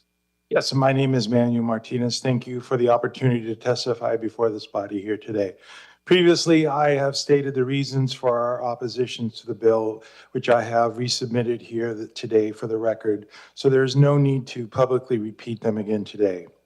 Over the last year alone, we have seen Bill 132, this bill, proposing government-controlled parking pricing in Kailua Village. Bill 154, prohibiting new commercial parking lots in multiple zoning districts. Bill 129, expanding no parking zone along Ali'i Drive near Ka'alu'u Beach. And now a new state mandate law prohibiting parking within 20 feet of intersections and crosswalks, regardless of signage. Collectively, they represent a growing pattern of government increasingly regulating, restricting, controlling, or replacing private parking decisions selectively, while exempting resorts and hotels, and while not opening additional county-owned spaces, such as the library or Halehalawai facilities, for broader public access. We also see that the DLNR has recognized the benefit of paid parking for non-residents at Manaʻoli Beach, charging $10 per car and plus additional $5 per person, acknowledging that parking facilities require funding and ongoing expenses to maintain. We were also sternly reminded during the last session on this bill that the county has been granted a monopoly and regulatory power to impose whatever regulations it chooses. We sincerely hope that our leaders exercise this authority with humility, restraint, fairness, and careful consideration of the long-term consequences. I would ask that you, before taking this vote, you ask yourself, where does this type of policy direction end once it's started down this road? If the goal is to bring more people into town by controlling what private property owners may charge, why stop at parking? Why not mandate that every restaurant provide free drinks for the first 30 minutes? And they cap them $5 after, or limit the price of a burger and fries at $8, or a pizza at $10, or tattoos at $25, or a day at the spa at $40. We have a homeless problem in this island. Why not regulate and mandate that anyone with a spare bathroom provide free lodging to the homeless individual for 30 days and then limit the rent for $300 a month after that? Please summarize. You may say, Manny, that is preposterous, but respectfully, realize that you're inches away from taking a vote that may establish a precedent which over time leads further down the same path. Thank you for the opportunity to express opposition to this bill. Thank you for your testimony. That concludes Kona. Thank you so much, Scott. And with that, Chair, our last testifier is via Zoom, Brian Mick. Brian, when you're ready to begin, please introduce yourself, and you've got 3 minutes. Hi, good afternoon, Chair and committee members. My name is Brian Mick. I'm with the State of Hawaii, the Department of Health, the Disability and Communication Access Board. We previously had submitted testimony to this committee in support of this bill. We're primarily interested in this bill because of the section regarding the requirement for accessible parking. This would be the first case of one of the counties putting into ordinances, regulations regarding the design of accessible parking spaces, which is a really weak spot in the parking program statewide. So thank you guys for including that in this bill. We did have a few small amendments that we suggested just to make the language a little more consistent with state language. But yeah, we would encourage you guys to continue this, although this obviously applies to only certain types of parking facilities in a certain part of the island. It is an important start, and we hopefully would like to see this spread to all parking facilities in the future. Thank you. Thank you so much for your testimony. And with that, Chair, those are all the testifiers you have at this time. Thank you, Mr. Arceli. Last chance for anyone who'd like to testify in Bill 132. Please speak up now. Seeing and hearing none, Bill 132 amends Chapter 6 of the Hawaii County Code 1983, 2016 edition as amended by adding an article relating to paid parking facilities in Kailua Village. Adds a new article to regulate parking rates at private parking facilities in Kailua Village, introduced by Councilmember Villegas. This was postponed March 3rd and March 17 and April 21, 2026. There's already a motion on the floor by Councilmember Villegas, seconded by Councilmember Inaba, to recommend passage of Bill 132 on first reading. Thank you, Mr. Clerk. Councilmember Villegas, you want to start us off this afternoon? Yeah, thank you, Councilmember Hustis. First off, I want to thank the second testifier for your comments about this legislation, helping to resolve some of the issues related to unspecified requirements for parking spots for people with other abled people. Maybe we could follow up later on this, because one of the recommendations I received from Corp Counsel was to remove that section because the state already covers the requirements of disabled parking requirements. So just another in a long list of contradicting suggestions around this legislation that have made it very challenging to identify sphere of influence and authority, what's already covered somewhere else, what needs to be covered here, and whatnot. I would like to take this moment. I believe that Director Darrow is on Zoom, and something I really want to get to the bottom of as it relates to Bill 132 is the status of the current parking lots in the Kailua Village Business Improvement District and the legality of the signs that have been posted in those parking lots. Hi, Director Darrow. Aloha, sorry for the delay. No worries. No worries. Did you catch that part that I mentioned about going over the report of the, yeah, okay, great. If you could go ahead and take it away with that and let us know what came of that.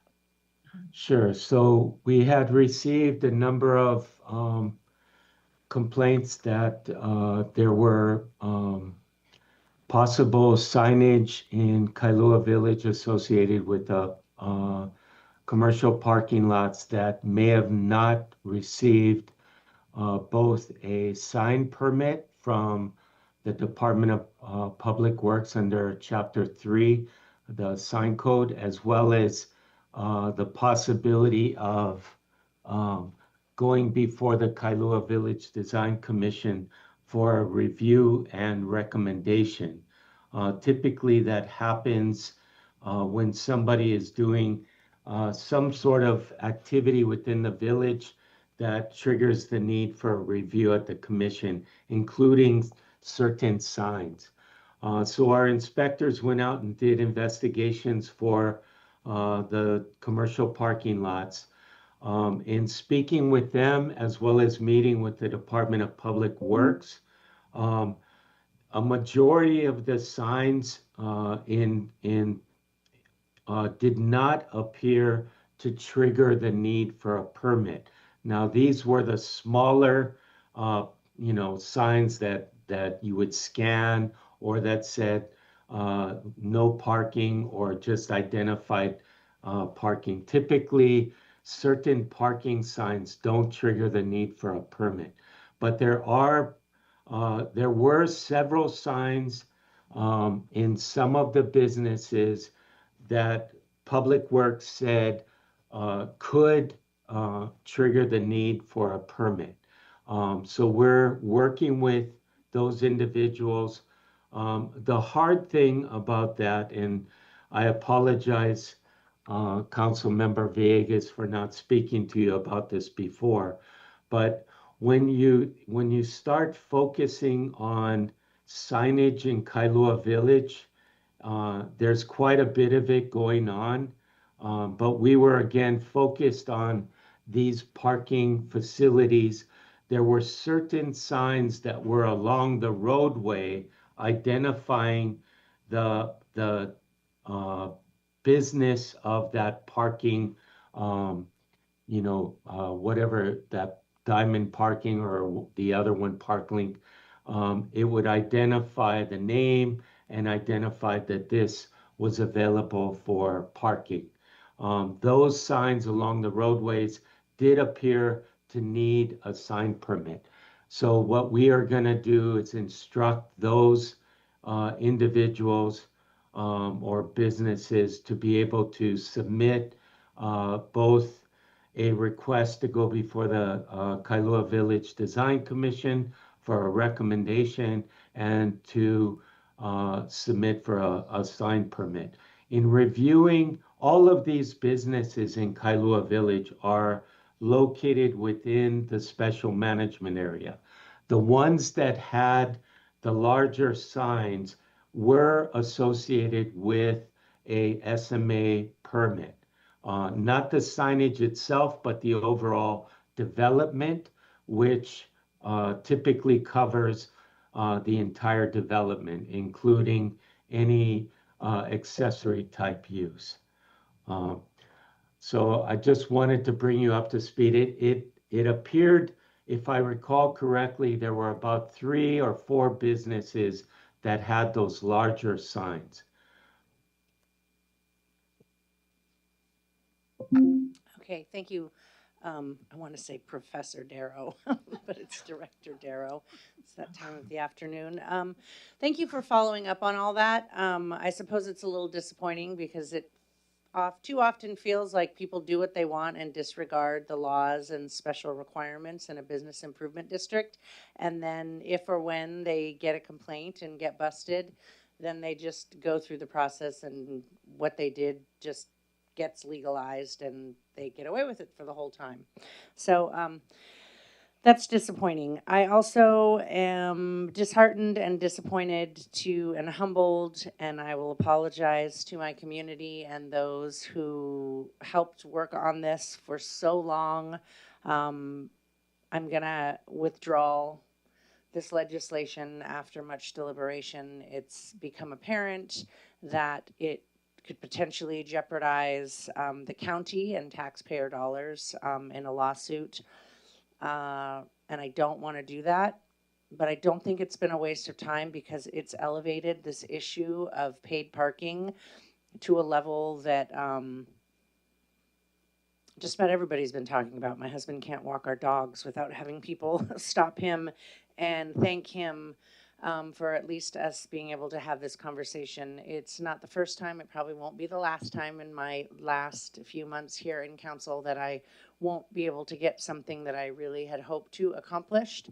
But I hope community can recognize that their voices do matter, that stepping up, leaning in, holding businesses accountable and corporations accountable that enter our community and are not operating under a value system that authentically aligns with the collective good.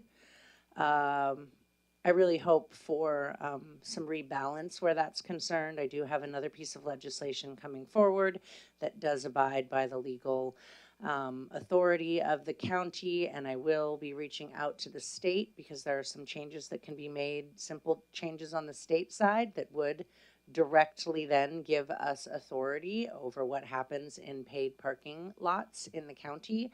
But I just want to encourage people to please stay engaged. Also, please don't leave the village. Please come back down to the village.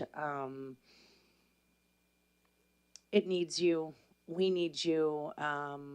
There are creative ways to work with the local businesses there that really need your support. So, and I hope for all the rest of my fellow council members, your communities don't get hit with this kind of what I will remain to call predatory paid parking practices, gouging, surge pricing, just kind of exploitative of a small community. And so with that, I will make a motion to withdraw Bill 132. Yeah. I withdraw Bill 132. Any, thank you, anybody else Councilmember. wants to I don't know if there might be some discussion, so thank you, appreciate that. Councilmember Inaba? Thank you, Chair. Just wanted to thank Councilmember Villegas for bringing this forward, even though this exact version isn't something we can run with. To want to make sure that the public is aware of the additional measure that was co-introduced that will be heading to the Planning Commissions for review. That's Bill 154 that Director Darrow and his team are currently working on their recommendation to the Commission. So I guess the effort to try and address this island-wide is not completely dead, just not via this Bill 132 anymore. So thank you for getting this started, Councilmember Villegas. With that, I yield. Thank you, Councilmember Inaba. Any other last thoughts? Thank you, Councilmember Villegas. Appreciate your advocacy on this matter. And with that, motion has been withdrawn. With no further discussion, and the last item on our agenda, we are adjourned today at 3:16 p.m. Thank you, everyone. That sucked.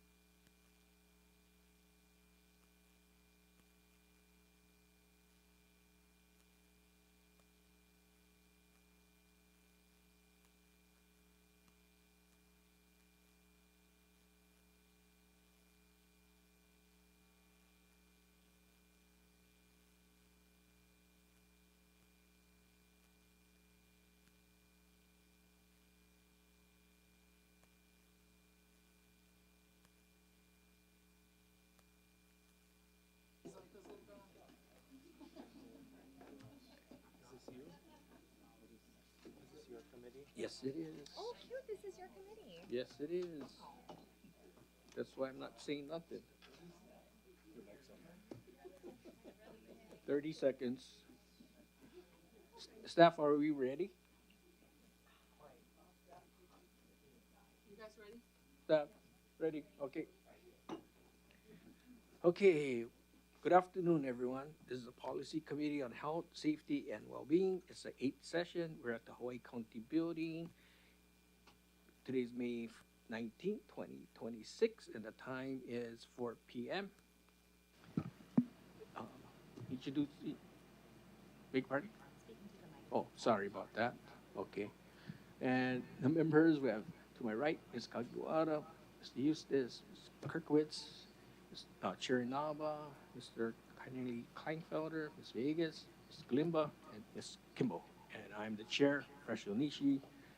Clerk, any testimony? Thank you so much, Chair. Sorry, noting that we do have a testifier in Pahoa and a couple here in Hilo, what we'll do is we'll start in Hilo and then we'll end in Pahoa. So with that, our testifiers here in Hilo are Amadeo Markov, to be followed by Susan Osborne. Amadeo, when you're ready to begin, you can hit that green button at the base of the mic to turn it on, introduce yourself, and you'll have 3 minutes. Aloha, Council Chair, Vice Chair, and members of the County Council. My name is Amadeo Markov. I'm the Executive Director of the Pahoa Lava Zone Museum, and I am testifying today in strong support of Bill 157 relating to disaster recovery. I urge the Council to not only pass this bill, but to recognize that this legislation is essential for the future resilience and recovery capacity of the entire island of Hawaii, all 9 council districts, not just Puna. The 2018 Kilauea eruption fundamentally changed our community. Entire neighborhoods, roads, businesses, and cultural sites were lost. Families were displaced, economic systems collapsed overnight. And yet, nearly 8 years later, we are still in recovery. That alone should tell you something very important about disaster recovery. It is not a temporary process. It's a generational process. Bill 157 appropriately recognizes that recovery requires long-term coordination, planning, and community engagement, and institutional capacity, most important of all. The establishment of a disaster recovery framework and recovery officer is long overdue. The findings section correctly acknowledges that recovery extends well beyond the emergency response and requires meaningful community participation and coordination between county, state, and federal agencies. However, respectfully, Ashley, this bill does not go far enough. The recovery officer and the recovery team should be granted stronger administrative authority and expedited operational powers during declared recovery periods. Recovery efforts often become trapped in bureaucracy, permitting delays, procurement delays, staffing shortages, and interdepartmental bottlenecks while community continues to suffer. The temporal implementation framework also needs to move much faster. Waiting 6 months for an interim recovery strategy or potentially 18 months or more for long-term implementation is simply too slow for communities that are actively living through disaster impacts every day. Recovery delayed is recovery denied. I ask each council member to imagine this personally. Imagine if your district experienced a catastrophic disaster tomorrow and your constituents were still waiting 8 years later for infrastructure restoration, housing stabilization, economic revitalization, and regulatory flexibility. Would that be acceptable?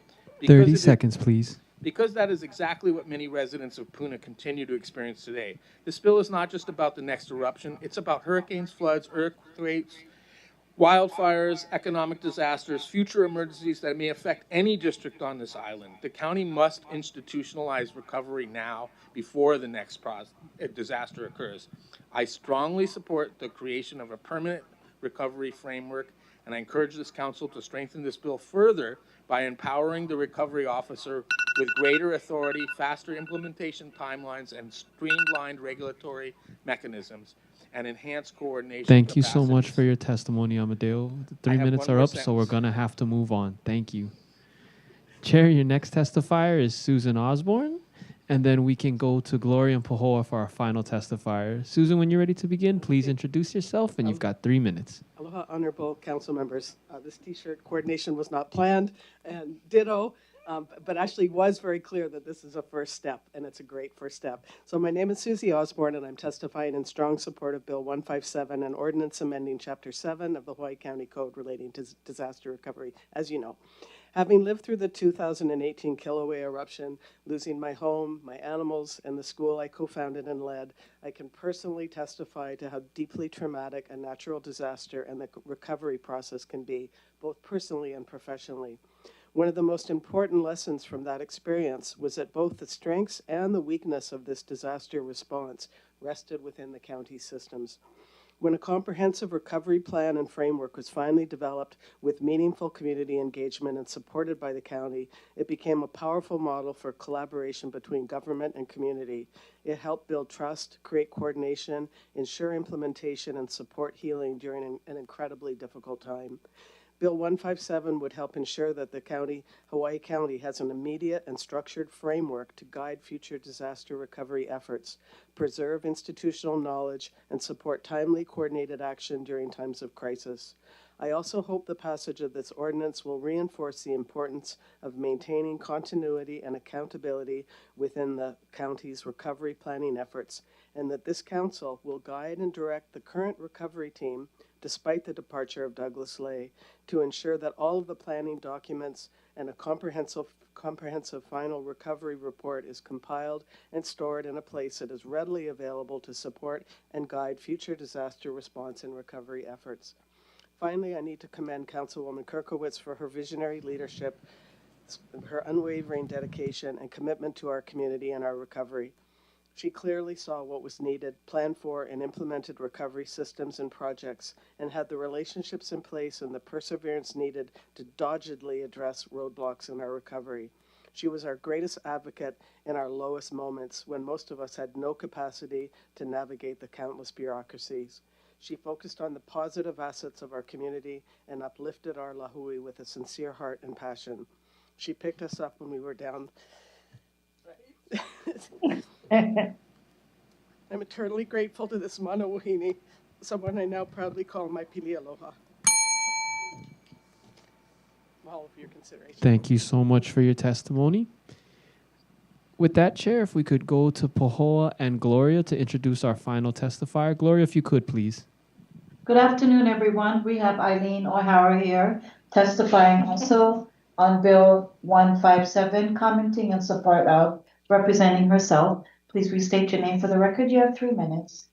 Aloha, Council. I know it's getting late in the day. I'm Eileen O'Hara, and I just want to echo everything that you just heard from Susie and Amadeo. They gave a good wrap up of some of the concerns that we had and the reason this is such an important measure, Bill 157, which I fully support. We do need a framework. We were challenged in 2018 because we didn't have one, and the one that was carelessly thrown together just for the emergency response excluded elected officials, which is in violation of civil defense's own rules. It was a mess. And once we got past that first 3 months and the eruption ended, the recovery process was unidentified. We need to have a clear path forward because this is going to happen to this county again and again. With climate change, we're likely to see more flooding, more hurricanes, not just lava. And it could happen in anyone's district. So we do need to be better prepared. And I'm really appreciative of Councilmember Kirkowitz for putting this forward. One thing I would like to add to the short-term, long-term is financial reporting. We had a lot of recovery funds, which we could not get information about how they were expended, what agency they were coming from, what the rules were. We lost money because the county could not act quickly enough to move on the appropriations that were given to us by federal highways, for instance. And I think an audit would help support a better structure for our recovery. So yes, we do need to institutionalize the framework for recovery, have a recovery officer, and have just better coordination between all of the critical departments within the county that are needed to respond to an emergency and to recover from an emergency. 8 years counting is way too long. I know communities in California that have had disastrous fires where they lost as many or more homes that we lost in that lava, in that eruption. And they are fully recovered after 5 years.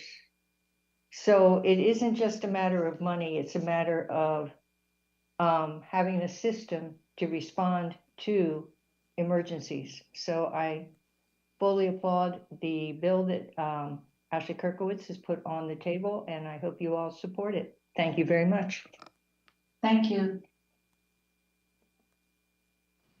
Thank you so much to our testifiers. And with that, Chair, those are all the testifiers you have. Great, thank you. Mr. Clerk, can you read in Bill 157? Bill 157 amends Chapter 7 of the Hawaii County Code 1983, 2016 edition as amended relating to disaster recovery, establishes a county disaster recovery program to coordinate short and long-term recovery efforts following major disasters, led by a recovery officer appointed by the mayor with the responsibility for recovery planning, interagency coordination, community engagement, funding management, and the development of interim and long-term recovery and resilience plans, introduced by Councilmember Kirkowitz. Okay, may I have a motion to approve Bill 157 and forward to the council with a positive recommendation? Thank you, Chair. So moved. Second. Motion by Ms. Kirkowitz, second by Mr. Houston. Go ahead, Ms. Kirkowitz. Thank you, Chair. I really appreciate the opportunity to bring this particular measure forward for our community. It's something that I have been working on for a number of years. It's actually taken several drafts to actually get to this point. It was certainly inspired by the work that needed to happen in response to the volcanic eruption, but I also recognize structural gaps within our county when our county faced the coronavirus pandemic and how to navigate supporting community at that time. There is so much chaos that follows a disaster, and in that chaos, I think it's really hard to be clear-headed and think about how to support communities in their recovery.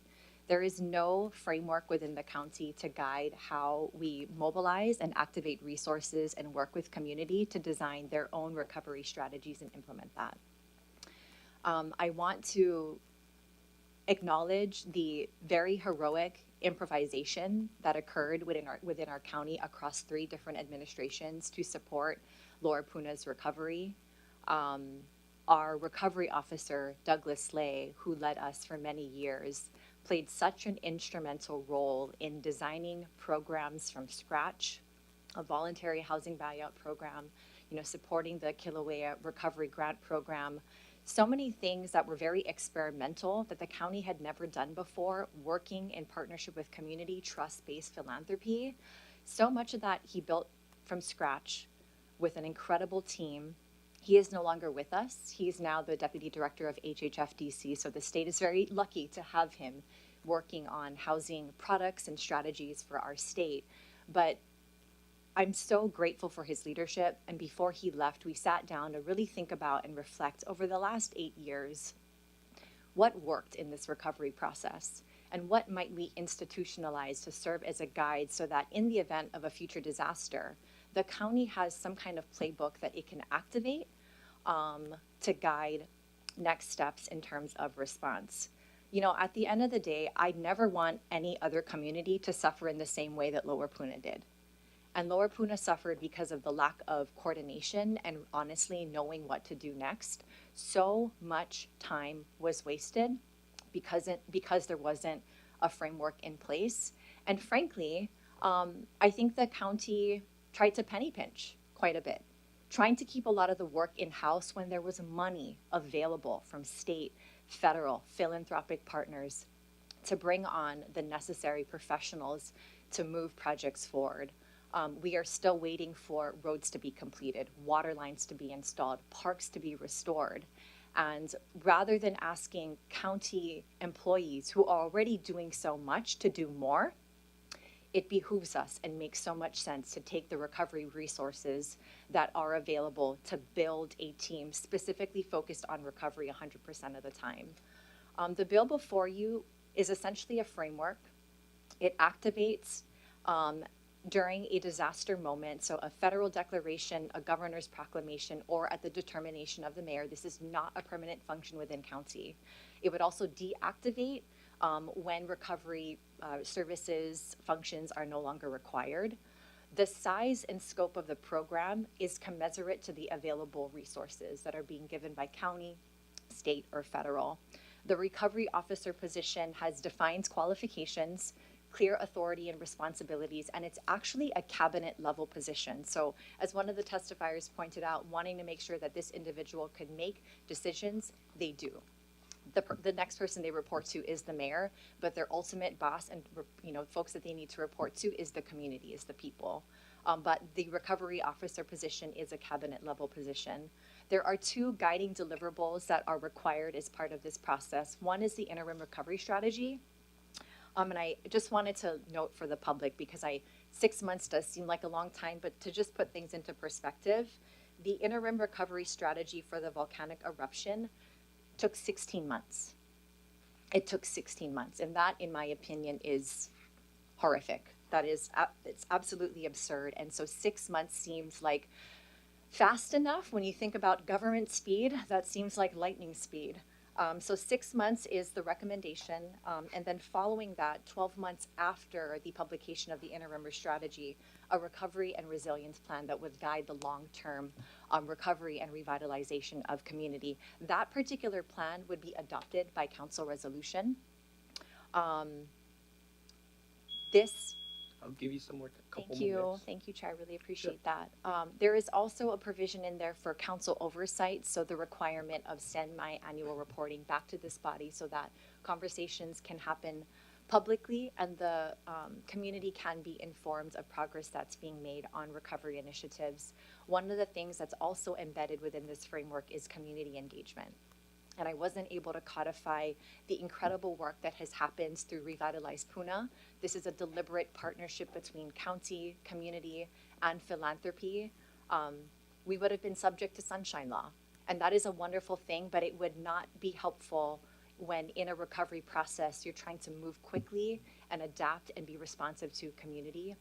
And so I just want to make note so that it's on the record that I do encourage future administrations, if there's ever a need to activate this particular framework, that you bring community along and give them a seat at the table, because they need to be involved in decisions that impact their future.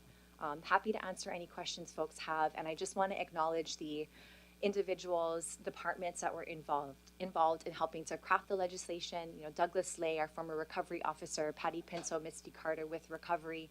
Planning department was involved. We also had Kira Wong with Corporation Counsel, Director Nakagawa with finance, and then our civil defense administrator, Talmadge Magno. Everyone made sure to kokua on this particular piece of legislation. And I think at the end of the day, folks felt really good about this kind of framework being a guiding post in the future if we need it. Thank you, Chair, for the latitude. Okay. Members? Ms. Kimball? Yeah, thank you. Thank you, Councilmember Kirkowitz, for putting this forward. I actually remember having some conversations with Douglas about the need to do this after everything was done with the Puna recovery, to actually codify this so that the next time this happens, which will, there's not a complete reinvention of the will. I think this kind of ties into some earlier conversations about how when we see failures, we do really need to fundamentally look at some of the structures and the processes and make those adjustments. Just two questions and then a couple of proposed amendment ideas. So with the officer, it is that the individual will be appointed by the mayor, not confirmed by council, not civil service, and not for any defined period of time other than the quote-unquote recovery period. You're nodding, so she's agreeing with that assessment. What is the recourse, God forbid this should happen, that the person is not the right fit? Is it entirely at will, where the mayor could say, okay, no, I want somebody else now, or like how would that all play out? Okay. The other question would be. No, hold on. Oh, she'll answer right now.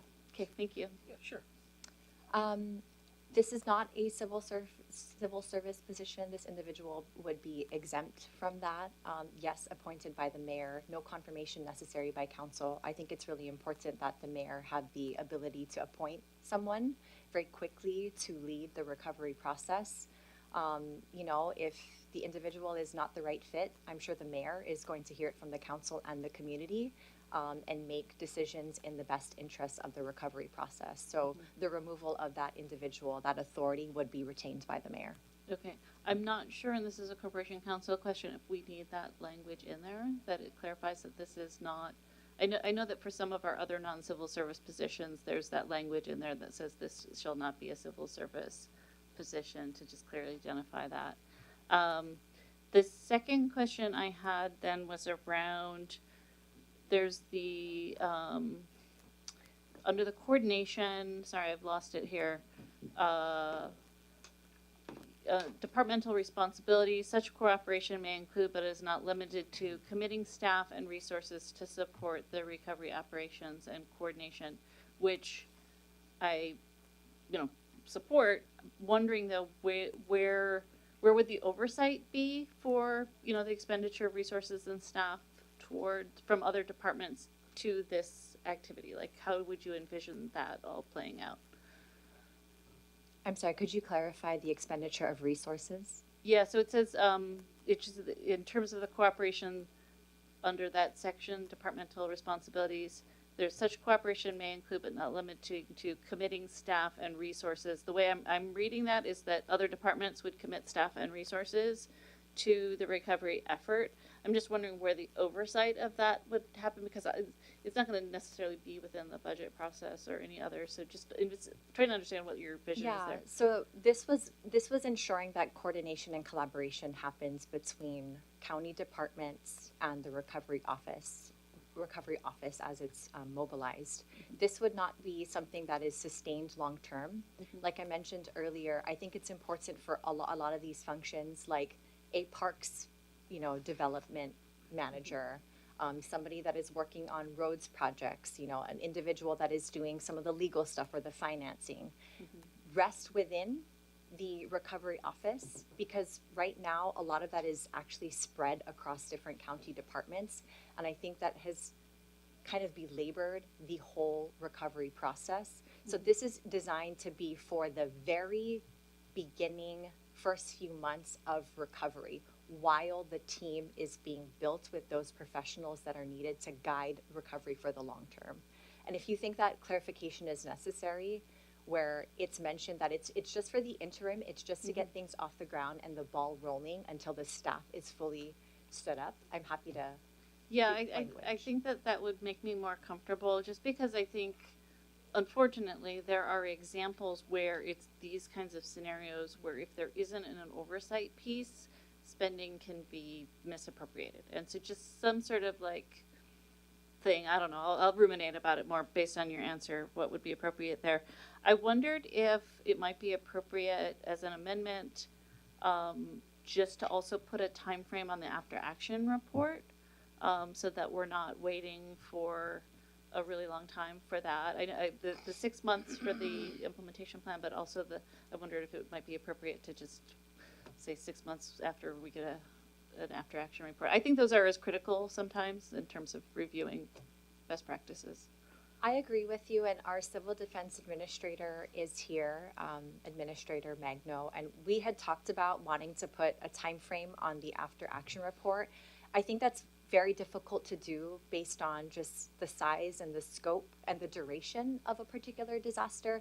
Administrator, do you want to come forward and kind of talk about everything that's involved in the after action report? I deliberately did not put a time frame on that. I also didn't want any of the recovery strategies to be linked to this report being completed, because we needed to get at least the interim strategy off the ground. But there's a lot that is involved. I just wanted to make sure that folks were aware that this is a document that needed to happen as part of the reflection, the hikaloi of, disaster response. Hi, Administrator. Good afternoon, Council. Thomas Magno, Hawaii County Civil Defense Administrator. As far as a timeline on after action reports, you know, we kind of do them as soon as possible after an event. Some delays have been because we've had back-to-back events and other things going on, but we try to get them out as soon as possible. No real line in the sand drawn for timeframes, because like I said, other things can happen, but we get them out pretty quick. So if I may, Chair, you know, I think I was thinking about that comment that like no two disasters are alike, and then there can be these confounding events where you've had one and then there's something else that layers on top of it. So you have the timeline for the recovery strategy, and then you know there's this after action report. I was thinking, okay, would it make sense to build some flexibility in the interim recovery strategy based on what kind of disaster it is and what time, and then also maybe it's not a timeline to have an after action report like that specific term, but some sort of like progress report to the council on, you know, biannual basis or something like that, just so that there is open communication about how things are going. I think Councilmember Villegas before was talking about like how the budget process becomes this sort of reminder that things need to happen. That's kind of where I'm thinking along those lines. I'll leave that there and just mention the last friendly amendment proposal that I had, just because you're talking about, and I think this is really key, you know, your long-term recovery, but then also future resilience plans. And I would love to find a way to weave in a tie-in with Oscar there too. And so I was kind of looking at different places, but we can maybe take that conversation offline. About how to, when we talk about resilience, weave in some of their work as well, in terms of developing that strategy. I'll leave it there. Thank you. Okay, Mr. Corneli Kleinfelder. Simply, I've been here since the beginning and watched Ashley struggle with how to bring the funding in, how to get it in the right place, how to get a team in place to spend it, and then more so in the past month, watched the different departments struggle to explain why after this much time things haven't been spent or built. And that was frustrating, to listen to money that's on the table and has been for years not be encumbered and spent down for projects that need to happen, and to sit here and listen to that and understand how hard she has worked and we've worked to make things better. And this is not against you, Civil Defense Administrator Magno. Just it just was it was frustrating, but also clarifying to see how much work it takes to get the money in, money spent, projects done. Seeing the government lag, it just takes time for us to do projects at this scale to rebuild what was lost during the eruption. And in seeing all of that, understanding what it takes, this kind of body or agency is in place in future emergency situations, as Ms. O'Hara pointed out, it's going to happen again. So to have this built into government, or we know how the process works with the department, between the mayor, the council, FEMA, any other body, HAIMA, to bring together this well-rounded approach that's clearly laid out in code. How it's going to happen, to me, is needed. And is, again, nothing against the Civil Defense Agency. You guys are great. This just clarifies how it's going to happen. And for me, my standout moment was the Keao Armory, getting a $1.4 million grant from the Recovery Agency to improve it, and seeing zero work done while that building falls apart, while we have the numbers to show it's incredibly needed, and it's our emergency facility in the area where people go for a shelter. That was my aha moment. But the other big projects, the water lines, replacement of parks, roads, without the work of the recovery group, civil defense, public works, but having this tight-knit crew within the government itself, this little body that she's creating, I think it wouldn't have happened. Or maybe just wouldn't have happened as quickly. So I'd be supporting the bill. I like the bill. I like the intent. And yeah, this was talked about. So to see it actually come about as you hit the last 6 months of your tenure, well done. Thank you. I yield, Chair. Ms. Kalimba? Thank you. I'm in support of this in general. I think for me, one or two more definitions might be helpful. For instance, just defining disaster recovery, I think would be helpful to me. I think you do define it to some extent as you detail the interim recovery and long-term recovery plans and what they should include. But I think an overall disaster recovery definition might be helpful just to sort of make sure there's a focus for this program. That's my comment. Chair Nava?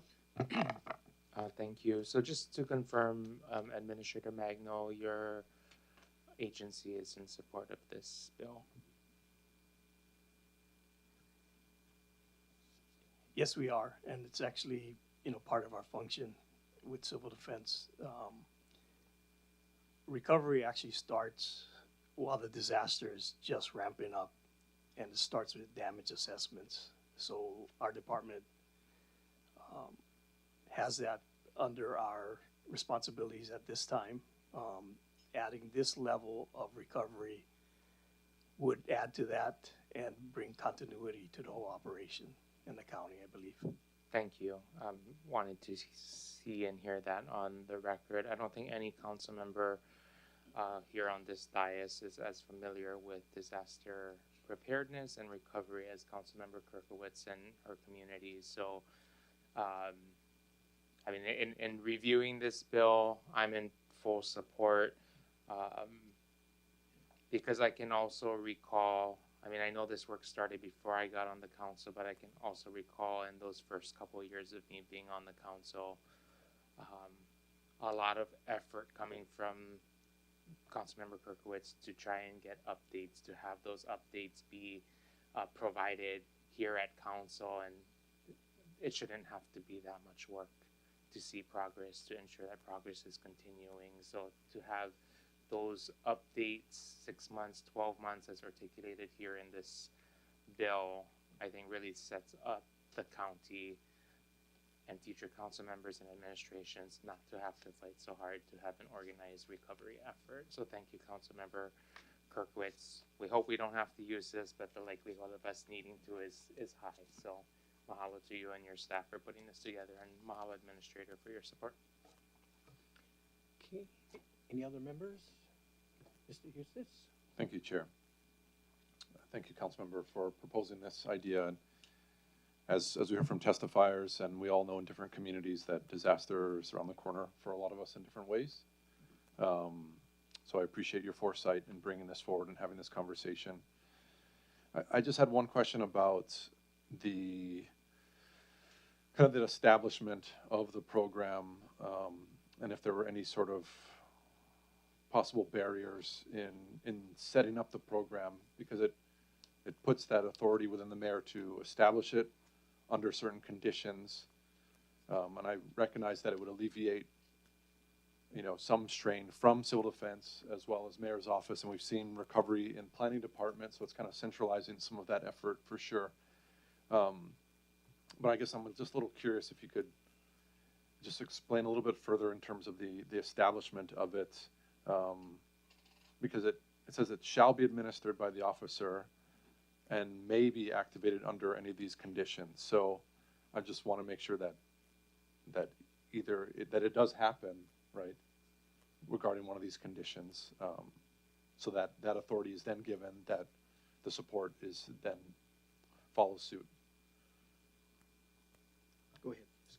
Thank you. I'm going to do my best to interpret and then But answer sorry. your question. No. So there are 3 conditions that are articulated in the ordinance for when this function, this office would be stood up. A federally declared disaster, so the volcanic eruption was one of them. A state proclaimed emergency, and the reason why I noted that there was under the current administration, there haven't been as many federal emergency declarations issued, so we wanted to make sure at least locally there was the ability to make that proclamation and to use that as a catalyst to activate, mobilize this function. The mayor can also make that determination if there is nothing that is coming from the state or federal government. The reason to house this function within civil defense is there from the very beginning to provide that initial emergency response. And so there's a nice sort of transition from response to recovery. Right now, the volcanic eruption recovery effort is housed within planning, and that was very, very unique. It was functioning sort of out of the mayor's office and R&D under Mayor Kim, because, you know, Diane Lay, director at the time, had a lot of ties to the Puna community. So between her and Roy Takimoto, they were kind of co-leading the process. The recovery officer, Douglas Lay, was named, and with the new administration, the idea of putting that function within planning, because we needed to plan the future of this community. This was, you know, very devastating, and so I think, Michael, you volunteered to kind of take it on. And it made sense to keep it there when the next director, Mr. Kern, was of that particular community and knew kind of how to navigate Puna community engagement. But in all of that reflection, it made the most sense that if this were to happen again, the most natural fit would be to retain this function within civil defense. I hope I answered your question partially. If there's more clarification needed, please let me know.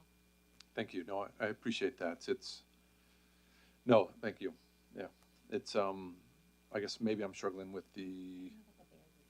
Yeah, I know. I'm trying to express as best as I can on that one too, because it shall be established in the civil defense agency, and then shall be administered by the recovery officer, and then may be activated upon the occurrence of any of the following. Just trying to connect the dots there a little bit. It does make sense to me, and I really do appreciate the direction you're going with this. To kind of be that very forward thinking on how we, beyond the response after an event, but where we take community at the next step. Yeah, so I really do appreciate what you're doing here. Yeah, and I think I know where you're going. I think I know where you're going with this. Not every disaster is going to require a full recovery team. Right. And so to provide the mayor that discretion to determine whether or not they activate this function, I think is important. And so that's why the mayor is there. The mayor has this authority to do this. And should he or she say, let's mobilize a recovery function, then everything else within the ordinance kind of falls into play. The appointment of a recovery officer, and these are all of the functions that should be stood up to support that office and the community's recovery process. Thank you. And I guess where I'm kind of going with that as well, is there an expectation from community that it should be stood up at a certain point? Because it gives that option to the mayor and administration to kind of take it on if they so see fit, but will there be an expectation from community to also establish it?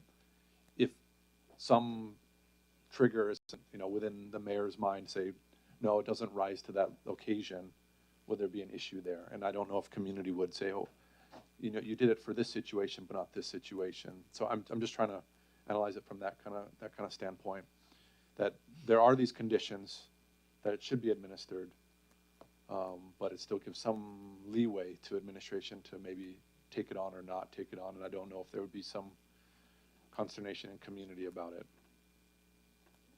If we adopt this, then there's a framework, and the community can put pressure on future administrations to activate this function if they believe it's necessary to have a dedicated recovery officer, an officer to support a community. Yeah.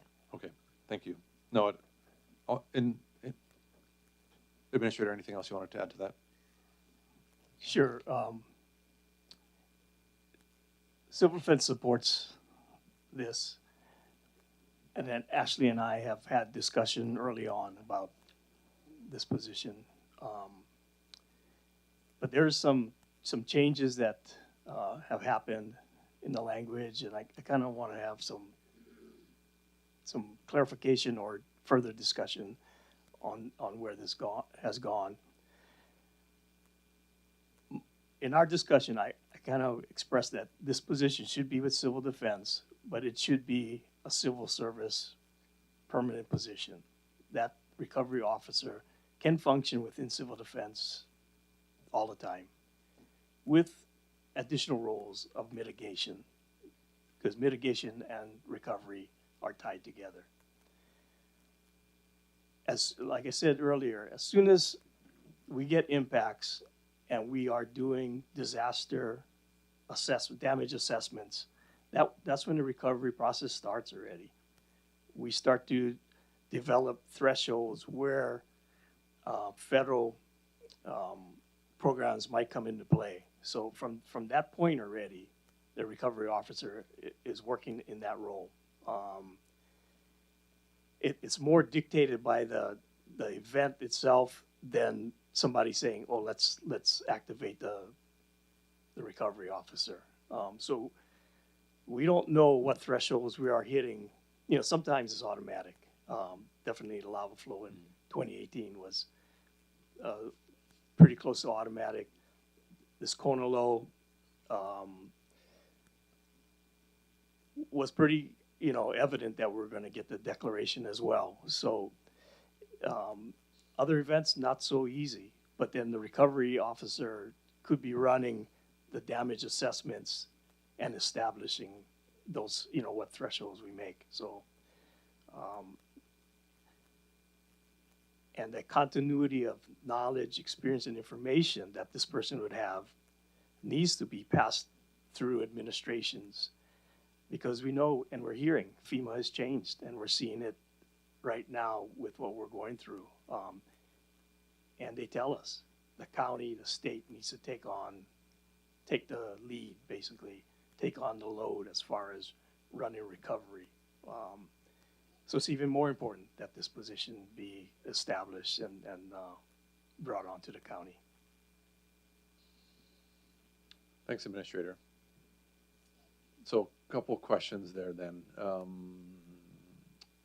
So a little bit of different insight then, I guess, on the position, and maybe more of I think as you see it, as more programmatic in terms of when an incident occurs and rises to a level of necessary recovery for a community, and that position then transitions more into mitigation and enduring the resilient sort of entity inside of it going forward. Yes, all those other activities that we're involved with, that recovery officer would be part of. And also what's noted is, 2018, we've still got projects from that event, even though FEMA's telling us no more extensions. They're trying to narrow down their window. They want projects to be done. Mm-hmm. So what was stated already, projects got to get done within the timelines that they give us initially. So even more important, that position becomes, that person that pushes, make sure these projects get done as far as the recovery. I think that's critical, and Councilmember Connolly Kleinfelder spoke about it on the budget, and in terms of someone that is tracking all these funds, encumbering them, appropriating them in the correct allocation in places, ensure that we're using them in a timely fashion to benefit community, support community. I think that's really critical, what you're proposing here, Councilmember Kirkowitz, in terms of there is that clearinghouse of one person through the guise of civil defense and the mayor's office that is activating these dollars, that we're not belaboring it, that we don't know what's going to happen at the state or federal levels in terms of funding and additional support. So these dollars need to be adequately spent in a timely fashion. So I do appreciate what you're trying to go for here, but I do sense that there's a little bit of difference of opinions, maybe, I'm not sure. So at least on that position itself, yeah, I'll leave it there for now. Thank you for letting me babble on. Ms. Yeah, Kirkowitz, and go ahead. I'll respond. You know, during our meetings as a Hui to talk about this particular measure, Administrator Magno did advocate for making the recovery officer position a permanent one. But the majority consensus in the room, including the voice of Deputy Managing Director America Nishimoto, folks could not agree with making this officer position permanent. They felt that it would be necessary to activate dysfunction and the position for a future disaster, and that it not be a permanent fixture within civil defense. If there are projects that departments need to get done, and they're running out of time, I don't know what to say. I honestly don't know what to say because departments have had close to 8 years to get projects completed, and there really is no excuse.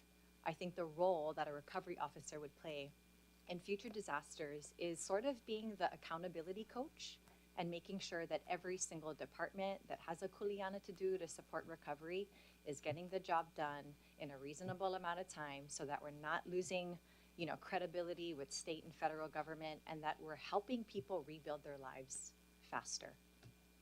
Thank you. Any other members? Ms. Kimball or Ms. Kagiwara, go Thank you. First of all, thank you, Councilmember Kirkowitz. I am full support of this. I'm just wondering kind of what would happen if horribly, you know, hopefully this never happens, but we have, you know, major disasters happening in several different locations at the same time.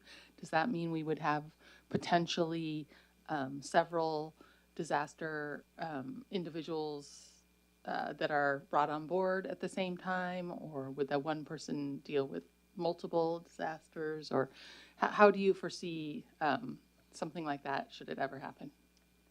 Thank you for that. Knock on wood, hoping that is not a scenario that we'll have to actually navigate. We talked about a singular recovery officer and that there being divisions within that office to focus on each of the disasters that our community has to recover from.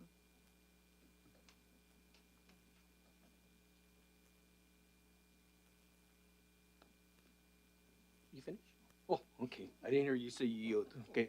Ms. Kimball. Yeah, just wanted to follow up a little bit more on what James was saying and just kind of your thoughts. Based on your experience with the Puna recovery, in terms of this position, is it, I'm sensing, and I'm just looking for confirmation, that part of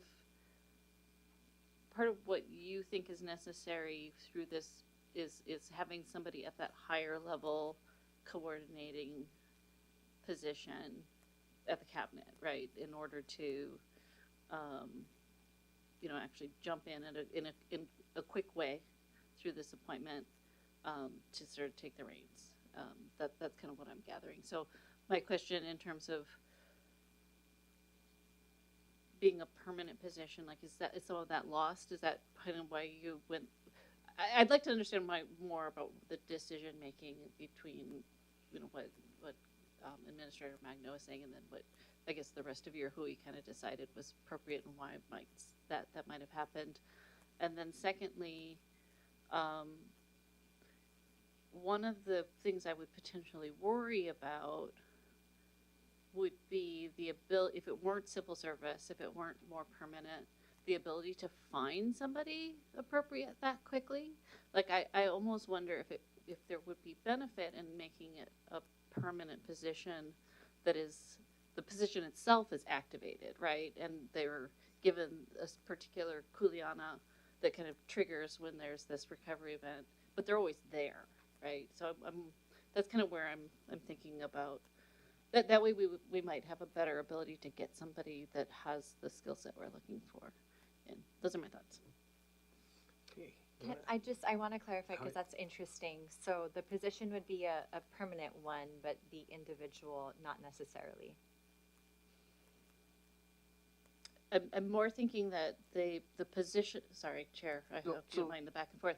The position and potential individual would be a fixed one that is like in reserves, if you will, and then these functions of recovery are triggered at the time that that disaster is declared. And so like maybe they'd have like two PDs, and this is your like everyday PD, and this is your disaster recovery PD. And when there's a disaster event, it goes into that other function.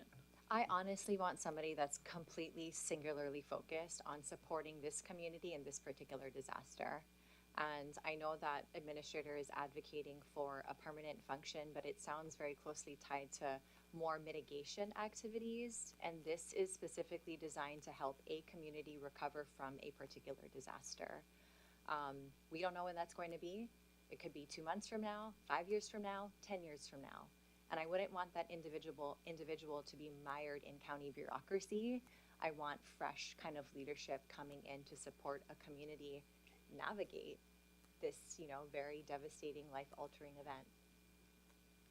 I think that's really important. Yeah. Okay. Any other members? Okay. If not, I'm going to close.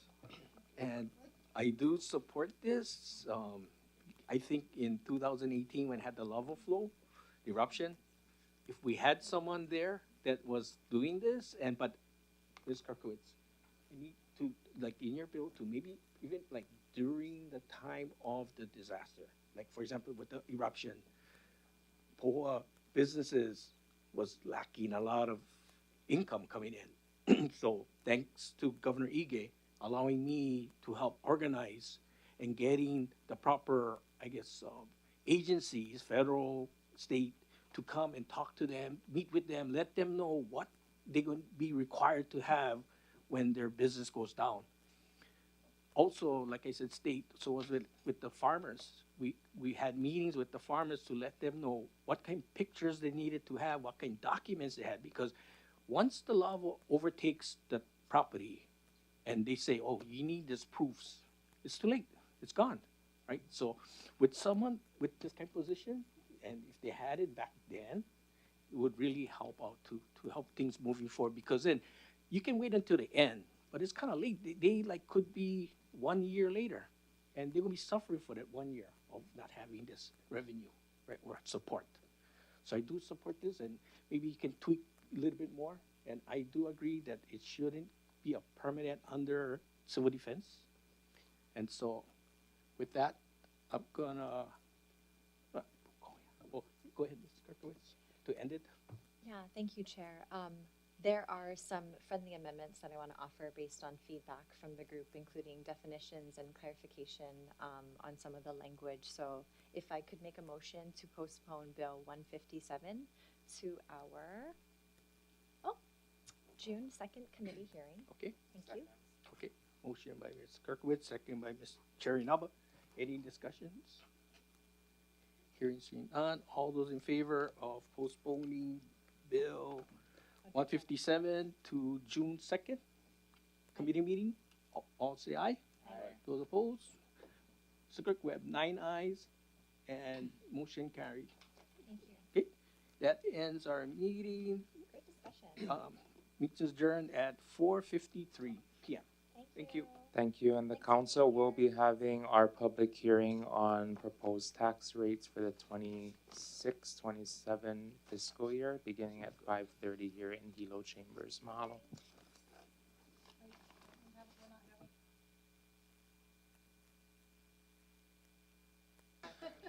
And apologies, we do have our 5 o'clock budget hearing as well. Thank you.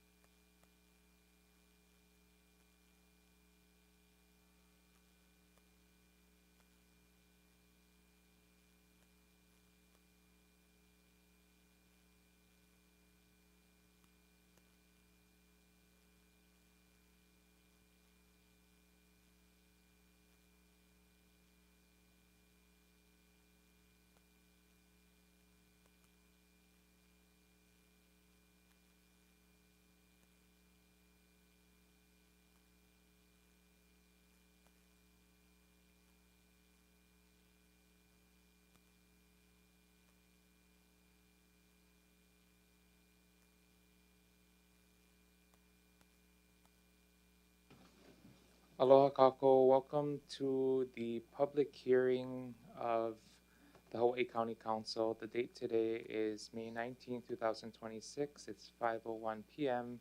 Calling this meeting to order. Present in our Hilo chambers this evening are all council members, actually all 9 of us here present. So at this time, as a reminder, this is a hearing being held pursuant to Section 10-4 of the Hawaii County Charter and covers the proposed operating budget and capital budget for the fiscal year beginning July 1st, 2026 through June 30th of 2027. During this public hearing, the council will not be engaging in any discussion or answering of any questions. This is a public hearing for members of the public to provide their testimony directly to the council. With that, we will proceed with the public hearing testimony. Thank you so much, Chair. I'd like to note that currently we only have our testifiers here in Hilo and via Zoom. So what we'll do is we'll start with our first testifier here in Hilo, and then we'll close it off with our Zoom testifiers. That being said, our first testifier is Joshua Andrews, to be followed by Debbie Hecht via Zoom. Joshua, when you're ready to begin, you can turn the mic on by hitting that green button at the base of the mic, introducing yourself, and you'll have 3 minutes. Well, thank you very much this evening. I appreciate the opportunity to provide testimony, and I'd just like to thank all the council members. You have tough jobs, and I reviewed the budget, and a $1.4 billion budget is no joke. That's a lot of money. I'm a resident of Hilo. I grew up here on the island. I moved away for a while, returned back a couple of years ago. Love the island. And understanding no questions, or this is not a time for questions or discussion, I guess the comments I would just like to make are much of the budget made sense to me. I have noticed, and I know there are a lot of challenges on the island with infrastructure projects. That's a significant portion of the budget. As a resident, sometimes I realize the internal aspects of this and the complications are probably different for the council members. It's not always apparent, just as a normal member of the public, sometimes what's going on with certain infrastructure items. For one example, there's been a bridge that's been under construction for a long period of time now, a little north of Honolulu. Not sure where it's going or what's going on with it. And it's relevant to me because I'm a cyclist, and it's difficult riding on the Belt Road, and that's a nice alternate route. And, you know, it would be helpful to have just some sense eventually what's happening with that. That's one example. Another example, I know that at the Isak Hale Park down south of Pahoa there, or east of Pahoa, I know there have been some challenges with the remediation of the park project there and with the dredging. I know that, if I'm not mistaken, I believe there's another $15 million allocated for that this next year. It makes sense. I understand why the residents would want that.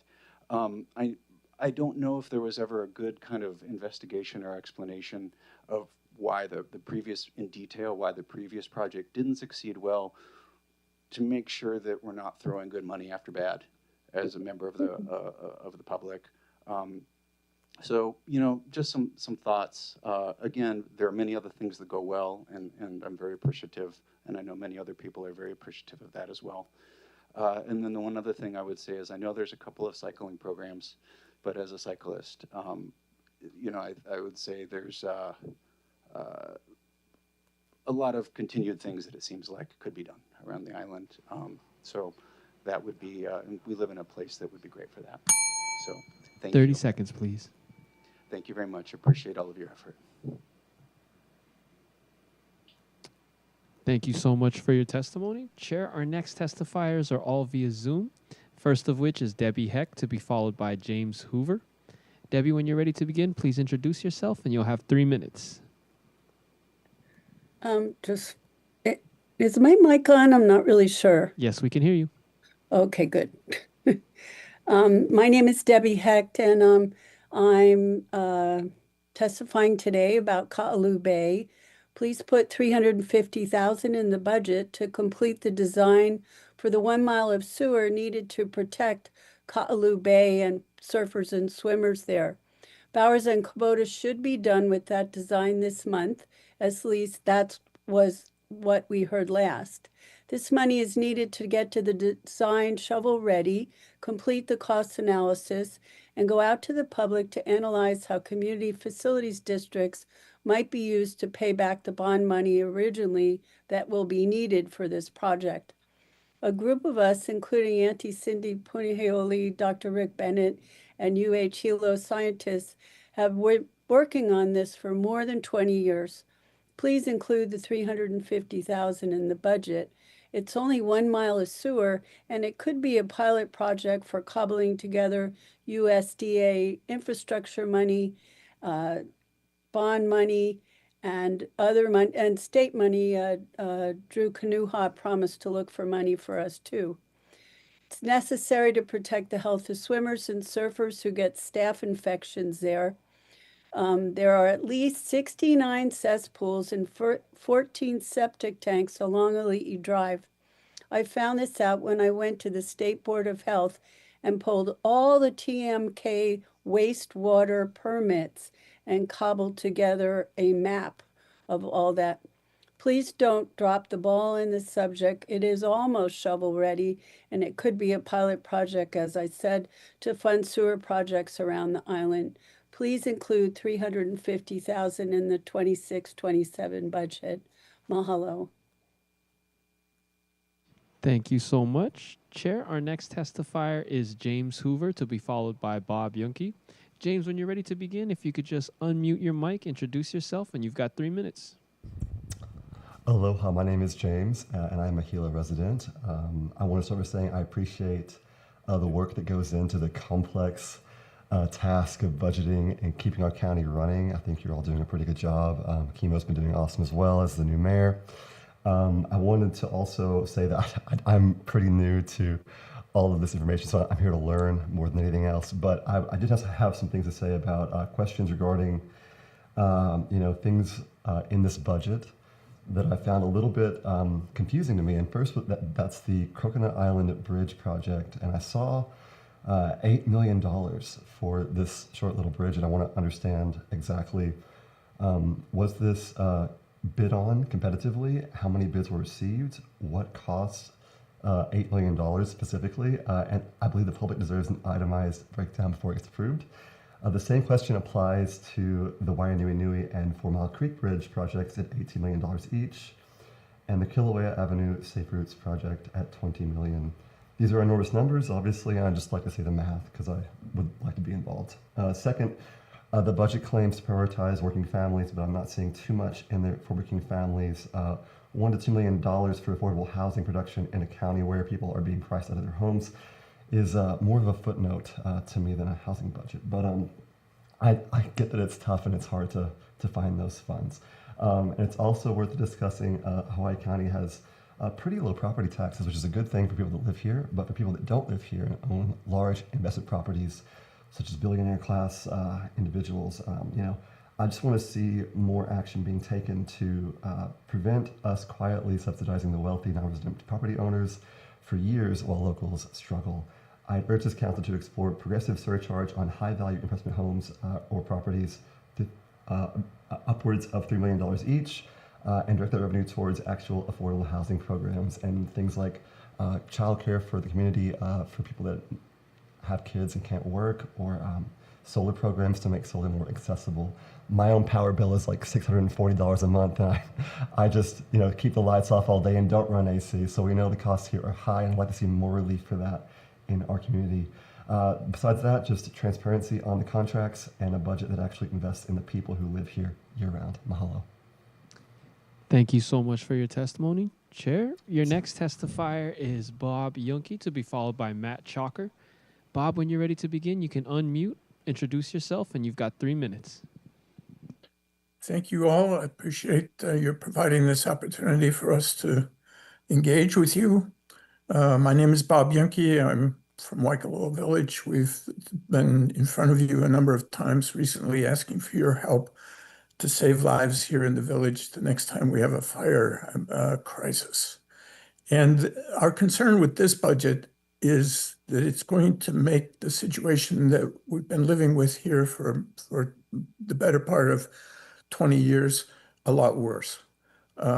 When the community development plan was adopted in 2008, it laid out a scenario where the kinds of development that we've seen, expanding the population from 3,500 then to 7,000 now, was to be coordinated with adding a second road to the village to make sure that we could successfully evacuate in the case of an emergency fire situation.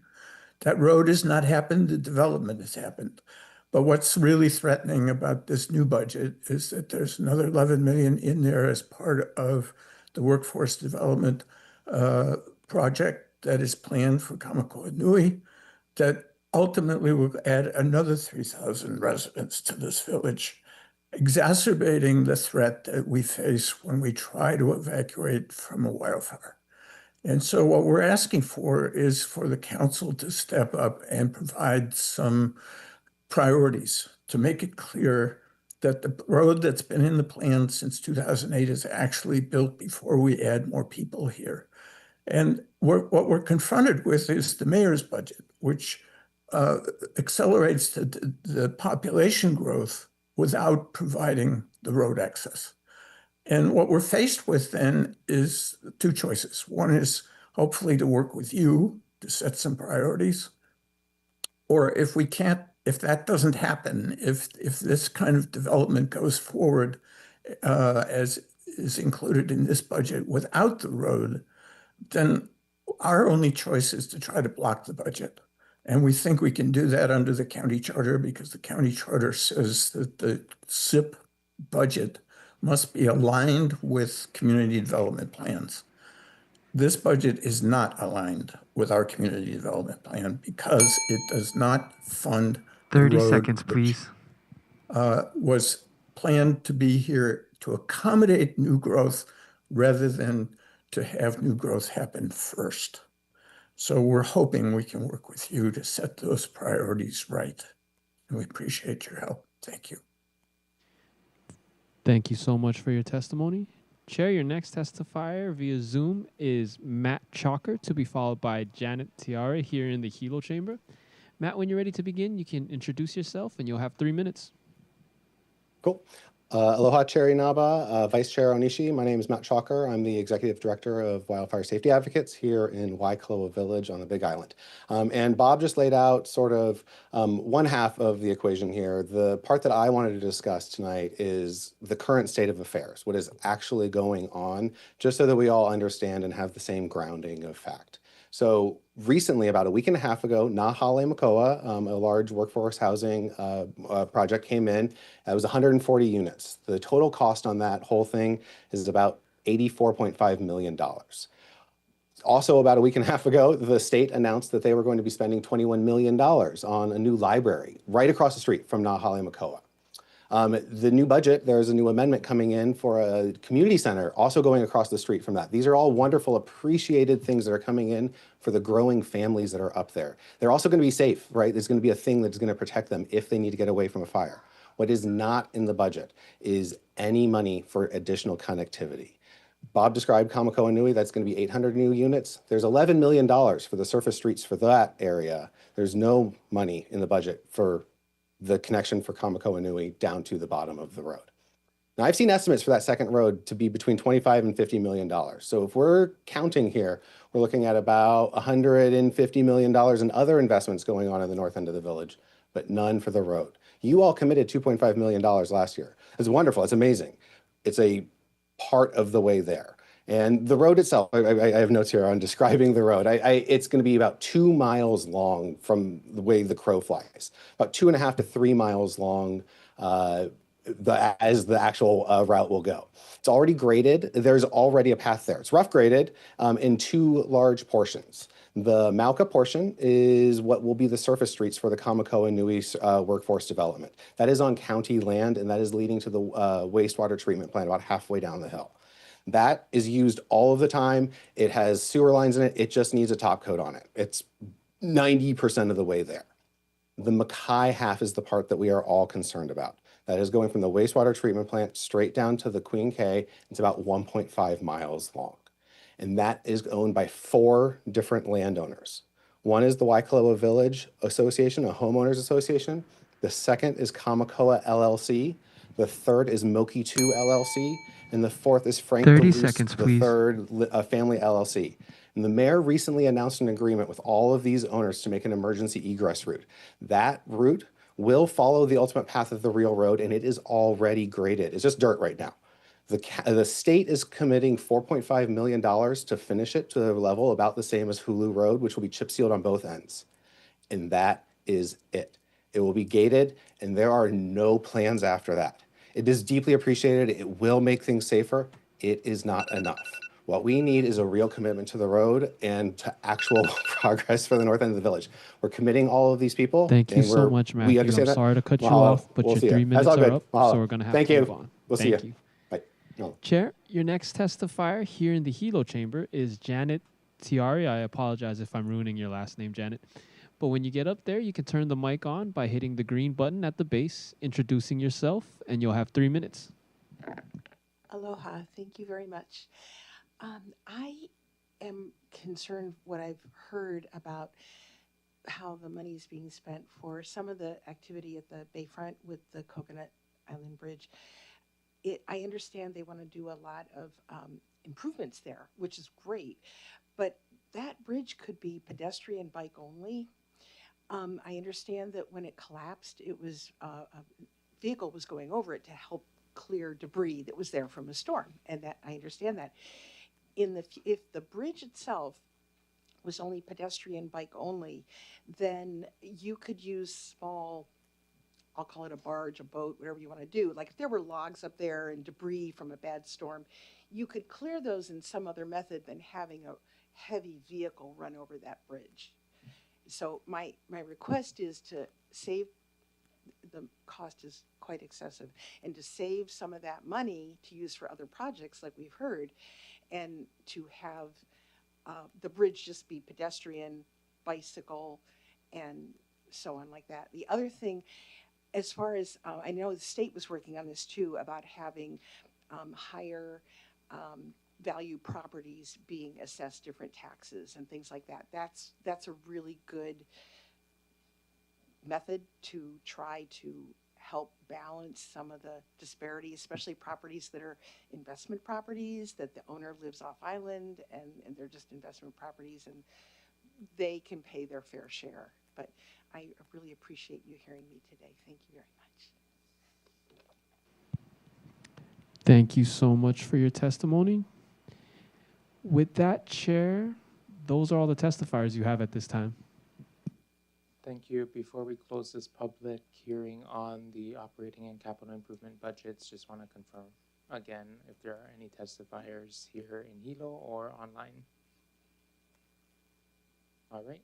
Seeing none, this public hearing of our operating and capital improvement budget is closed. We will be hearing and discussing Bill 135, operating budget, and Bill 136, the capital improvement budget, at 9 a.m. this Thursday, May 21st, here in our Hilo chambers. This public hearing is hereby closed, and we'll begin our real property tax hearing on proposed rates at 5:30, which is 11 minutes from now. Thank you.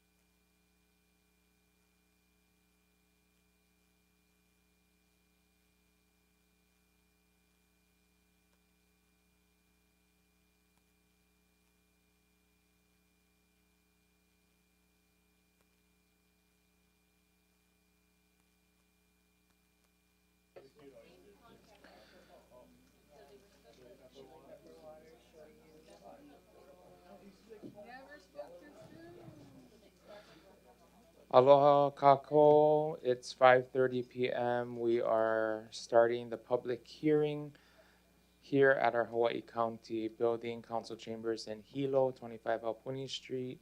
The date today is May 19th, 2026, and pursuant to Chapter 19, Article 11, Section 19-90 of the Hawaii County Code, this public hearing is being held for the purpose of considering real property tax rates for all classes of real property in the County of Hawaii for fiscal year 2026 to 2027. And as part of this public hearing, the council will be receiving testimony from members of the public We will not be engaging in any discussion or the answering of any questions.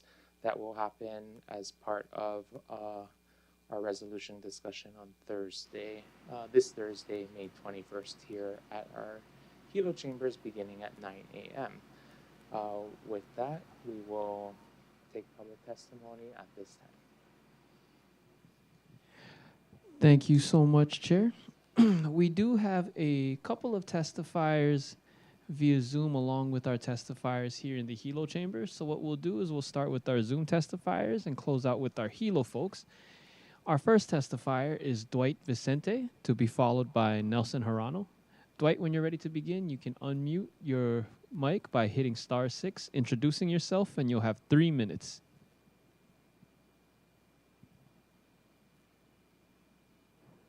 Name's Dwight Vicente, representing the Hawaiian Kingdom. The case State versus Jim, 2004, limited the state and the county to the 1898 Joint Resolution and the 1959 State Admission Act. That's the 1,750,000 acres of Crown and government lands that was illegally ceded to the U.S. by the Banana Republic. There are over 2.2 million acres of Crown and government lands that was under King Kalakaua's 30-year lease from 1890 to 1920. So what happened in that State versus Jim case was he argued both the ceded land and the leased lands, and the Moon Court said, kept it to the ceded land, 1898 Joint Resolution, and the 1959 Admission Act. So the county charter is illegal, saying the whole island is the county of Hawaii, which is not, only the ceded land. And the illegal development of all the lease lands, what you guys call the agricultural lands, is over 2.2 million acres. Those lands was leased out under the 1848 Mahele. It's a land trust. The lands cannot be sold. There's no private ownership like everybody is misled to believe. And the guys that was leasing the large tracts of lands did not own the land, nor could they claim ownership. They were foreign nationals, and they had a lease contract for 30 years.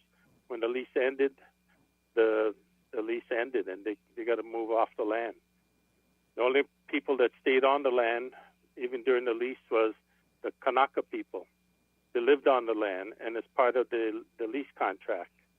So as far as for taxation, the county cannot tax, the state cannot tax, and the federal government has no taxing power over this kingdom. The U.S. Constitution restricts the U.S. taxes to Article 1, Section 2, Clause 3 of the U.S. Constitution, 13 states. And the taxing power under the Northwest Ordinance is limited to the Ohio River Valley Indian Reserve only.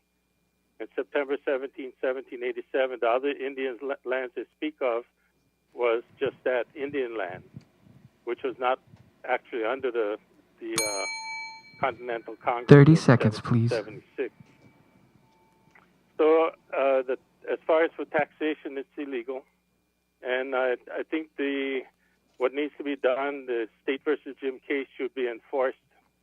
The court has jurisdiction over that and limited to enforce it. Thank you.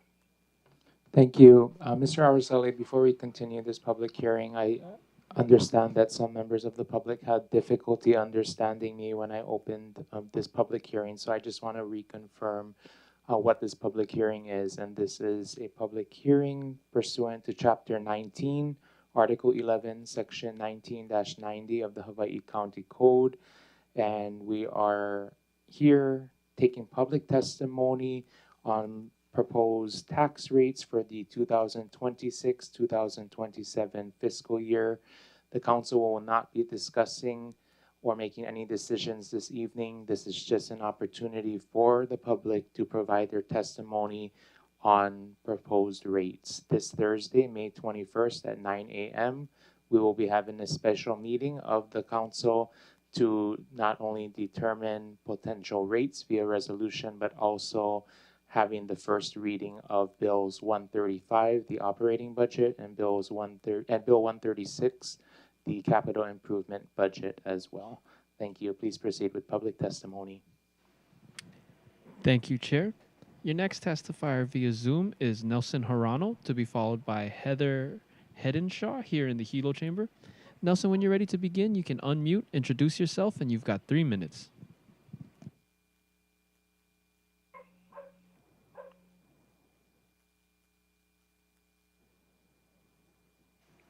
Kalamai Nelson, it seems like you were muted. I just Morning, good evening, everyone. I think you can hear me now, right? Yes. Can you hear me now? Yes, we can. Yeah, first of all, good evening to all council members in present. Thank you for the opportunity to give oral testimony to all of you. I just wanted to add comment in regards to the proposed property tax rate increases.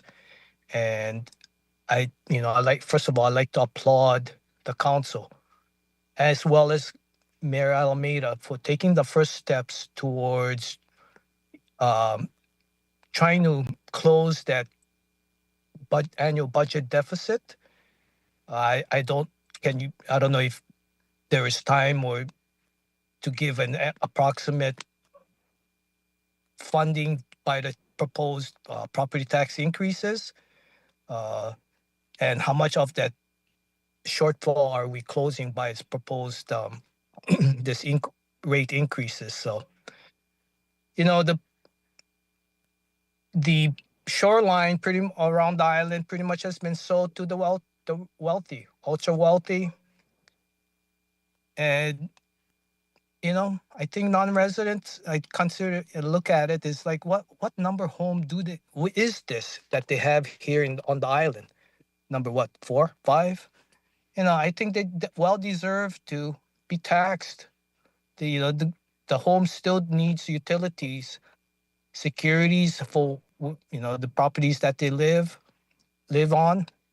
So I think it's a very positive step going forward.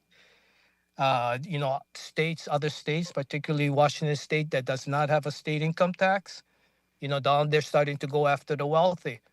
I mean, the ultra rich, has left the state. Jeff Bezos of Amazon and Howard Schultz of Starbucks. They have both left the state, but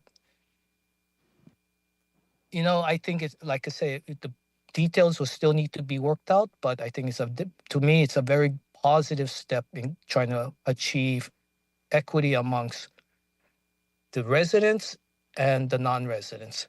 Thank you very much. Thank you for your testimony. Chair, our next testifiers are in the Hilo chamber, the first of which is Heather Hedenshaw, to be followed by Corey Harden.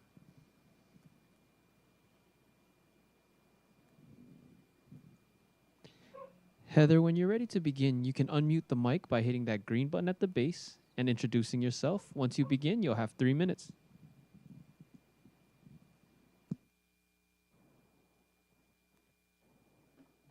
Aloha. I'm Heather Hedenshaw, Principal Broker of Big Island Brokers, and I've been a resident of Hawaii for 50 years, almost my whole life, and I've been a real estate broker for 36 years. I actually approve of the majority of your proposed tax increases. I'm really happy about the new long-term rental rate that you're going to be establishing. I would like to ask that you consider the long-term rental rate to be closer to the affordable rental rate for the less expensive properties, so that we can encourage people to buy a home and rent it out at an affordable rental rate, so that people here can have a home, because there's a shortage of housing and we want to encourage people to do that. So I own a couple of homes for rentals, and they're long-term, and I'm trying to help people get homes. So I think that would be one thing to consider. And as far as the fairly high tax rate for the really expensive properties, I would like to have you consider doing it in a couple of steps. So say you've got a $4 million property. Have the first $2 million of it be at the $2 million tax rate, and then the part that's above that will be at your higher rate, so that it's not the whole entire property that's at this pretty significant rate. And I think that that would really help people to take it easier and to, to not fight you over it. And and then the affordable rental raise, I'm really pleased that you're keeping the affordable rental and homeowner rates even a little bit lower. So thank you for that. Really appreciate it. So I'm mostly in favor of what you folks are doing here. I think it's a great idea. Maybe the other real estate agents won't agree with me with that, but oh well. And I'm helping the little guy. Most of my business is helping homes under $1 million. Most of them are under 400,000. 30 seconds, please. So I'm really helping the little guy for the most part. That's where my business is. So I'm looking out for them as much as possible. So thank you so much for allowing this public testimony, and I appreciate y'all. Y'all have a nice evening. Thank you so much. Thank you so much for your testimony. Chair, your next testifiers are Corey Harden, to be followed by Jane Tollefsrud. Corey, when you're ready to begin, you can introduce yourself turn on the mic by hitting that green button, and then you'll have 3 minutes. Okay, good evening. Corey Harden. Thank you for holding this hearing, knowing it means sitting through yet another meeting. I'm in support of the proposed property taxes for the Tier 3 properties. Our state has very low taxes. According to Forbes magazine, Hawaii has consistently ranked at or near #1 as the state with the lowest property tax rate. Meanwhile, we have some kind of scary statistics from UH. Hawaii is the most expensive state in the nation for housing. Also, across states, each 10% increase in home prices correlates with a 10% increase in the rate of homelessness. And Hawaii's rate of homelessness is more than twice the national rate. Our high cost of housing appears to be driven in part by off-island investors. Only 1 in 5 households in Hawaii can afford to buy a single-family home, which is a big drop from just 3 years ago. Over half of renters are considered rent burdened, meaning they spend almost 1/3 of their income on rent, perhaps more. And people from out of state are about 1/3 of the property owners on Maui, and more than half of property owners in Lahaina had an out-of-state mailing address. If you have higher rates, that can discourage speculative buying, and that makes prices go up, but you don't actually end up with more housing supply. And that encourages people to live in places full-time, which gives us stronger communities. You may see landlords selling or not building in the first place, but you can do something like exempt or discount purpose-built rental buildings, and you can have lower rates for long-term rentals versus short-term or vacant homes. The Appleseed Center has warned that our county needs more revenue because we're likely to see federal budget cuts to programs like for housing vouchers, food, police, and firefighters. One testifier on the related measure, Bill 128, said housing should not be an investment vehicle for multimillionaires. And another testifier said we need to realize we're operating in a global... 30 seconds, please. We're operating in a global luxury market and tax appropriately. So thank you.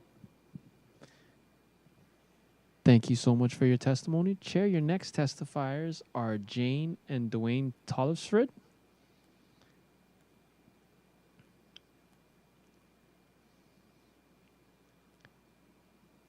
Jane, when you're ready to begin, you can introduce yourself and you'll have 3 minutes.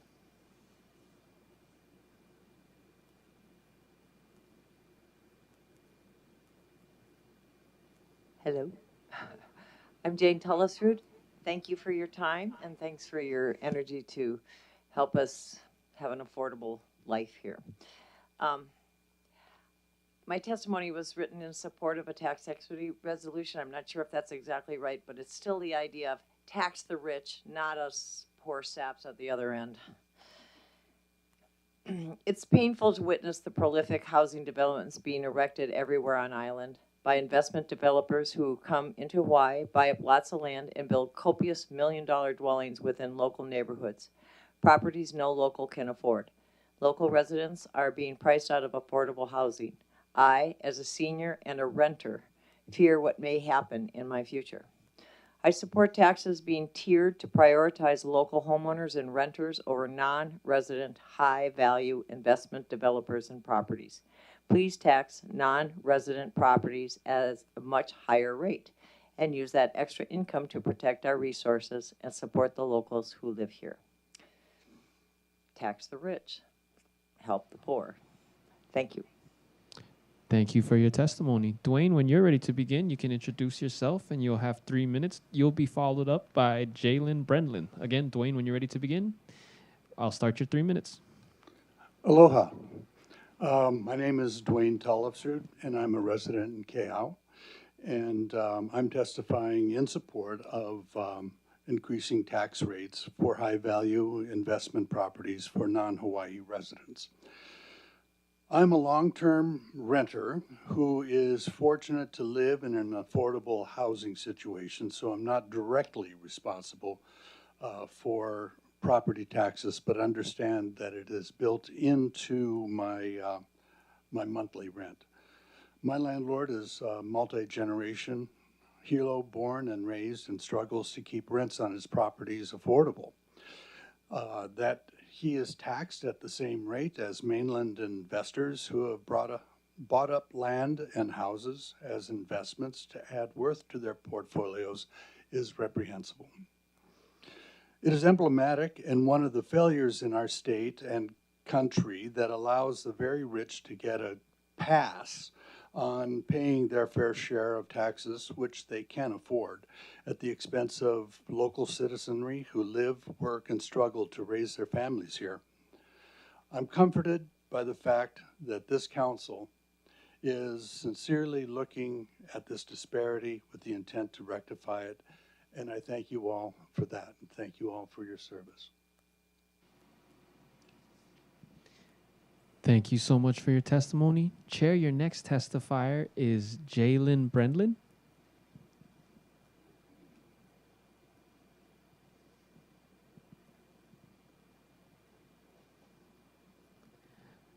Jalen, whenever you're ready to begin, you can introduce yourself and you'll have 3 minutes. Is this mic on? Hi, my name's Jalen Brenlin. I'm coming here from Hawaiian Acres. I also represent our road corporation there. Currently the president, and as many of you here know, we struggle with our roads. And I'm coming here in support of this bill today because I've also witnessed like LLCs coming in and buying up properties and selling them within a week, clearly capitalizing very quickly. And there's really not much more than just our transfer fee we receive that benefits us, and what's hurting us is it's driving our prices up, and no longer can people really afford to live there if they can't compete with these larger corporations essentially in the housing market. I know that this is a goal because one of my friends who's a realtor told me her agency actually sent them a memo about this event encouraging them to come and oppose it. To get back to our roads, and directly what I also see recently, we had a very well-known person here on the island by the LLC of Tepe purchased properties here in Hawaiian Acres that contain the lava tubes, and currently Netflix has been traversing our famous one road to get there to go film, driving very fast, tons of vehicles. And so there's nothing we can do. Where is our sort of safety net to prevent these large corporations from coming in and profiting off of our tiny neighborhoods? So absolutely in support of raising this tax for those income properties that people are utilizing. You know, in this particular situation, those properties themselves might not be the $1 million mansion, but this person is definitely making money, and I'm sure planning on continuing to do so. I can't say for sure, but yeah, this is the track record that we're seeing, and we can see the direction that it's driving our local economy, and it's driving Hawaiians off the island. They have to go to the mainland to go find work just so they can afford to live, and we don't want to do that to the community here. You know, I'm not Hawaiian, but I do see that it's a problem. Thank you. Thank you so much for your testimony. Seconds left. Anyhow, I really hope that this tax does bring some money back to get our roads repaired. And I know that you guys have set up a fund to help support getting money into our private roads. And so hopefully maybe some of that tax can be directed into those funds, because it's the private neighborhoods that are also suffering. Thank you. And thank you again for your testimony. With that, Chair, recognizing that we do not seem to have any testifiers at your remote sites, I believe those are all the testifiers you have. Thank you, Mr. Araceli. With that, this brings us to the end of our public hearing on our operating and capital improvement budgets.